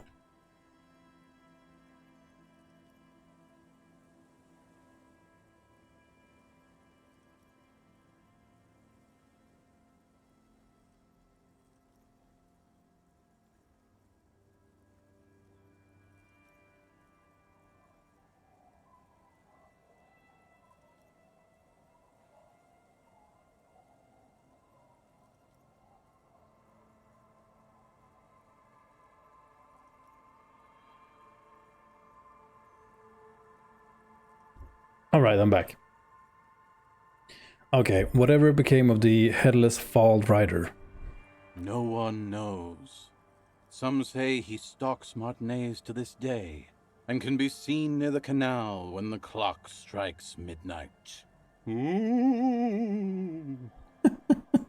He won't, though, because it's just a stupid legend. Aye, I saw him one night when I was right shit-faced.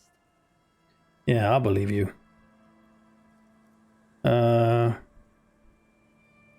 Already heard that? Nope. Have you got any more urban myths? I actually do have one. The strangest of them all. But I'll need to fortify myself before I can tell that one. Do you have anything to fortify old Doom Spiral? Tell me you got some story juice. I don't have a... don't do it now. No, I don't have any on me right now. If you find any, I'd be extremely grateful. Okay, seeing you then. You too, Tequila Sunset. Name's Harry. Bringing of the law, Lawjaw. Okay, so we now know why you have Lawjaw, why you say the law in a weird manner, and why your jaw does that thing. You had polio as a child. You hadn't gotten vaccinated. It must have been right after the revolution. Not a lot of vaccine going around then. So you got infantile paralysis due to polio, and this jaw thing is a complication from that. Admittedly, it's not very funny, but you overcame it. This little infant survived and became a sharp-shooting super cop. So, fuck you, polio. Yeah, fuck you, polio. Mother. Learning cap for hand coordination, raise to 6.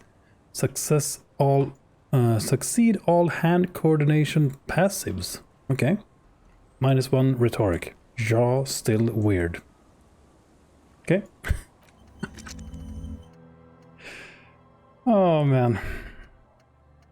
Okay. Need more skill points to unlock another one. What are we gonna research next? The Kingdom of Conscience,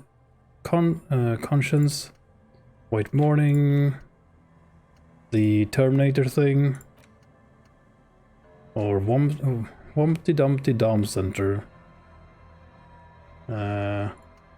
Probably the Fairweather T500, maybe.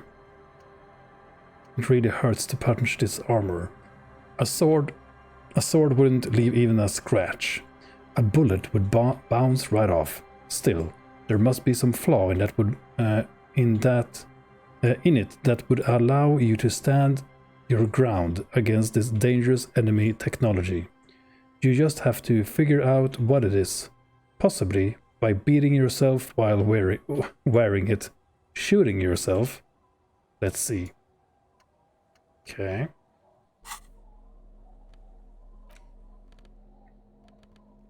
Okay, yeah, we got the jacket again. As you hold it in your hands, it makes an uncomfortable crunching sound. It's probably better that... Nah. Okay, leave it. Maybe we can clean it somehow?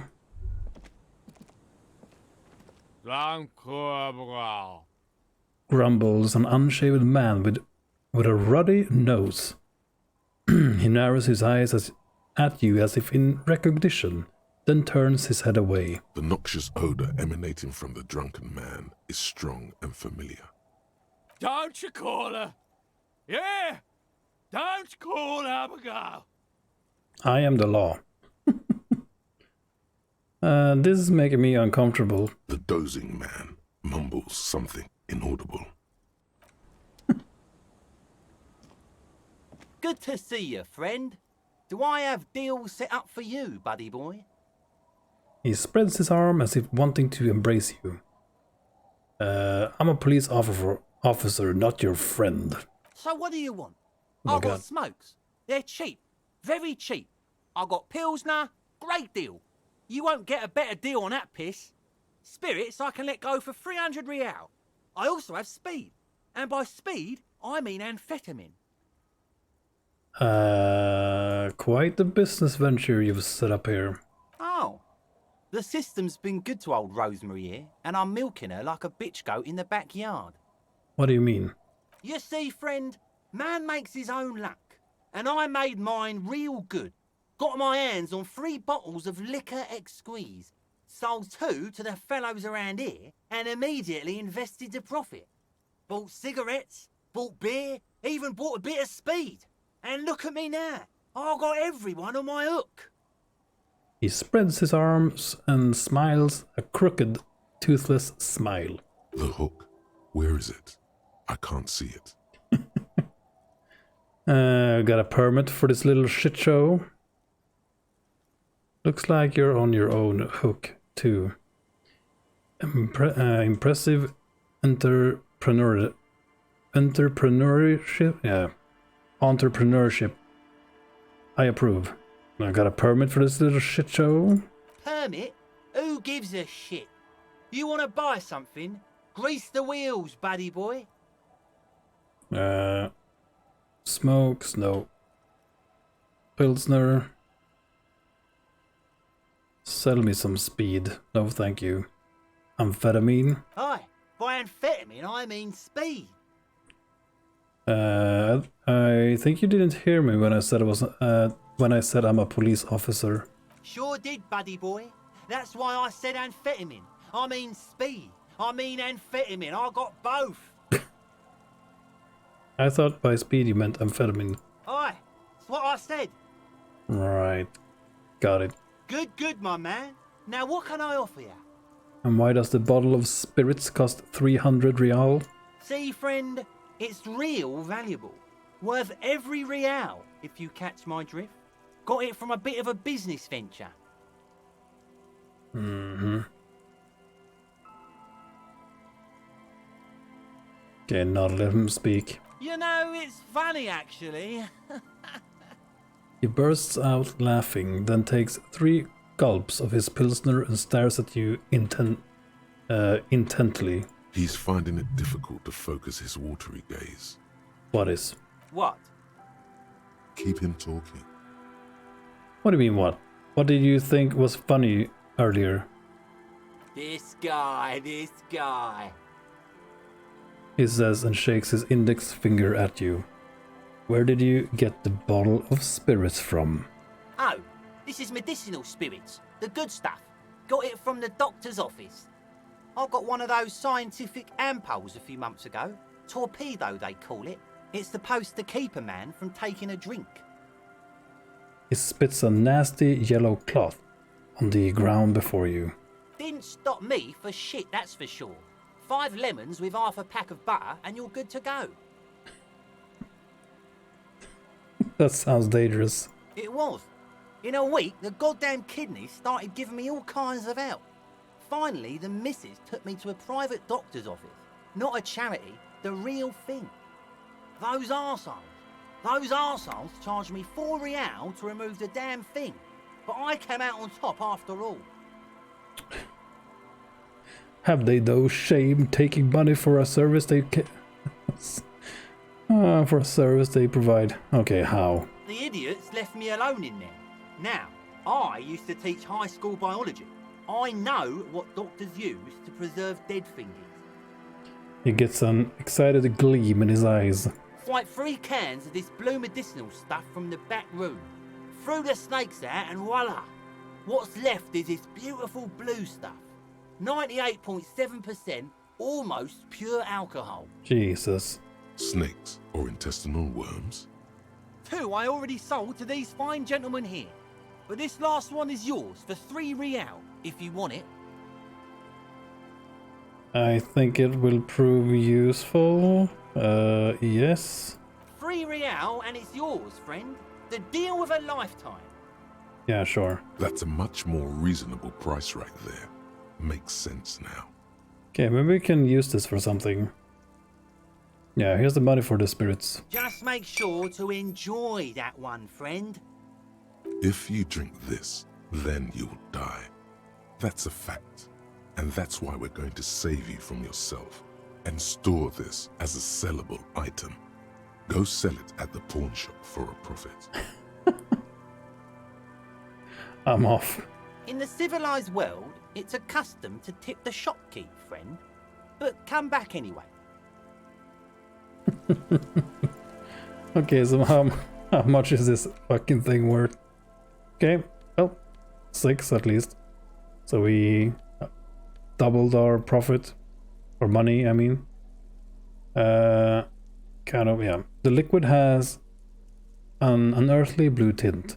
The kind that might or might not, but definitely does glow in the dark. This is 98.7 pure alcohol.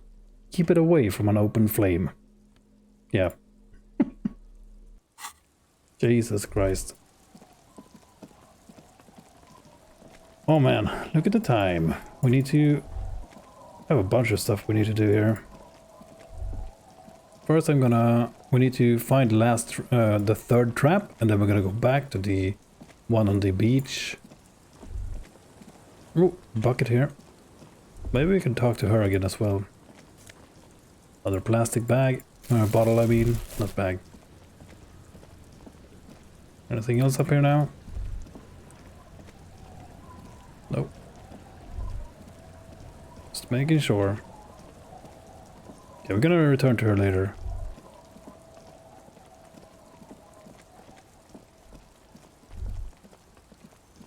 Okay, so where is this trap?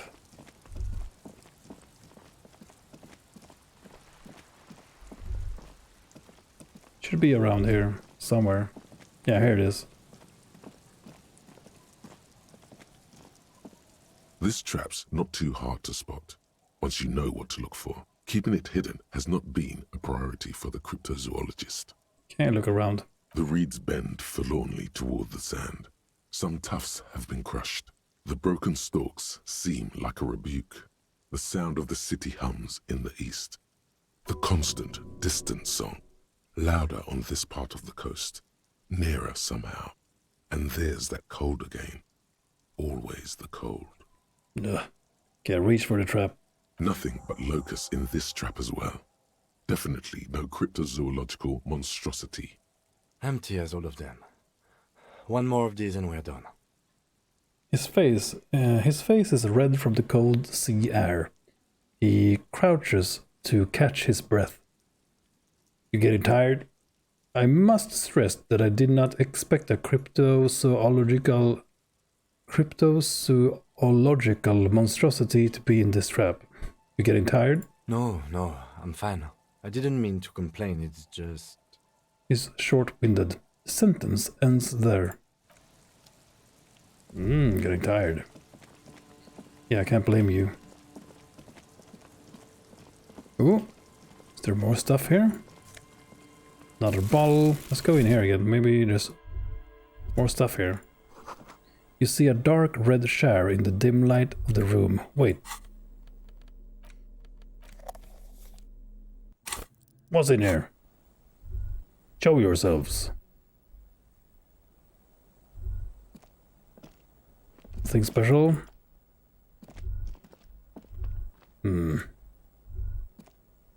Fine. Keep your secrets.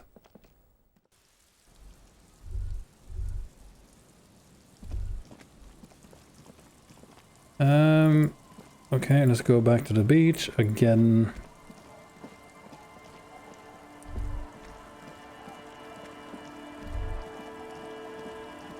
To the last trap. Get away, kids.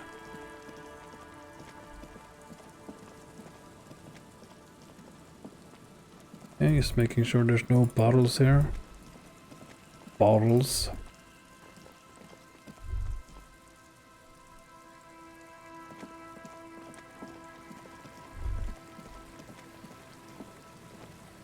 Oh man, come on. Go around it.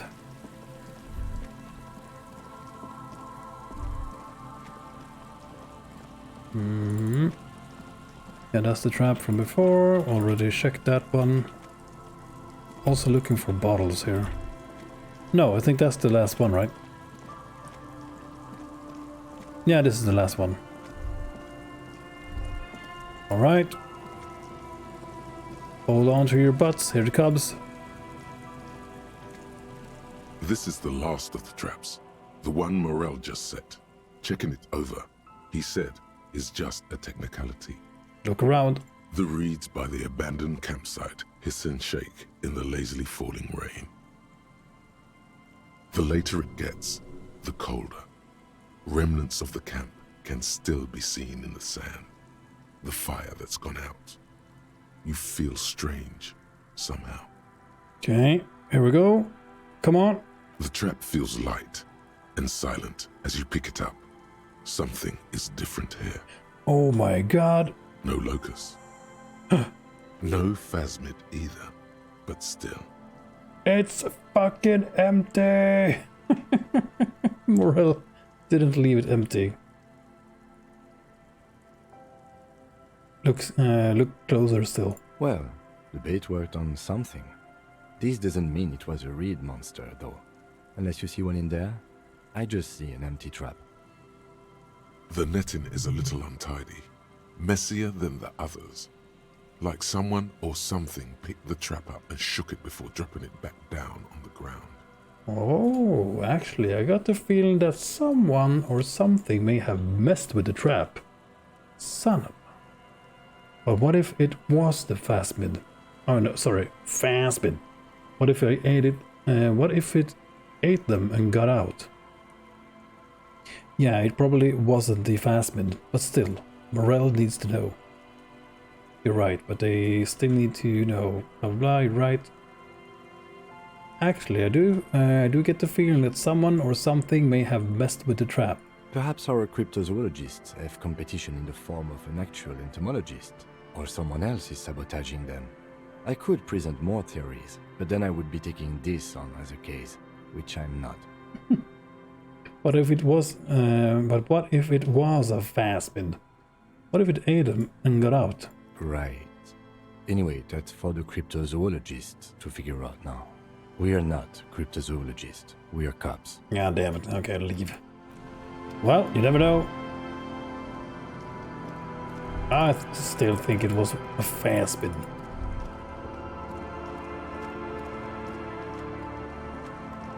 Can see why people get so entangled in it, or like entangled. I'm not sure what word to use. Like caught up in it. Like there's bound to be some secret animals on this planet. Secret animals? Is that what they call them? No, they call them phasmids. Phasmids.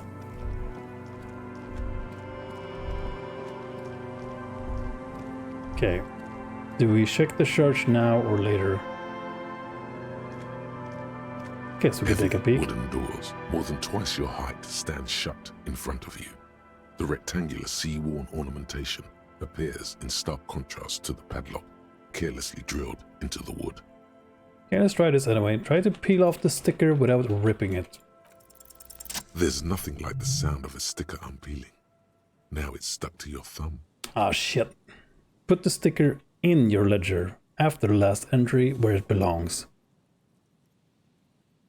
Looks like today was a gold star day. Oh yeah, buddy. Secret task complete. style your paperwork. Nice. Open the padlock with the key. The lock turns easily. You hear a click as the shackle pops open. Let's go. The lieutenant nods at you. Pull on the doors. A great whoosh of air rushes into the dark innards of the church, as though rushing to fill a great vacuum. In the heart of the city. Oh?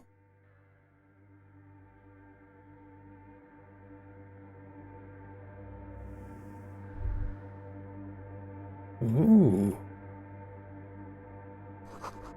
A strange stillness fills you as you look ahead. You should walk here, not run. Okay.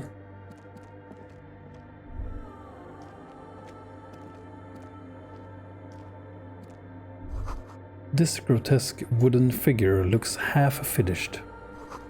This figure was added later. It's not part of the original church.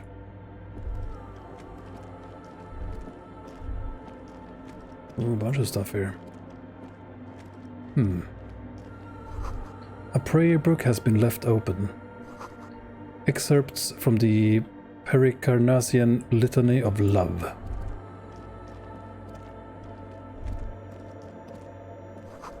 The bowl is filled with water.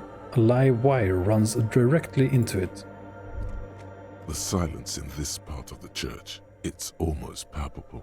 All the shifting matter and shuffling of living things is gone. Nothing seems to exist beyond the church anymore. Maybe if you were to stand in just the right spot, even your footsteps would be completely silent. Wait, I think I still hear something. And then it's gone. Almost all of it, but for the faintest of hums. It seems the sound here is detached from its source somehow, if not blotted out outright. Truly unusual. You can hardly hear your own breathing. Yell as loud as you can. Now stomp your feet and clap your hands. You produce a few muffled thumps, after which the silence feels even more total, somehow. Okay, yell as loud as you can. Your voice is barely audible. Not a howl, but the softest of whimpers. Turn to Kim. What's happening? The lieutenant points to his ears and shakes his head. Then he leans closer. Can you hear anything? Not really, but it's extraordinary. I've never experienced anything like this. Can't hear shit. Almost nothing, and it's beginning to worry me. The church just has strange acoustics, some engineering trick. Maybe the church was designed this way to prevent boisterous activity, singing and dancing, on its premises. Maybe they wanted to discourage singing and dancing. Could be. He doesn't seem entirely convinced, though. Okay, look up into the bell tower. The orderly rows of ceiling panels become barely visible, then disappear completely in the darkness of the tower overhead. Okay, try to see beyond the shadows.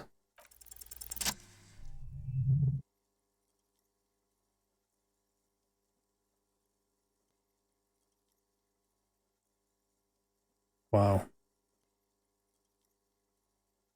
It's like there's something moving up there.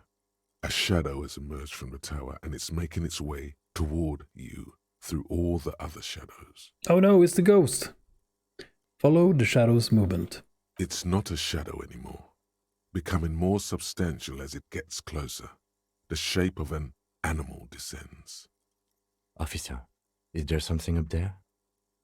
The lieutenant follows your gaze, attempting to see whatever it is that you are seeing. Oh no, you've lost sight of it. Where did it go? Fuck, on the ceiling? Yes, the darkness makes the ceiling feel infinitely far away. Okay, blink.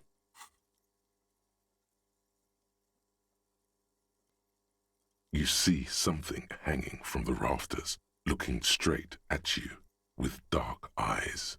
Oh my god, it's Tarzan. Maybe it's possible to talk to it. Hey you.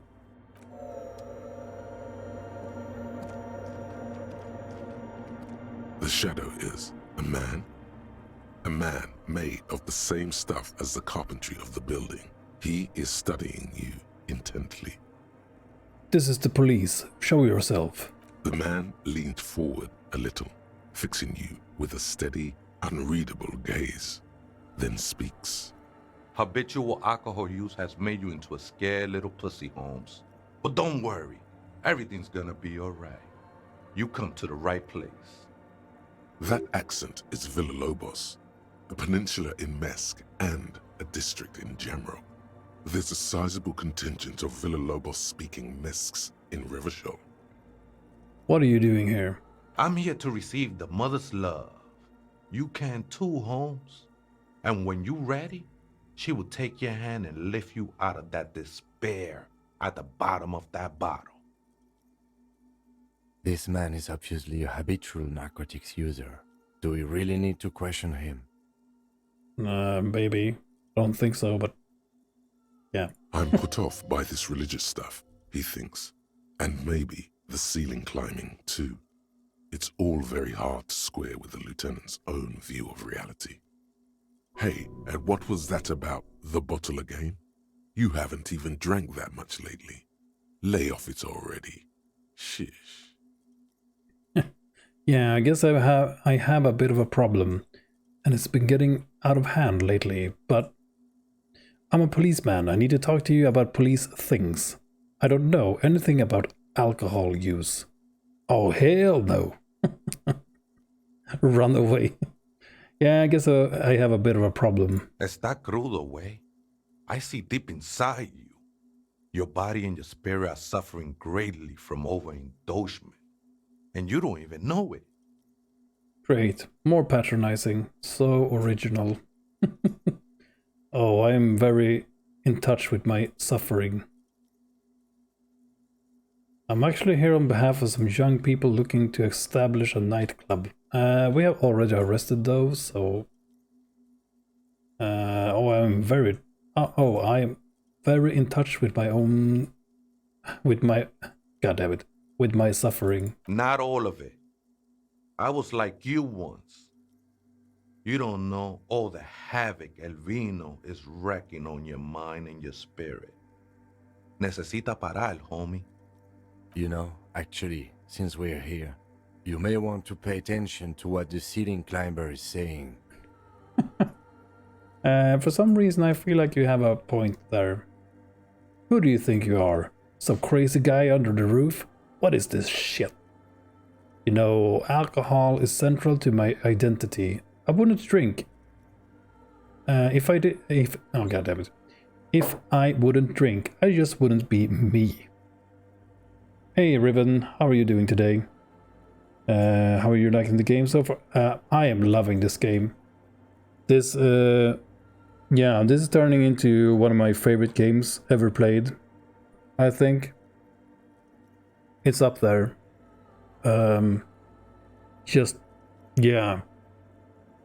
It's been, I don't know how to even explain this.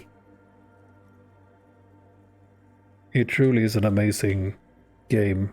The writing is amazing. It's great. The humor is perfect for me.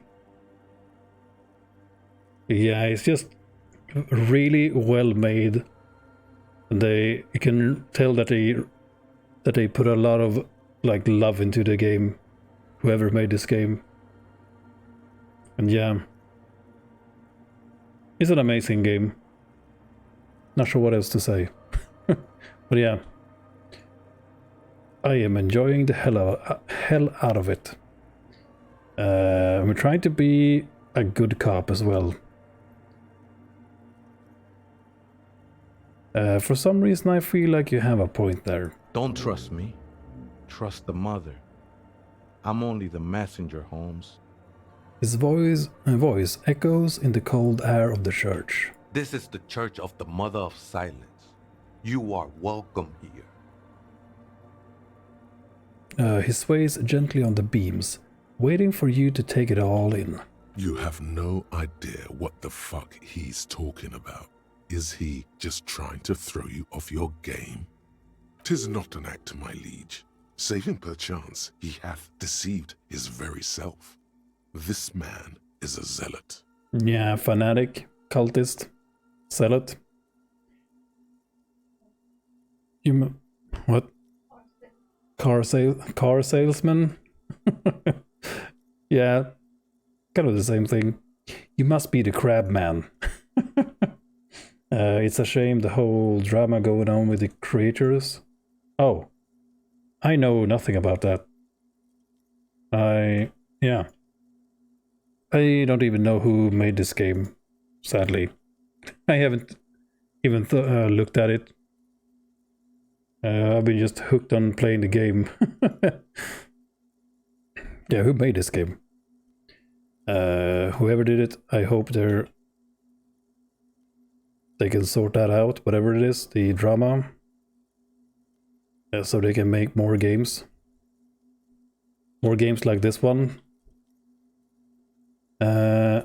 Anyway, some ravers want to turn this place into a nightclub, but we have already arrested those men. Do you know where the other spooker is? Point at the strange machines around you. Other spooker? Oh, esa viejita es muy estudiosa. Don't know, Holmes. Viejita is grandma? Wait, so there is another person living in the church, and is Viejita? No. I just call her viejita because of her clothes. She's actually quite young. Or maybe not that young. Age is just one of the many masks we wear. And you don't know where she is? That's what I said, Holmes. How can you not know that when... how can you not know that when you both live here? Don't really follow her comings and goings. Just see her typing on her computer now and then. We got different interests. So you got nothing else to tell me? How she looks? What she does? Who is she? I'm afraid not, Essay. You just have to wait until she comes back, or... Shrugs. You must be the crab man. Never known myself to be a crab. But if that's the name you got for me, I won't stop you from using it. To be fair, it's really more like a spider. If you're not a crab, then what are you? Hey, it's your neighbors who came up with the name, not me. I always thought of myself more like a flame, flickering along the rafters and beams. It may be that I gotta work on my technique. That's not the only technique he's working on. Look at those carved sculptures. And is that a satchel of tools over there? Wait, did you also carve all those sculptures? Sure am. Whittling wood used to be something I just did to busy my hands. Now I use those same hands in service of something greater than my own restlessness. All right, let's consider the context and meaning here. Okay. Basically, it's made by a bunch of artists, like a collective, but all in a world created by one person, and they split up. Ah, okay.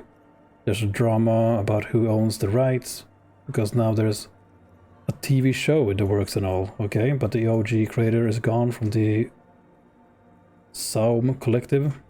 Nothing bad, really, just natural when you have a lot of creative people involved, I believe. Yeah. Yeah, that sounds...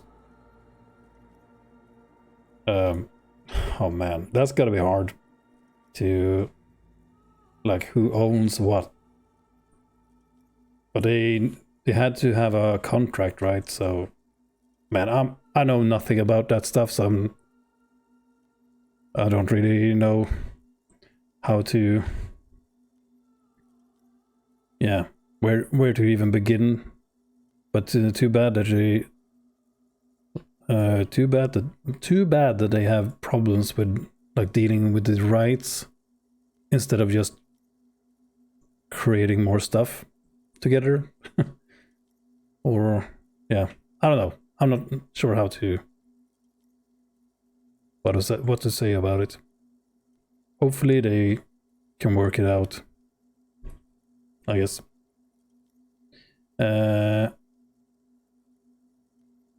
But yeah, this game is amazing at least, so something good came out of it, I guess. Yeah. Anyway. Alright, let's consider the context and meaning here. I see what you've done here. It's as if these figures are trying to become one with the church, or perhaps with the mother herself. Rub your shin. Got some nice curves going. These seem a tad derivative. You're promoting the objectification of women with your reactionary depiction of female bodies. Goddamn. I see what you've done here. It's all just for the mother, man. No need to overthink it. What were you before you became a crab man and a woodcarver? I was in a gangway, but my memories of that time are fading. Most of them are already gone. Hey man, no worries, Ribbon. I didn't mean it like that. It's just that don't really know what to say. It's just a shame that it had to come to that. But like you said, nothing bad really, just natural when you have a lot of creative people involved. I think that just sums it up really. That you said, what you said. Just a lot of different ideas of what, like different directions people want to go next, I guess. Yeah. But thank you for telling me though, because I'd like to know. It's too bad, because this game, like I said before, this game is just amazing. It's so sad to hear that you have all these amazing people who work together, and then over what I guess is fucking money, they can't work it out. Yeah. Goddamn. It's a shame. Shake your head. So many people losing their memory. A certain portent of doom. I lost my memory too, and it haunts me. I lost my memory too, but I like it. It's like I get to create a whole new me. Start again from scratch. Yeah, sure. That's not really the point, I say. You gotta give yourself over to service. Service of the mother, that is. Do you remember your name, sir? Tiago's my name, but those syllables don't mean much to me these days. A name isn't just your identity, but also, so to speak, your place amongst your fellows, your place in the world. I ain't got no use for such a place anymore. My name's Harry. Extend your hand for a greeting. My name is Harrier Dubois, and my place in the world is Lieutenant W. Freighter. That's just the thing, Holmes. None of that matters. He sounds melancholy saying this, his limbs a mere shadow below the ceiling. So what are you doing here? This is a special place. There's a perforation in the world up there, a way out into nothingness.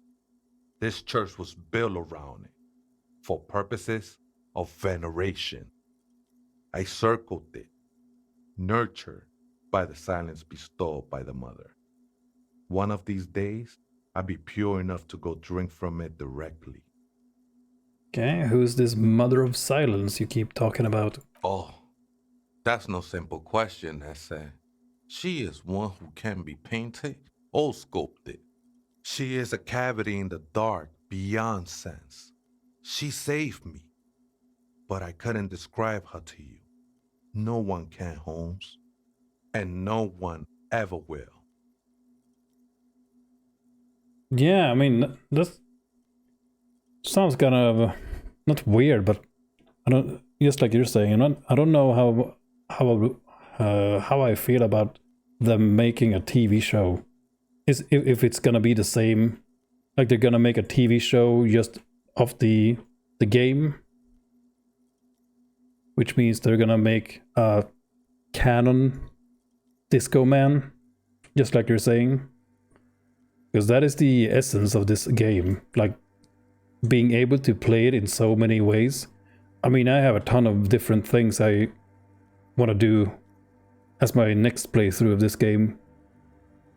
Like I want to make the Judge Dredd one, want to make play the crazy ass fucking speed drunk and alcoholic party Disco Man. There's a lot of other stuff you can make as well. A lot of different ways to play this game, to find all the hidden dialogue, different things. Like we got some item, I'm not sure if we can check it now. Check the skills, right? Yeah. So we got something, maybe it was a... Yeah, I think it's one of these thoughts. Like the bow collector, we got +3 to the shivers. And ever since we got this bonus, we have seen so many new things. Like, that just makes the world come alive even more. It just goes into this... You start to feel even more like one of these noir... I don't... how do you say it? It's like the cop noir games, things like Sin City. Man, it's called noir, right? Yeah. Yeah, just... There's so many things you can... I can't wait to try all the stuff. Like, even if you go for the psyche, there's bound to be a lot of stuff here. Like your will, suggestion, and probably like Judge Dredd is gonna be authority and physical instrument. Probably like a combination of these two. That way you can make the Judge Dredd one I'm thinking about. Yeah, I don't know. So many different things to think about. But the shivers has been amazing. So even if you get this really high, like at high levels, shiver may make you seem mad to the outside world. As you listen to the city, you don't listen to others. Your superiors may begin to worry. So you can combo this with, but like with the electrochemistry. So like you're hooked up on a bunch of drugs and you're talking to the city just in your own world. Just, yeah, the possibilities are, yeah, it's gonna be interesting to see. You had your guy was mostly science, so it was nuts. Yeah, I can imagine. Inland Empire was my main skill, and along with shivers. Oh, yeah, that sounds good. That sounds cool. That sounds really good. That sounds really good. There's so many ways. Man, I love this game. So good. And I'm glad I know nothing about it. I have no clue like how long it is, and I don't want to know. So just gonna enjoy the ride and just take my time with it and, yeah, explore. What will happen once you drink from this perforation? I will be incinerated, but not destroyed. Finally, I won with the state of the world before reality began. That sounds a bit like substitution behavior, no? You know a thing or two about that. You sure you didn't just switch one drug for another? It's not like that at all, man. It's just faith and joyful service. Too gleeful, those words. He is lying. Not to you, to his very own self. Faith is a kind of a drug. Guess you have a point. I was being sensitive. Sorry, let's move on. No worries, man. I know this shit takes time. I still don't understand what you're doing in the church. I'm a seraph, Holmes. I sing the Mother's glory. Can you sing for me? It doesn't really make sense for you to sing if she's the mother of silence. Got him. I don't mean literal singing, Holmes. This is the mother of silence we're talking about. It's the singing of a burning heart. You may be thinking, but fire crackles. No, Holmes. That's the material that's burning. The flames themselves are without sound. The voice acting, by the way, as well, is just excellent. It's just, oh man, it's so good. Like, there's so many different accents in this game. Just, man, the game, like you said, just feels so alive. It's just, yeah, hard to find words when you encounter a game like this.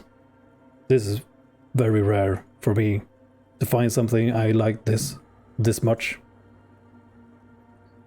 How did you even find this place, this church? Hard to say. I think I did some construction work here, back when I still had material worries. Up there, I realized what the true purpose of the church was. Been spending a lot of time here ever since. The past is nothing to me now, eh? It didn't belong to me. Right. I had other questions. The sinewy figure lingers on the wooden beams, blending into the shadows. You've been here a long time. Do you know why the church was abandoned? Police raid a while back. He responds, his voice suddenly flat. Did you witness it? Not really. Or at least I don't remember much of it anymore. The mother's love has done its job. That's what's so great about the mother. It lets you forget about everything. It looks like he truly doesn't remember. There's a vagueness to his sense of time. Faces that don't look like Hollywood actors. Yeah, exactly. Like I've said so. I'm not sure if I said it today, but on one of the streams, I was talking about the portraits. Like, all these portraits are just fantastic. The art style, yes, the art style in general in this game is amazing. And I really, really like the portraits. They're just, yeah, really, really well made. Just great. Some ravers want to turn this place into a nightclub. We arrested those kids, but yeah, sure. The ones in the tent outside? Right? I see them. Guessing they're the ones who call me a crab. Probably scared of me. Wait, do they have a reason to be scared? So, what do you think about the nightclub? I trust you won't get in the way of some enterprising youth. Their business looked promising. We arrested them, though. Yeah. So what do you think about the nightclub, that is? Why not? They wouldn't bother me none. I'm usually way up there, imbibing. Ain't no music on earth that can reach where I go. Might even be nice to have some company. Okay, sorry I arrested them though, so you're gonna be alone forever. Okay, okay then, thanks. Why does art inspire you so much? No, art is for arrogant blowhards. Why am I getting this? It does, yes, but what is art? Excellent question. Art is a diverse range of visual, literary, auditory, and performative creativity. It's an expression of imagination and technical skill. Additionally, it's history, criticism, and pure enjoyment. In short, art is the highest form of human communication, representation, narrative, emotion, and agency intertwined. Would I fit into the art world? I mean... Have you looked in the mirror lately? You have the exact features of a savage art critic, with that beard and those clothes, disheveled and prophetic. Perhaps you should try to critique architecture too. Hold on, is architecture also art? Of course it is. I guess I have the feeling critical... I guess I have been feeling critical lately. That's stupid. Architecture is stupid. I guess I have been feeling critical lately. Yes, you seek substance. No vapid representations and reproductions of social mores as made manifest in stuffy biennials. We're talking real living art here. Become the art cop. Half art critic, half cop. Wait, but I don't have to be 100% cop to get the case finished and all that?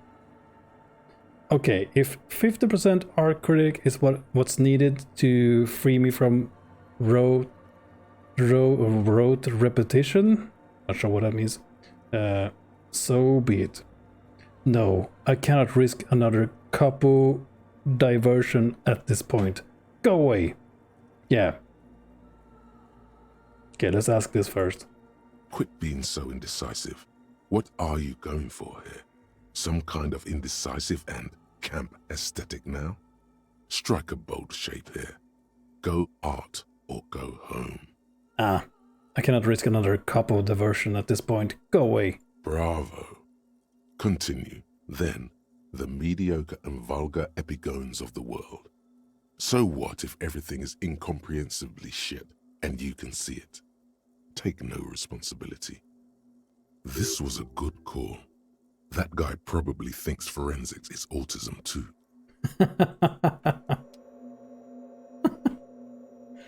Oh man, this dialogue.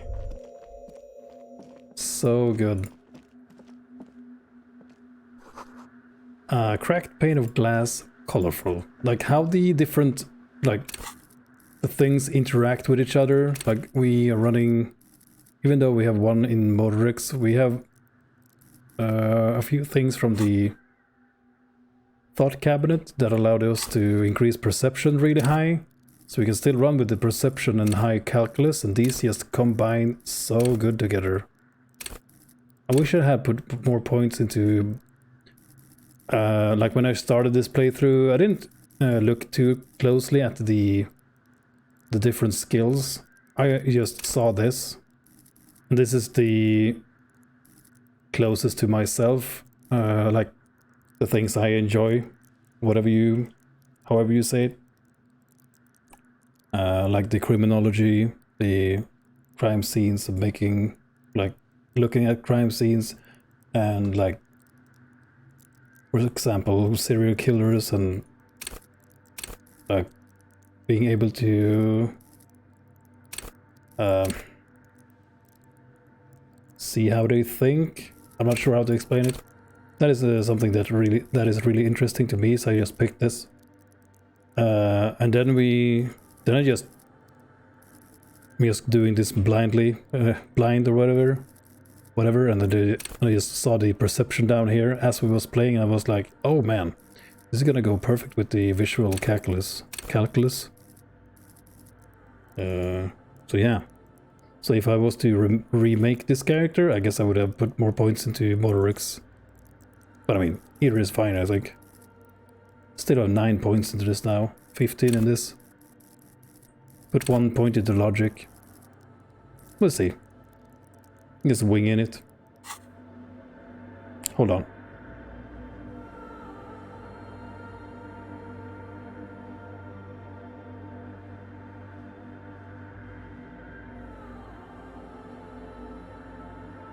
Yeah, exactly. Yeah, you have the perception, you can see the thing coming at you, but you have no way of getting out of the way. Like, yeah, I guess that's gonna hit me now. Bam.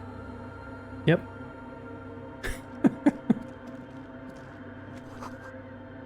Frost has drawn flowers on the glass, obscuring the view.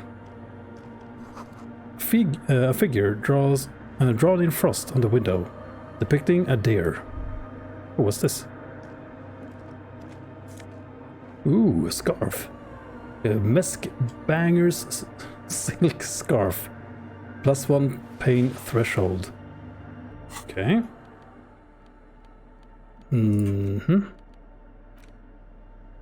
Bangers don't cry.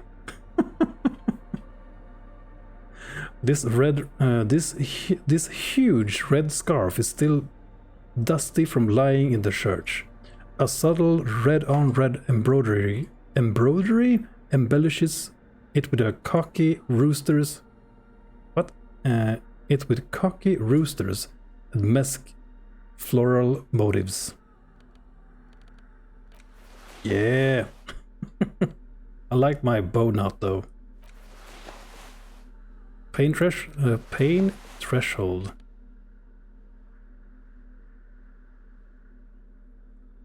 Yeah, maybe. Starting to look like the real Hobocop here. Not sure if I want the drama. Let's go with this new pain threshold. We might need it.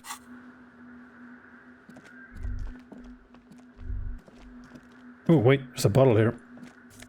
Hobocop to the rescue. Cleaning up the streets. A spider has spun its web around this wooden carved pillar. Oh god. Get out of there. God damn you spiders. Spooters. Ooh, some fancy ass shoes. Mesque bangers, red brogies? Broges? Yeah, that word.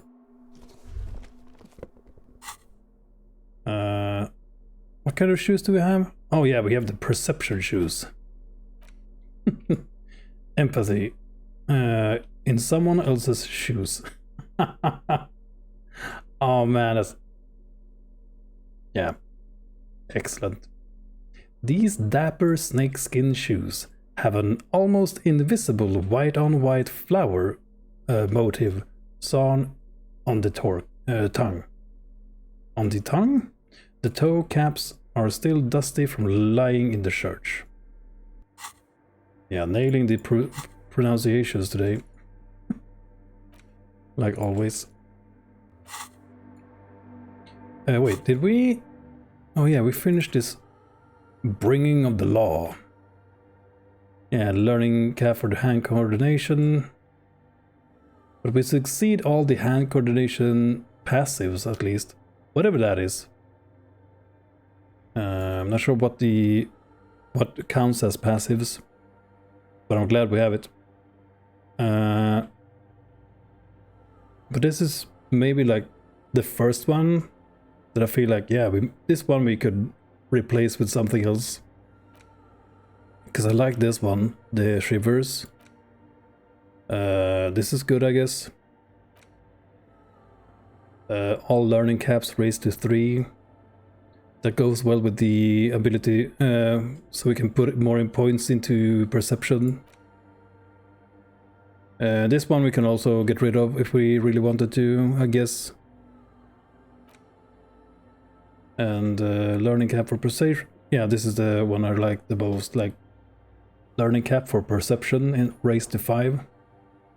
Passives are the ones that gets on the circle on his head, but also during conversations. Oh, okay. Nice.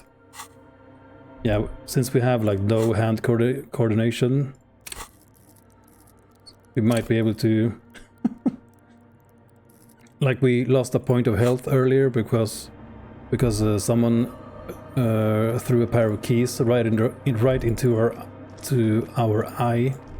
So that was good. So maybe with this passive check thing, maybe that's gonna help with that stuff, at least. The blackboard is filled with complex equations. They look recent. Okay, I need to... I'm out of water. I'm just gonna grab a bottle of water. Be right back.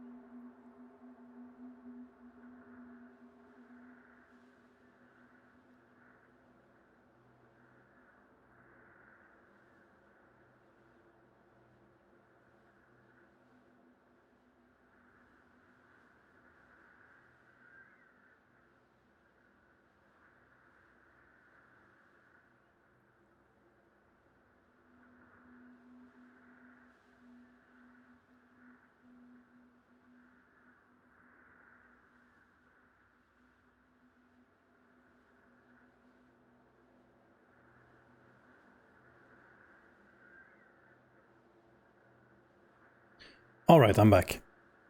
You can heal though if you want. You have 4 heals for health and 9 for mental health. Unless it's no heal hardcore run, then I respect that. Nah. The game usually tells you, like, if you take damage, it tells you that you need to heal now, so you can heal then.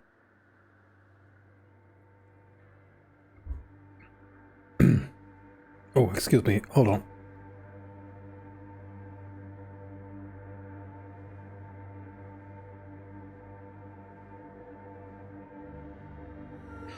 Yes, I'm just trying to save the healing items as much as possible, because so far the game has told me during conversations that, okay, you need to heal now or you're gonna die. So that is why I'm holding off on using the healing, because as you just said, that you get back your full health and all that when you sleep. So that is also why I'm trying to save the healing items as much as possible. Not sure if that's the correct way to play it, but yeah. It seems to be working out so far, at least. This music is great, by the way. I know I looked this. I guess it's music. 2 decks of reel-to-reel tapes spinning in on empty. A portable Harman Wowshi tape recorder. Is it possible it's recording something? Most likely. Someone's siphoning electrical current from outside into this antenna. I think it's a... What's this? A machine stands in the corner, watched over by the figures on the stained glass window. It's turned on and quivering with soft electricity. Another radio computer. And this time it's already turned on. He seems cautious around the machine. These machines sometimes harbor traps, he thinks. Alarm systems and the like. Let's be careful. We should leave. I doubt this place bears any connection to the case. Yeah, but this machine looks just like the one in doomed commercial area. It's also quite similar to the one we have down at the station. Must be the same model. He inspects the machine's framework, careful not to touch anything. A quaint little box of radio waves. Wait, let me just investigate it. Step behind the computer. You see fluorescent play and print buttons on the keyboard. A hatch connected to the central compartment is wide open. The lieutenant says nothing. You see the machine's glowing frame reflected back from his diamond-shaped glasses. You're free to proceed. Look inside the compartment. Behind the hatch sits a cube-like crisscross of filaments, smoldering in the dark like fireflies. Silver tape on the side says, in black marker, log, February to March. Another filament memory. Press play to talk with the repeater. Okay, press play. The speaker comes to life. Static seeps through the machine's planar magnetic driver. An old lady greets you. Her voice sounds 100 years old. So weird coming from combat-based RPGs, being so shielded with 1 HP, yeah. I was worried at it, by it too in the beginning when I started playing, like, ooh man, I need to heal, goddamn. But then as I just explained, that the game seems to just tell you, like, you're gonna take damage now, heal. So it gives you a chance to heal before you die, so... Even though we are playing on hardcore mode, it still gives me that that choice, so not sure if I need to worry or not. I guess we're gonna find out. I might die at any time. Good afternoon, Fortress Accident on Saint-Brune. This is the East Insulindian Repeater Station 1. Please repeat. Is this the personal log? Oh, it's the same lady as before. I don't remember her name. It's the same old Yvonne. woman you spoke with through the radio computer in the doomed commercial area. Yvonne, it's me again. How are you? No, I looked inside the core, but the tape on the filament just said log, February to March. Good. Please repeat the password. God damn it. Let's look around. There's no use trying to guess the answer. Yeah. Maybe he knows something. The lieutenant nods towards Tiago. Okay. I don't know the password. Received. I will register this login attempt. Damn it. Fortress accident. Is there anything else I can do for you today? Yvonne, it's me again. How are you? Good, thank you. Please repeat. Is this the personal log? Thanks, I'm finished with this call. Goodbye, Fortress accident. She says as her voice disappears into a whirl of static. The machine's keyboard is still illuminated, revealing fluorescent play and print buttons. Okay, can we print it? Nothing happens. Damn it. Okay, let's go talk to the crab man. Oh, hey, wait. There's coffee in the back. Oh, wait. I meant the mother's love. Have you by any chance heard the Vieira say the password to her radio computer? Too many times, essay. You need it for something. Surveys are a good way to fish for personal information, especially in the name of public safety. Vieira, I'm not sure how you pronounce it. I am horrible at pronunciations. At least guessing words I've never heard before. Vieira is the old woman in Spanish. Okay. Nice. Good to know. So it's an old lady in this place then. Then probably... Then it shouldn't be the lady that we are looking for, who was probably... who was maybe part of the hanged man thing. So this probably is some kind of research stuff going on, I guess. I'm doing a survey of passwords and passcodes, identifying regional trends in the interest of public safety, of course. Yeah, it's for a first-degree murder investigation in Martinez. The lieutenant raises his eyebrow, but doesn't say anything. Don't sweat it, vato. The password is afterlife death. All right, thank you. What you think of that? Makes me almost pity la niñita pequeña when I hear it. Okay, thank you for the password. I think we're done here, essay. The figure crawls off into the darkness above. That was an interesting conversation. Yeah, to say the least. However, I'm still not sure how it's relevant to our investigation. You will see.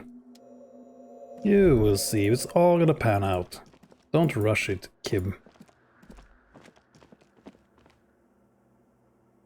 It's pronounced Bihida. The machine's keyboard is still illuminated, revealing fluorescent play and print buttons.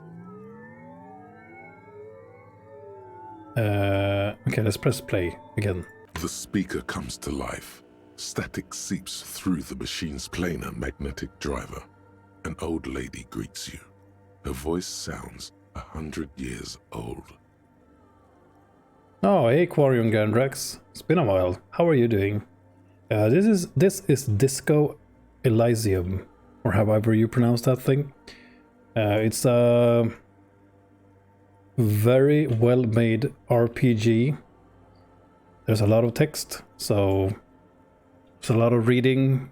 Luckily, or they released when they released the final cut, they added the voice actors for most of the dialogue. Yeah, it's a text-based RPG. more or less. Like a mix of text-based RPG, a lot of exploration with a really interesting talent or talent trees. There's a lot of things you can do here. Like we are using the visual calculus as our main stat, which is the reconstruction of crime scenes, making laws of physics, make laws of physics work for the law.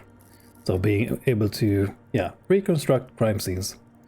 And I'm also running perception, which goes kind of hand in hand with the visual calculus.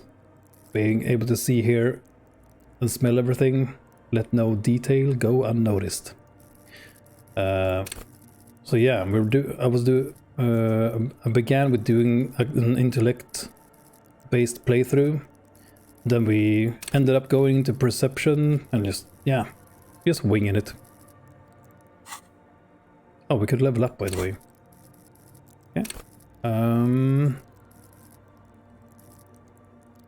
Yeah, let's put perception up to 10. No, wait. Then you have a bunch of other, like, thought cabinets, which also form your character. It's like research you can do.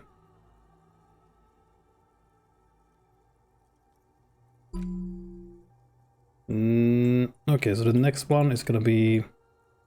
Not sure what to take here, because you don't know what you're gonna get from the solution, which is very interesting. We have the Wasteland of Reality, the Wumpty Dumpty Dom Center. Oh yeah, we were gonna research the Fairweather T500. That is the thing I wanted to, like, see what we get from this. But maybe this is part of the, like, the Judge Dredd playthrough I'm gonna make. I'm not sure. It's interesting to, like, you have no clue what you're gonna get, other than reading the text and trying to figure out what you're gonna get. So this is probably not even the Judge Dredd one. This probably is some kind of machine. What's it called? Interfacing, master of machines, and or I mean this savoir-faire, however you pronounce that. Yeah, it's hard to tell what you get from all these. You see yourself from above. You're passing on the blue tiles of the hostel room floor. Even from this distance, you can see your eyelids flutter at the mention of what? A great white object, letting out its sweet smell, like a lily of the valley. The little man's forgotten its name, but he still remembers the feeling. And look, he moves. The feeling animates him. He instinctively reaches out for the feeling's best friend. A bottle of a bottle of Commodore Red. He puts on his disco clothes and gets smaller and smaller. Goddamn. Not sure. It has been brought to your attention that you're an alcoholic, and that it's a sickness. And it's killing you. Damn. You're crawling on your knees through life, your booze-filled belly dragging on the ground, your brain now fuzzy, now in overdrive, your hair sticking together with today's cold sweat and yesterday's vomit. Perhaps they're right. Anything is better than this. Even bone-dry reality itself. Maybe you can quit. Yeah, I think we're gonna go with this one. Seems to fit our character the most. Getting out of this alcohol. Yeah. Alcoholism thing that we started with. The speakers comes to life. Static seeps through the machine's planar magnetic driver. An old lady greets you. Her voice sounds 100 years old. Good afternoon. Votre accident en Saint-Brune. This is the East Insulindian Repeater Station 1. Please repeat. Is this the personal log? Let's try this again. I think we may have the right password for the personal log. Good. Please repeat the password. Afterlife death. Good. I have unlocked the filament. After ending the call, please press print to access the filament. Fortress Accident, is there anything else I can do for you today? Fortress Accident, like the one in the doomed commercial area? I have 2 machines registered to this company name in Martinez. One on Saint-Brun, the other on Rue de Saint-Ghislaine. Saint-Brun, that's the church. And Rue de Saint-Ghislaine? That's the doomed commercial area. Alright. Anything else I can help you with? Thanks, but I'm finished with this call. Goodbye, Fortress Accident. She says as her voice disappears into a whirl of static. The machine's keyboard is still illuminated, revealing fluorescent play and print buttons. Intellect-based playthrough, that's the first? Yeah, absolutely. I have no clue what I'm doing. The speaker comes to life. Static seeps through the machine's planar magnetic driver. An old lady greets you. Her voice sounds 100 years old. Good afternoon, Wait, what? Fortress. Goodbye. The machine's keyboard is still illuminated, revealing fluorescent play and print buttons. The printer prints out a long text document with dated paragraphs. It looks a bit like someone's journal. Okay, read a printout. The first entry, made on the 4th of February, 51, by an unknown author, is short and concise. Arrived at the church. The door was boarded up, so I used the crowbar to get inside. Looks like the place has been deserted. Nothing out of the ordinary, but I'll ask around. Need to figure out how to get the electricity in. The lieutenant leans closer, scouring the printout over your shoulder. Just as you finish reading, he looks up, muttering under his breath. 4th of February. That's over a month ago. Whoever set up those machines has been here for quite a while. Do you think this log might be connected to the case? No. Our case? No, I don't think so. It must be some local eccentric. Yeah. Read the second entry. 6th of February, 51. Had a little chat with the local fishermen. Said I shouldn't go near that place, that the church was spooky and ridden with narcotics. It's a little spooky, all right. Still haven't figured out the electricity. Okay, read the third. 7th of February, 51. Finally got the electricity in. Next on the agenda, a new antenna. I'm thinking ESCA series, something advanced. Why would you need an antenna? Why would anyone need any of this equipment here? He steps on a wire running on the ground, inspecting it with his boots. 8th of February, 51. Bought the antenna, had some problems setting it up. Called Simon for help. Heard the others are back to making art. Drinking somewhere out of town. Sulislav started a rock band again. Lexi has been seen asking money from strangers. But at least the artists have their act together. They're qualified labor. They can get work anywhere. Graphic design, ads. The programmers are doing fine too. I mean, they're programmers. The writers, though, they're fucked. I just have to find out what caused that data loss and be done with it. Still don't understand how it managed to wipe out the backup, when the backup wasn't even connected to the front. I know. Everyone thinks it's impossible. They say I must be lying. I'm here to set it right. A data loss? Seems like something to do with radio computers. Unfortunately, I don't know enough about them to understand what the author is saying. Something about the backup data getting destroyed, and how everyone thought it was the author's fault. Let's just keep reading. Okay, artists, programmers, Lexi. Who are all these people? I think these people worked in the radio computer games business. The one we saw in the Doom commercial area. They must be her former co-workers. Ah, interesting. 12th of February, 51. Brought some food from the grocery store. Apparently, there's a strike going on in the harbor. Definitely not happy to see the Martinez people again. Everything's now set up in the church. Going to start working tomorrow, 8 a.m. The strike. We are nearing the date of the murder. Keep reading. I'm interested now. I want to know what's that radio anomaly that sent this person here in the first place. Yeah, maybe she heard something as well. 25th of February, 51. I've been sending data up to Lintel for a while now, trying to recreate the data loss, but nothing. Didn't even feel like logging in, the disappointment. But I did discover a curious audio-spatial anomaly at the back of the church. I've named it the Swallow. It swallows sound. Need to get some mics. Is she talking about? The lieutenant looks to his right, towards the silence. 28th of February, 51. Yes, the first recordings confirm that the Swallow is real, and I'm not just losing my mind. It's a pillar of silence, with a diameter of approximately 3 meters.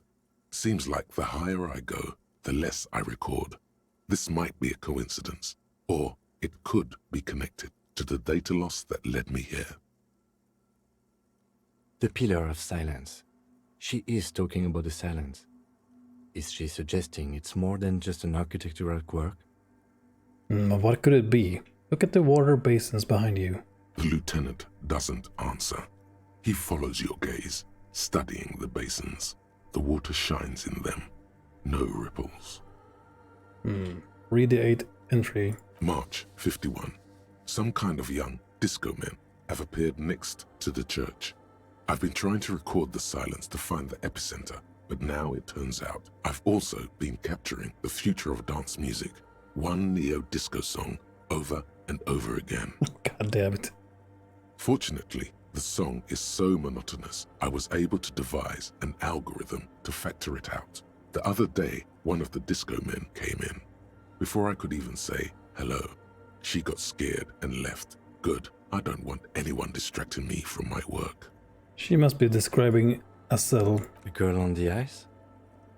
Sounds like her, yes. Read the 9th. March 51. I got a call from the repeater station. Someone has tried to access the radio computer in our old office in Martinez. Can't do anything about it. The storekeeper still doesn't want to let me inside the building. Thinks I'm part of some kind of curse. How Martinez of her. Fucking book lady. That's me. I was the one who broke into that radio computer. And the storekeeper must be Pleasance. I knew it wasn't a good idea to meddle with that machine. Read the 10th. March 51. A new 2-meter aux cable. Noodles. Crackers. Ping energy drinks. Water. Toothpaste. Gum. Also some canned air. Your reading is interrupted by the sound of the church door opening. Oh shit. A strange woman makes straight for the radio computer. Okay. Hello, lady. Can you walk any faster? There we go. Okay, let's just look at her work. Okay. Breaking into my radio computer, I see. She glares at you as she holds down the off button for several seconds. The machine reboots. I do apologize for the intrusion, madame. We are with the RCM, you see. We're here on a side case, representing certain music venue organizers. We're not breaking in. I'm pursuing a mysterious lead, searching for my lost identity. Yeah. You won't find any answers from here.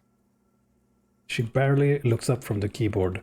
You hear the machine whir back to life. It's just me and my computer, and it has been this way for weeks. Now please give me some room. I need 2 seconds to see that you haven't destroyed anything. We should talk to her after she has rebooted the machine.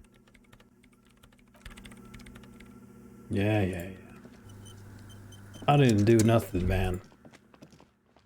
I'm a computer science genius. Okay. Let's look around while she does her thing. But I think we already looted everything here.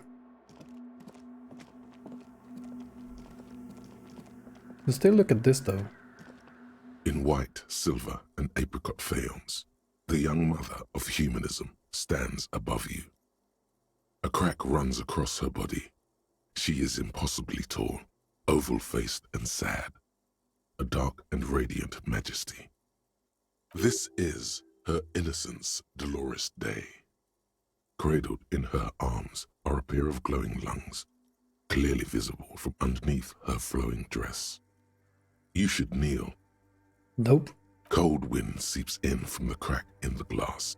Snowdrifts cover the floorboards at your feet. Above, you feel her multicolored eyes on you, inspecting you. No, I am not your bug. Look up. The woman looks down at you standing there. She towers among her followers, architects, laymen, courtiers. There is a sad smile on her lips and a glint in her green-blue eye. Of what? Compassion? Remorse? She acknowledges the passing of someone who is still alive. It's compassion. As that soft word passes through your mind, the lieutenant draws an X-shaped cross from shoulder to shoulder. Do the same. Your fingertips touch your chest 4 times as you stand in the apricot-colored light of the window. Above you, the woman still smiles, her distant smile, sundered by the crack in the glass. Reconstruct the cracked glass. A jigsaw of broken shards falls into place in front of you, a ghostly reconstruction of the stained glass window. Before it was shattered, there was an older woman beneath the younger one, and a text, a light motif below them both. I like the foreshadowing of the collective conflict. The painters can still get their other jobs. The programmers, the musicians can all work. Yeah. Yeah, coincidence maybe, but curious one. And also, like we talked about before, like when you have too many different kinds of artists, I think it's just inevitable that they're gonna split up into different directions. But yeah, I don't have the full story on what happened, but yeah. Seems to be a lot of that stuff, like conflict with the different artists. Yeah, I don't know. It's, I know what you mean though. It's interesting.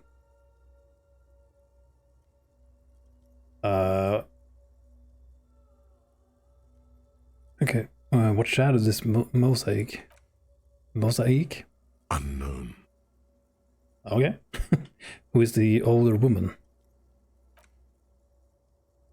The escutcheon on her throne says, Irene the Navigator. She is depicted as an older woman wearing thick-rimmed eyeglasses, holding a golden Reichsapfel in one hand and a scepter in the other. This is the queen her innocence day advised. Above, she herself is whole. Small figures of wise men, common men, worshippers walk up the stairs to stand at her feet. Secret servicemen, 30 years, stand in a row guarding her. It must have taken years to produce this work in all its dizzying detail. Motto? What does it say? Below both women, in luminous black letters, Après la vie, mort. Après la mort, la vie de nouveau. And then, along the left side, Après le monde, la gré. Après le gré, le monde de nouveau. After life, death. After death, life again. After the world, the pale. After the pale, the world again.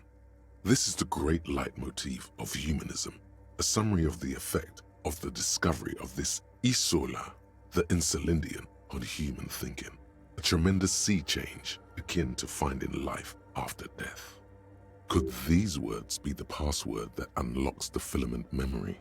Nice, he could have gotten the password from this as well. That is so... oh man. I wish we had done it that way instead, because we have the visual calculus. Man, that is amazing though. Lieutenant, this used to say afterlife, death, after... Death, life again. After the world, the pale. After the pale, the world again. This exaltation is common in Dolorian sacralism. In the early years, it was even incorporated as the RCM slogan. No more, however. Why? It was deemed subservient to use a strongly moral intern-related motto. We already suspected of bootlicking. The sentence was also seen as too feminine. It was a macho thing. What is the RCM motto now? Justice, union, prudence, and force. Cool. Not very feminine. I like this. Puts the fear in God back in the Nope. I like the other one better. So do I. Step back. The mother of humanism towers above you. Yeah, this game... wax painting on a cracked pane of glass. Nothing has changed in her expression. Yeah, they really didn't hold back on the dialogue in this game. They just... fuck it, man. Let's go. This is Dolores Day. The old woman in the village was right. This must be the Dolorian Church of Humanity in Martinez, or the Small Pinewood Church in some records. You do have the place? It's a minor landmark, not easy to find. Most maps misplace it. It was built not long after Revachol's founding, 300 or so years ago, by first-generation settlers. On the coast of an uninhabited archipelago where only animals had roamed before, in the wild reeds. What else do you know? Okie dokie. What else do you know? There used to be 7 stave churches on the coast. Les Sept Sœurs, they call them. The 7 Sisters. Only one remains. The rest were burnt in the revolution or used for building materials. We should be respectful here, although the building appears to be deserted. I do not believe we'll find anything connected to the lynching here. Something else, perhaps? He looks at the machinery lying around. Respectful? Is the lieutenant a follower of DeLoreanism? Ooh, nice. How did I know this was the mother of humanism? It's a mystery. A mystery sprinkled with self-pity and regret. For some reason, unknown to your mind, looking at her delicate eyes makes you feel like you're ready for drowning. Yeah, the 83. I mean, 83 is like... if you do that in XCOM, you're gonna miss. Guaranteed. Oh god, heal yourself now. All you know is, this is the young mother of humanity, and that you should go. Do something else. Escape her sad, worry-worn look. Put points into encyclopedia. Kim, are you a follower of Dolorianism? Yes, we all are. Her name, body, and rule are synonymous with humanism. The laws we enforce are Dolorian in origin. Stroke your shin first. The woman looks by in silence, smiling enigmatically. It's funny, in Spanish we have such names that are fairly common as Dolores, Pains, Angustias, Anguish, and so on. Yeah. Meaningful names related to, yeah, pain. I didn't think you were spiritual. Okay. I don't like her. She looks like a lever. Oh man. I didn't think you were spiritual. Why? It's not spiritual, it's constitutional. The DeLorean system does not demand faith, only accordance. Interesting. Turn away. Man, there's so many good... The dialogue in this game is fucking amazing. Yeah, she looks like a lever, like... Okay, man. Like fucking 9gag. Hey. Psst. Commentator. A comment section 9gag. That's this guy.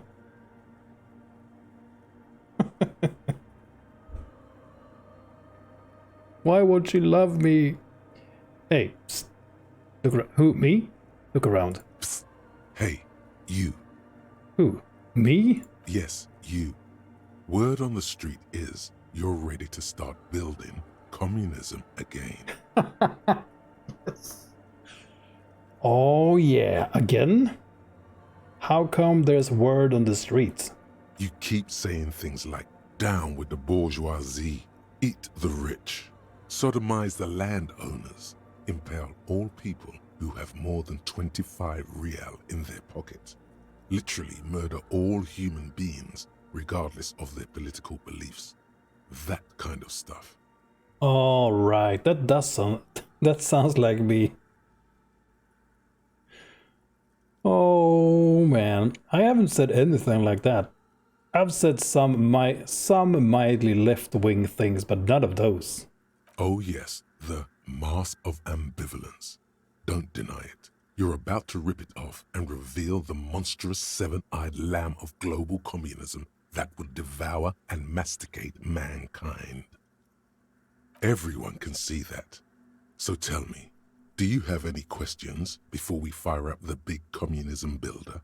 Or do we get right down to it? Get right down. What? Wait, first, what's this communism? Communism even about? Yeah, tell us about communism. Failure. It's about failure. Goddamn. Failure? I don't do failure. Man. Failure is your last name. Yes. Abject failure. Total, irreversible defeat on all fronts. Absolutely vanquished. Beaten. Curb-stomped and pissed on. Until you came along. You will reverse the fortune of the workers of the world. Yeah, I think his first name is Total. And then some swear word in the middle, and then failure as last name. Oh man, this fucking guy. You alone, against every living thing, against every human alive. 800 trillion real in the hands of an impossibly well-organized ruling class. Towering city blocks of bankmen who have the ears of prime ministers. Million-headed armies of nations and the love of your own mother. Oh, my mother loves me. You against the atom, the charm and the spin. Where the whole world failed. Matter failed to bend to human will. Human will failed to get out of bed and tie its laces. You alone, single-handedly, will rebuild the dreams of the working class. You are the last communist. Yes. Now get to work, comrade. Comrade. Roll up your sleeves and start building communism. It's too tiring. I don't have it in me. I'm beat down and broken. Very well. I guess no one will build communism then. Tell the working man it's over, unless anyone has objections. No objections. It's mathematically impossible to achieve a classless society. Everyone knows this. Good old logic, saving the day. Anyone? Anyone else? There's no one? There's no one. Okay then, lie down and let the water carry you downstream. Oh man, what a great fucking reply. Goodbye, communism. clip. Jesus Christ. Okay, let's talk to computer science lady. Fucking Magnus, how do they work? What is it? The woman is still hunched over the keyboard, gently illuminated by the purring machine. Hey, are you the lead programmer of Viral Untethered by any chance? Yes. Or no, not anymore. That project is dead. I opt out. I said no. Can we go back to the dialogue? Oh, nah, man. I created a clip from it though. Like the last reply was, "Goodbye, communism." Or something like that. It was great. Oh man. Like even Logic chimed in like, no, it's mathematically impossible to like have the same class. It's just of all like the same working class on everybody. There's always gonna be, yeah. Not gonna get into it. Yes, she thinks to herself, or no, not anymore. That project is dead. She doesn't seem surprised to be recognized. Rather sad. Something passes over her face before she straightens her back. Okay, I didn't break anything, did I? No, you just printed out my personal log and wasted some paper. It does not look like a big loss to her. Sorry, but who are you? What are you doing here? I am Soona Luukkanen-Kilde, the former lead programmer of Fortress Accident and RSA radios. I have over 16 years of programming experience, and I'm proficient in both Vox and Orbis languages. Wow, that name sounded very Finnish. If you're not here to hire me, I don't really know how I can help you. She turns back to the terminal. Did she say over 16 years of experience? She must have started programming when she was still a teenager. Those ravers won't be bothering you anymore. I arrested them because they were planning a drug trade. Yeah, just tell her. Tell her how good you are at your job. You arrested them? Didn't think the cops in this place had it in them. Yeah, but I'm somewhat of a super cop, you know? Have you seen the Crab Man? No. Okay, but you know he's around? Yes. Good. He's seen you. Sounds like you're not worried about him at all. No, you're right. I'm not. Her voice trails off as she bends over to tinker with the machine's printer. Why are there so many machines in this place? Whose machines? My machines. I brought them here. These are my machines. Please don't touch anything. Whose machines?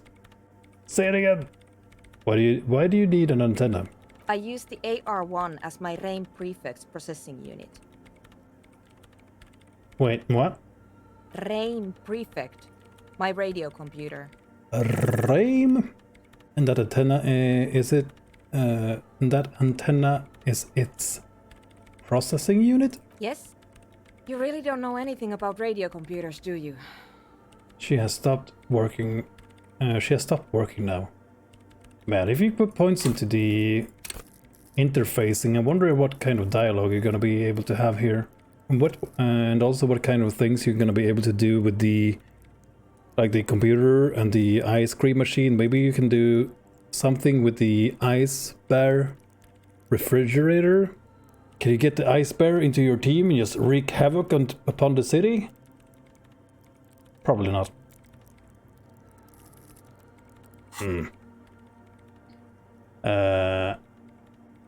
I know a little, no. I don't really know much about anything in this world, to be honest. What?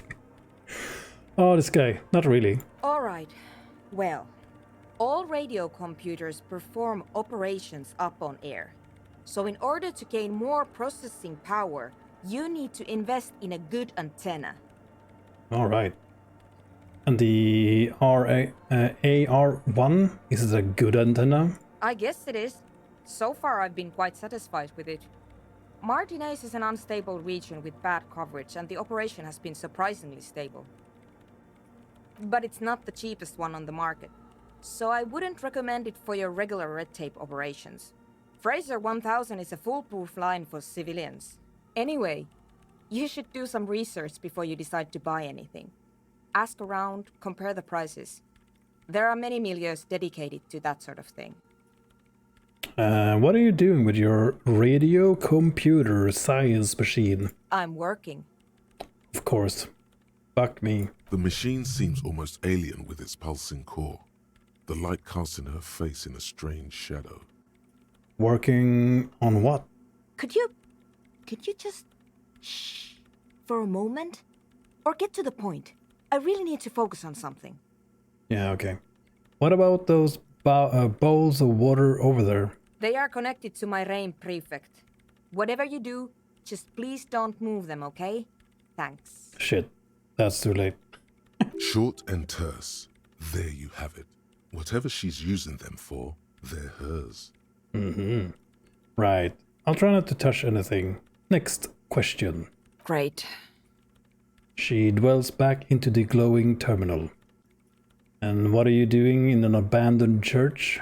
You really like those questions, don't you? There's a hint of amusement in her tired eyes.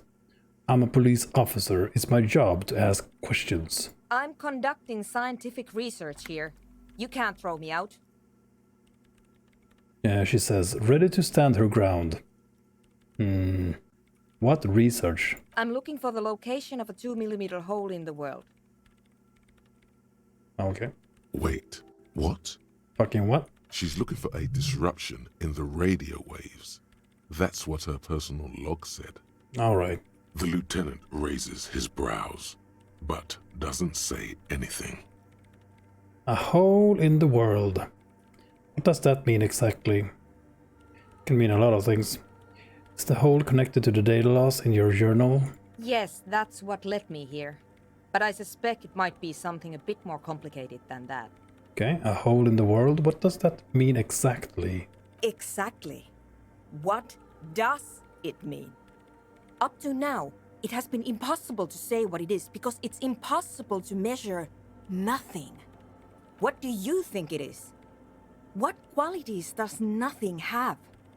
How do you measure something that does not exist? She's suddenly absorbed in the conversation, waiting for your answer. Easy. You measure it by the world around it.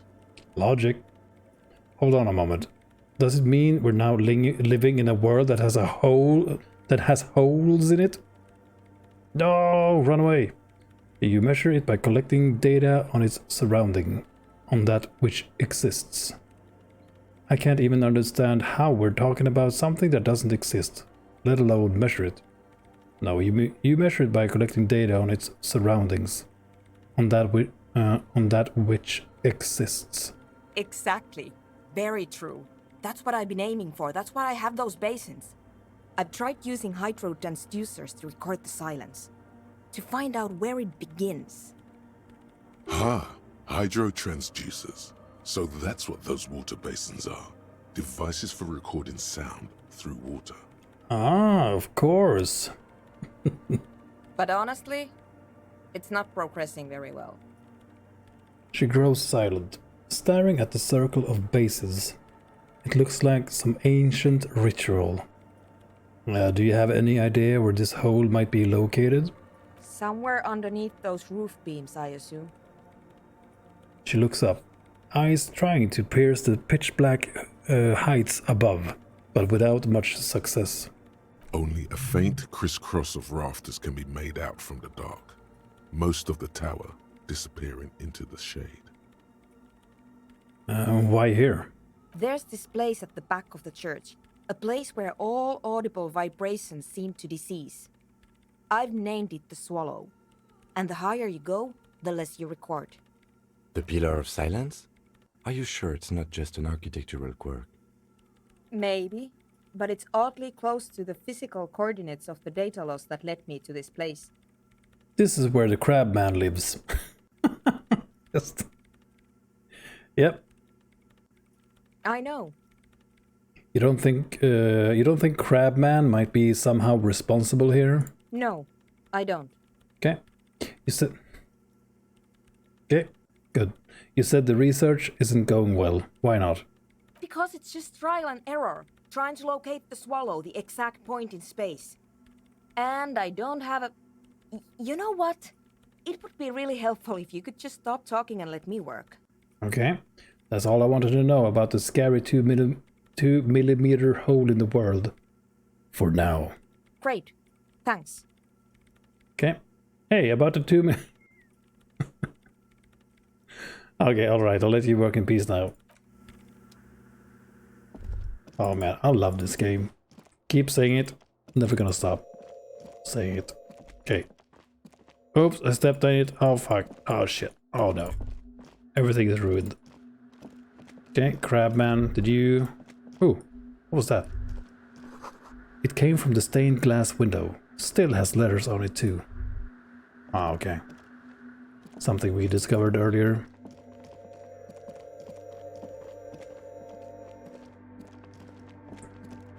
Okay, I wonder when we're gonna get the body down from the tree. One of these days. Again.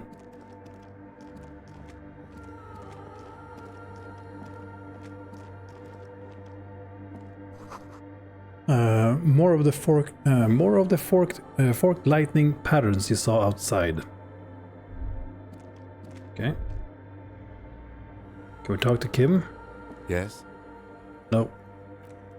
Okay, we have a lot of quests here, I guess. Ooh.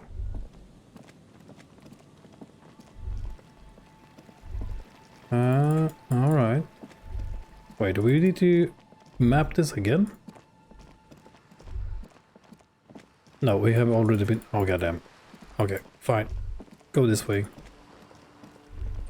We arrested those speed freaks.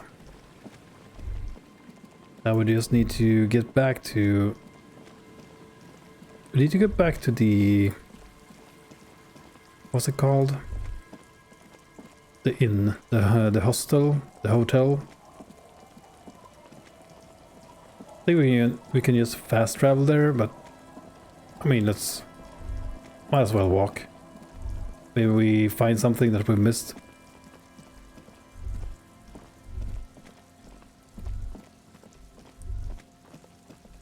Like maybe something up here. Hello.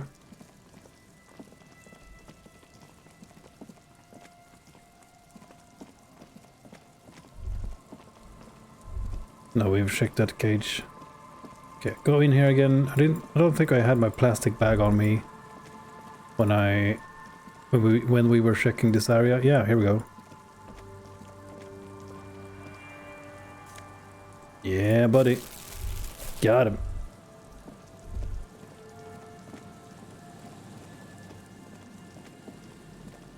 So we're gonna return to the hotel. We're gonna go and buy the board game. That's for sure. That is what we need. That is the main quest, alright.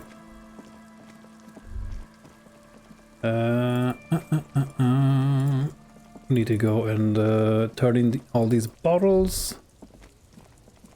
Might have to check on some of these other things. Oh yeah, maybe we can make the call again. Inside, you see a set of steering levers, a radio microphone. I want to see what this is. All around you, rain falls on the great city of Rivershot. Rain drips from the eaves and floods the gutters, washing the filth away. The spring thaw must be here. The snow is melting. What am I doing? Looking up at the sky, cold water dripping from your hat. What do I see? Grey sky like great battleships, clouds colliding with one another. Rain falls down on the world. And how does it feel? Your shirt sticks to your chest. The shoulders of your jacket grow heavy. The cold finds its way under your skin. You shiver, and the city shivers with you. What is in the west? Sheets of rain over the water. A flight of stairs leading into the ocean. wave after wave washing the coast of Martinez, with its motorboats and gently swaying reeds. The ruins of a half-sunken sea fort crumble on an inlet beyond the Bay of Revachol. Ghosts rise into the sky. Who are you, ghosts? Run your fingers through your dampened hair. Yeah. Your hair is an oily mess flecked with ash from neighboring coal plants. Smokestacks rise somewhere in the distance. And what's in the east? The great gates of the industrial harbor are locked. A chill runs down your back. You shudder like an animal trying to shake water from its hide. Clench your teeth to stop shuddering. Behind the gates, heaps of supply crates, red and blue metal shipping containers, slick with rain. The Greater Revachol Industrial Harbor is an artificial mountain range. Immense wealth resides within, and immeasurable poverty in its shadow. And beyond that? La Ducienne, King Dries passenger harbor. Cruise ships flanked by dock arms, cranes watching over the mouth of the river distributary. What is across the distributary? Couronne, the lower middle class. Distributary after distributary cuts the city blocks in half. 7-story buildings trail off into the rain. What is beyond Couronne? A silvery curtain of rain over the houses. The class divide. You have never been there. They don't need the law east of the river. And what's in the north? Capeside apartments. Tower blocks crowd one another. 4.46mm bullets still lodged in their war-torn stone walls. Hallways collapse from the mortar hits of a war that was lost long ago. Clotheslines go to waste in the rain. Radios play.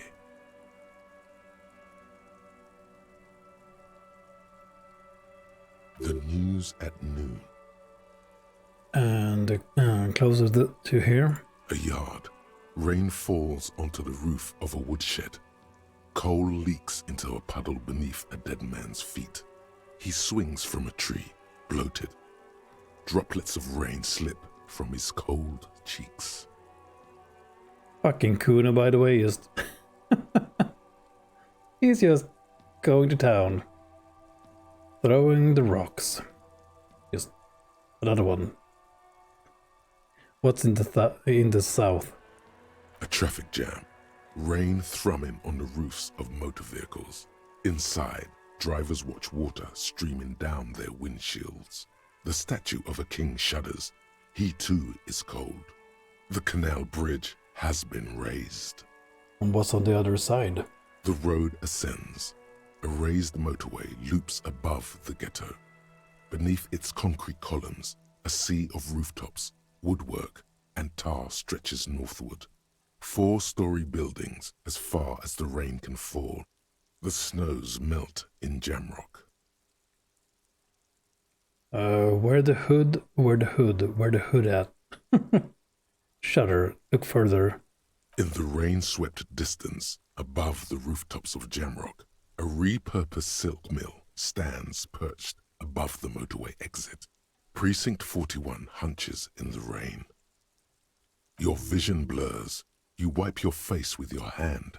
The rain stings your eyes, making you look up and blink. And what's above? Coalition aerostatics hang like apparitions under the cloud cover. Way up there, where rain forms, rotors flutter silently.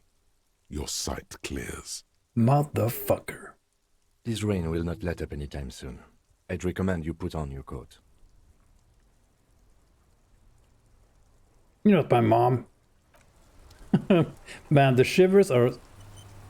Fuck me, Inside, man. You see a set of steering levers, a radio microphone, a pull-out toolbox, and the soft glow of the fuel preheater gauge. It's just so good. The shivers, I'm glad we researched this thing here to get the +3 shivers. Bam. That is so good. I might put more points into that. Like go for shivers. Because shivers goes well with the calculus and the perception. It turns her cop into some kind of crime, like starts to feel like Sin City, right? Like I was talking about before, like the I'm not sure what you call it when it's crime, like Sin City, like the noir thing. But yeah, that thing. So we might go for this, really. Put more points into that. But for now, we're gonna pick up the radio again and call in and see if we can find the serial number or any info on the armored boots. This is Precinct 57. How may I assist you? Okay, I need to report a dead body on the Modernaise boardwalk. One moment. You can hear her shuffling through some papers. Can you please describe the body? Age, sex, cause of death? An unidentified middle-aged man, height 170 to 175 centimeters, dark hair, medium build. Looks like he slipped, fell through a hole in the boardwalk and hit his head against the metal bench. We suspect he might have been inebriated when he fell. There were bottles all around him, and traces of vomit on his shirt. Any signs of violence? Someone might have pushed him? No, it seems like it was an accident. No field autopsy necessary.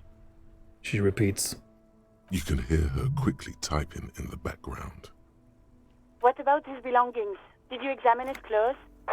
He was wearing boots, trousers, and an old leather jacket with a bright blue lining. I found a library card from his pockets. Any information on the library card?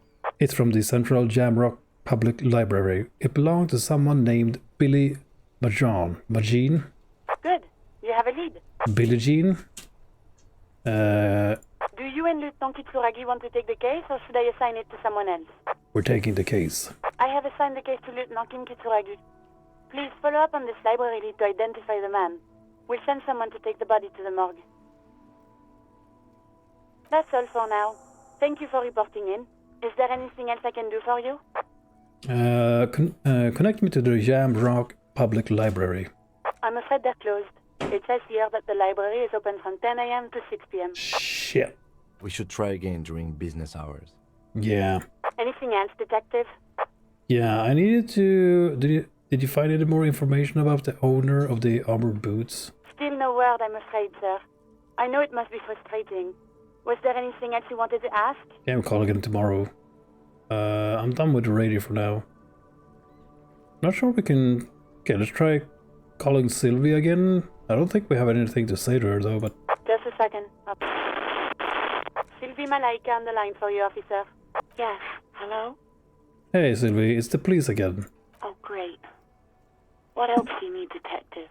Nah, I think I got everything I need, thanks. You hear the call breaking up on the other end of the radio, and then the already familiar voice. Anything else I can help you with, officer? Nah, I'm done with the radio for now. 57's over and out. Her voice disappears into the void. In the cabin, you... Oh man, what a day. What a day. Sadly, we're gonna do one last thing here. See if we can succeed at this test. You see a set of tire tracks in the brown slush that covers the plaza mosaic. Like we failed the 97 last time, so maybe we can succeed this time. The tire tracks were left here by an unknown event that took place some days ago. It's a message, written in the language of burnt rubber. Okay. Some of that rubber stuck to the tiles right in front of the whirling in rags. This is point A. The driver started there, and then accelerated straight into the fence, left a hole big enough for the Franco-Nigerian cavalry, according to the cafeteria manager. And what happened next? The driver proceeded to back out of the yard, barely stopping before hitting the adjacent building. before heading south. Must have been in a hurry. This is where I started off with my motor carriage before sinking it in the sea. No wonder the cafeteria manager seemed frustrated when he was giving us directions to the yard. Oh man. Well, you did provide us with a very convenient access point to the crime scene. Yeah, all according to plan, man. Gotta plan these things ahead, man. Think I got it. Oh, shit. Well, anyway, that's gonna have to be it for me today. But we will return again on Sunday. Yeah, tomorrow is Saturday, and I'm taking Saturdays off from now on. Need to spend some time with my loved ones, I guess. I'm gonna spend some time with Mira, play some other games, and just, I don't know, chill. I've been... What did it say? Yeah, we're gonna rob and pillage, apparently. But yeah, thank you guys for watching. Thank you, Riven, for dropping by. I hope you're doing well. Nice to see you again. And also thank you, Corian Gadrax, for dropping by, as well as Isbjörn, Mira, XCOM JJ, and Puddles. And I hope you are feeling better soon, Puddles. I know you're still sick. I hope you feel better soon. And yeah, I will return again on Sunday for more of this disco. The disco. Elysium. Man, this game is fantastic. If you haven't played it, do it. Do it. And just make up some kind of character. Like the craziest shit you can think of. Maybe even the most boring one. I would love to play the... Like, there's some really depressing as fuck dialogue in this game that you can choose. Like the ones, like, she looks like a lever. That's probably one of my favorite from today. Like, just make someone who's so depressed and lonely, just, yeah, you just, yep. That could be a lot of fun. Yeah, you can't go wrong with any build. Exactly. Just so much good stuff. And the best thing about today's stream for me personally was when we unlocked the shivers, because that is truly one of the... It just added so much for the character, I feel. Like taking in the city, like this. Yeah, not sure how to explain it, but I touched upon it a few times. The noir feeling, the Sin City, yeah, I'm not sure. Nothing else comes to my mind right now, but that whole crime novel, graphic novel thingy. Yeah, the shivers is a whole new layer. Absolutely, that's a great way of putting it. Yeah, thanks, JJ. I hope you enjoyed it. Yeah, there's the dialogue in this game is hilarious. It's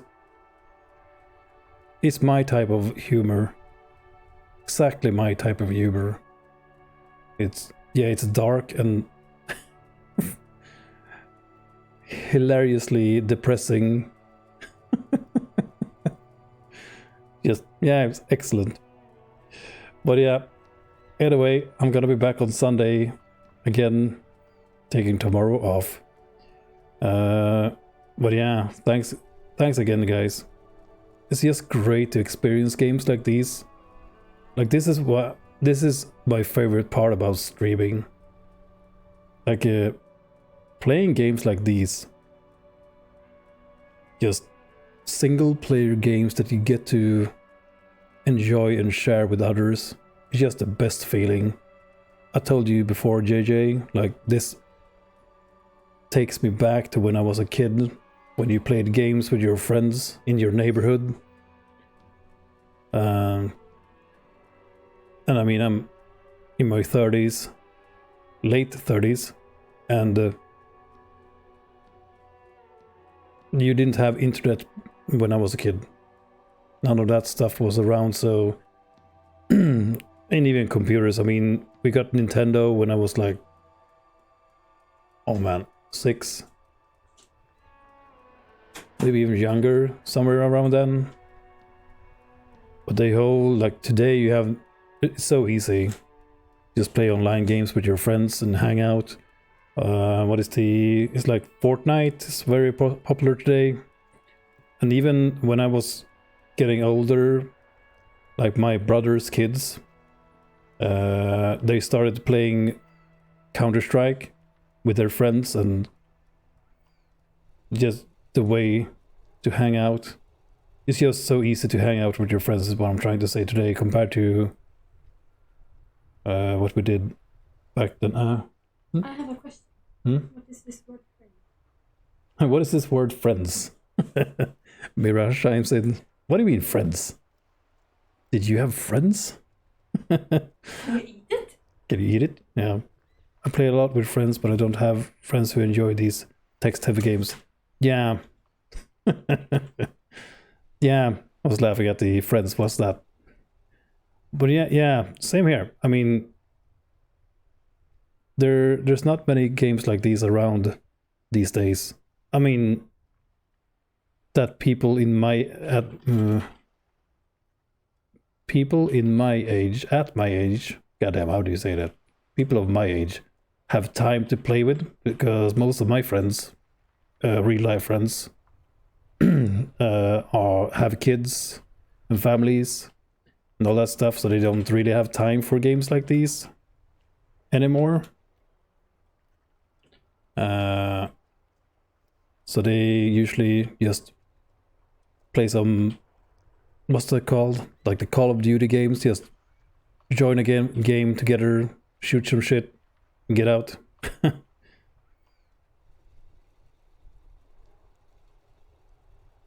As female gamer, I don't know what friends are. I mainly meet Sims. Oh man. You recall when I was a kid, my parents were finding time for everything?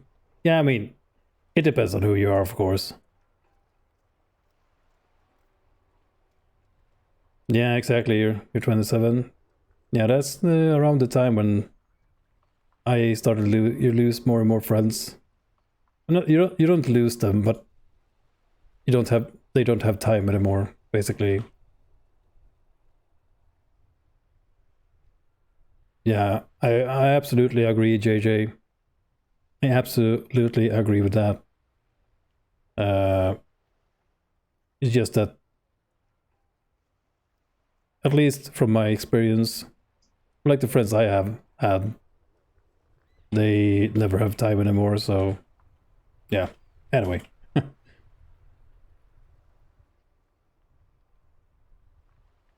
Yeah, that's great. That's great to hear. That's a really nice picture you're painting. Yeah, I know what you're saying. It's just, I have a friend of mine who moved to Australia when he was in his 20s, and he met someone, and today they're married. But they have lived in Sweden. They have lived in Australia. They have a child. I mean, they have a kid, and they just take him everywhere.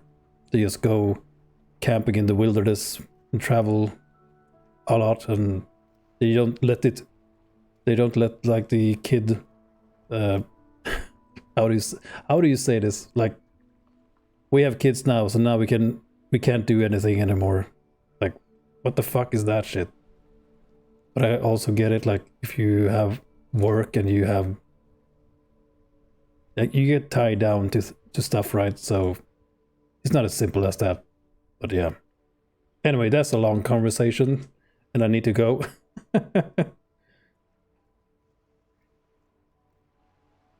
Yeah. Yeah, exactly.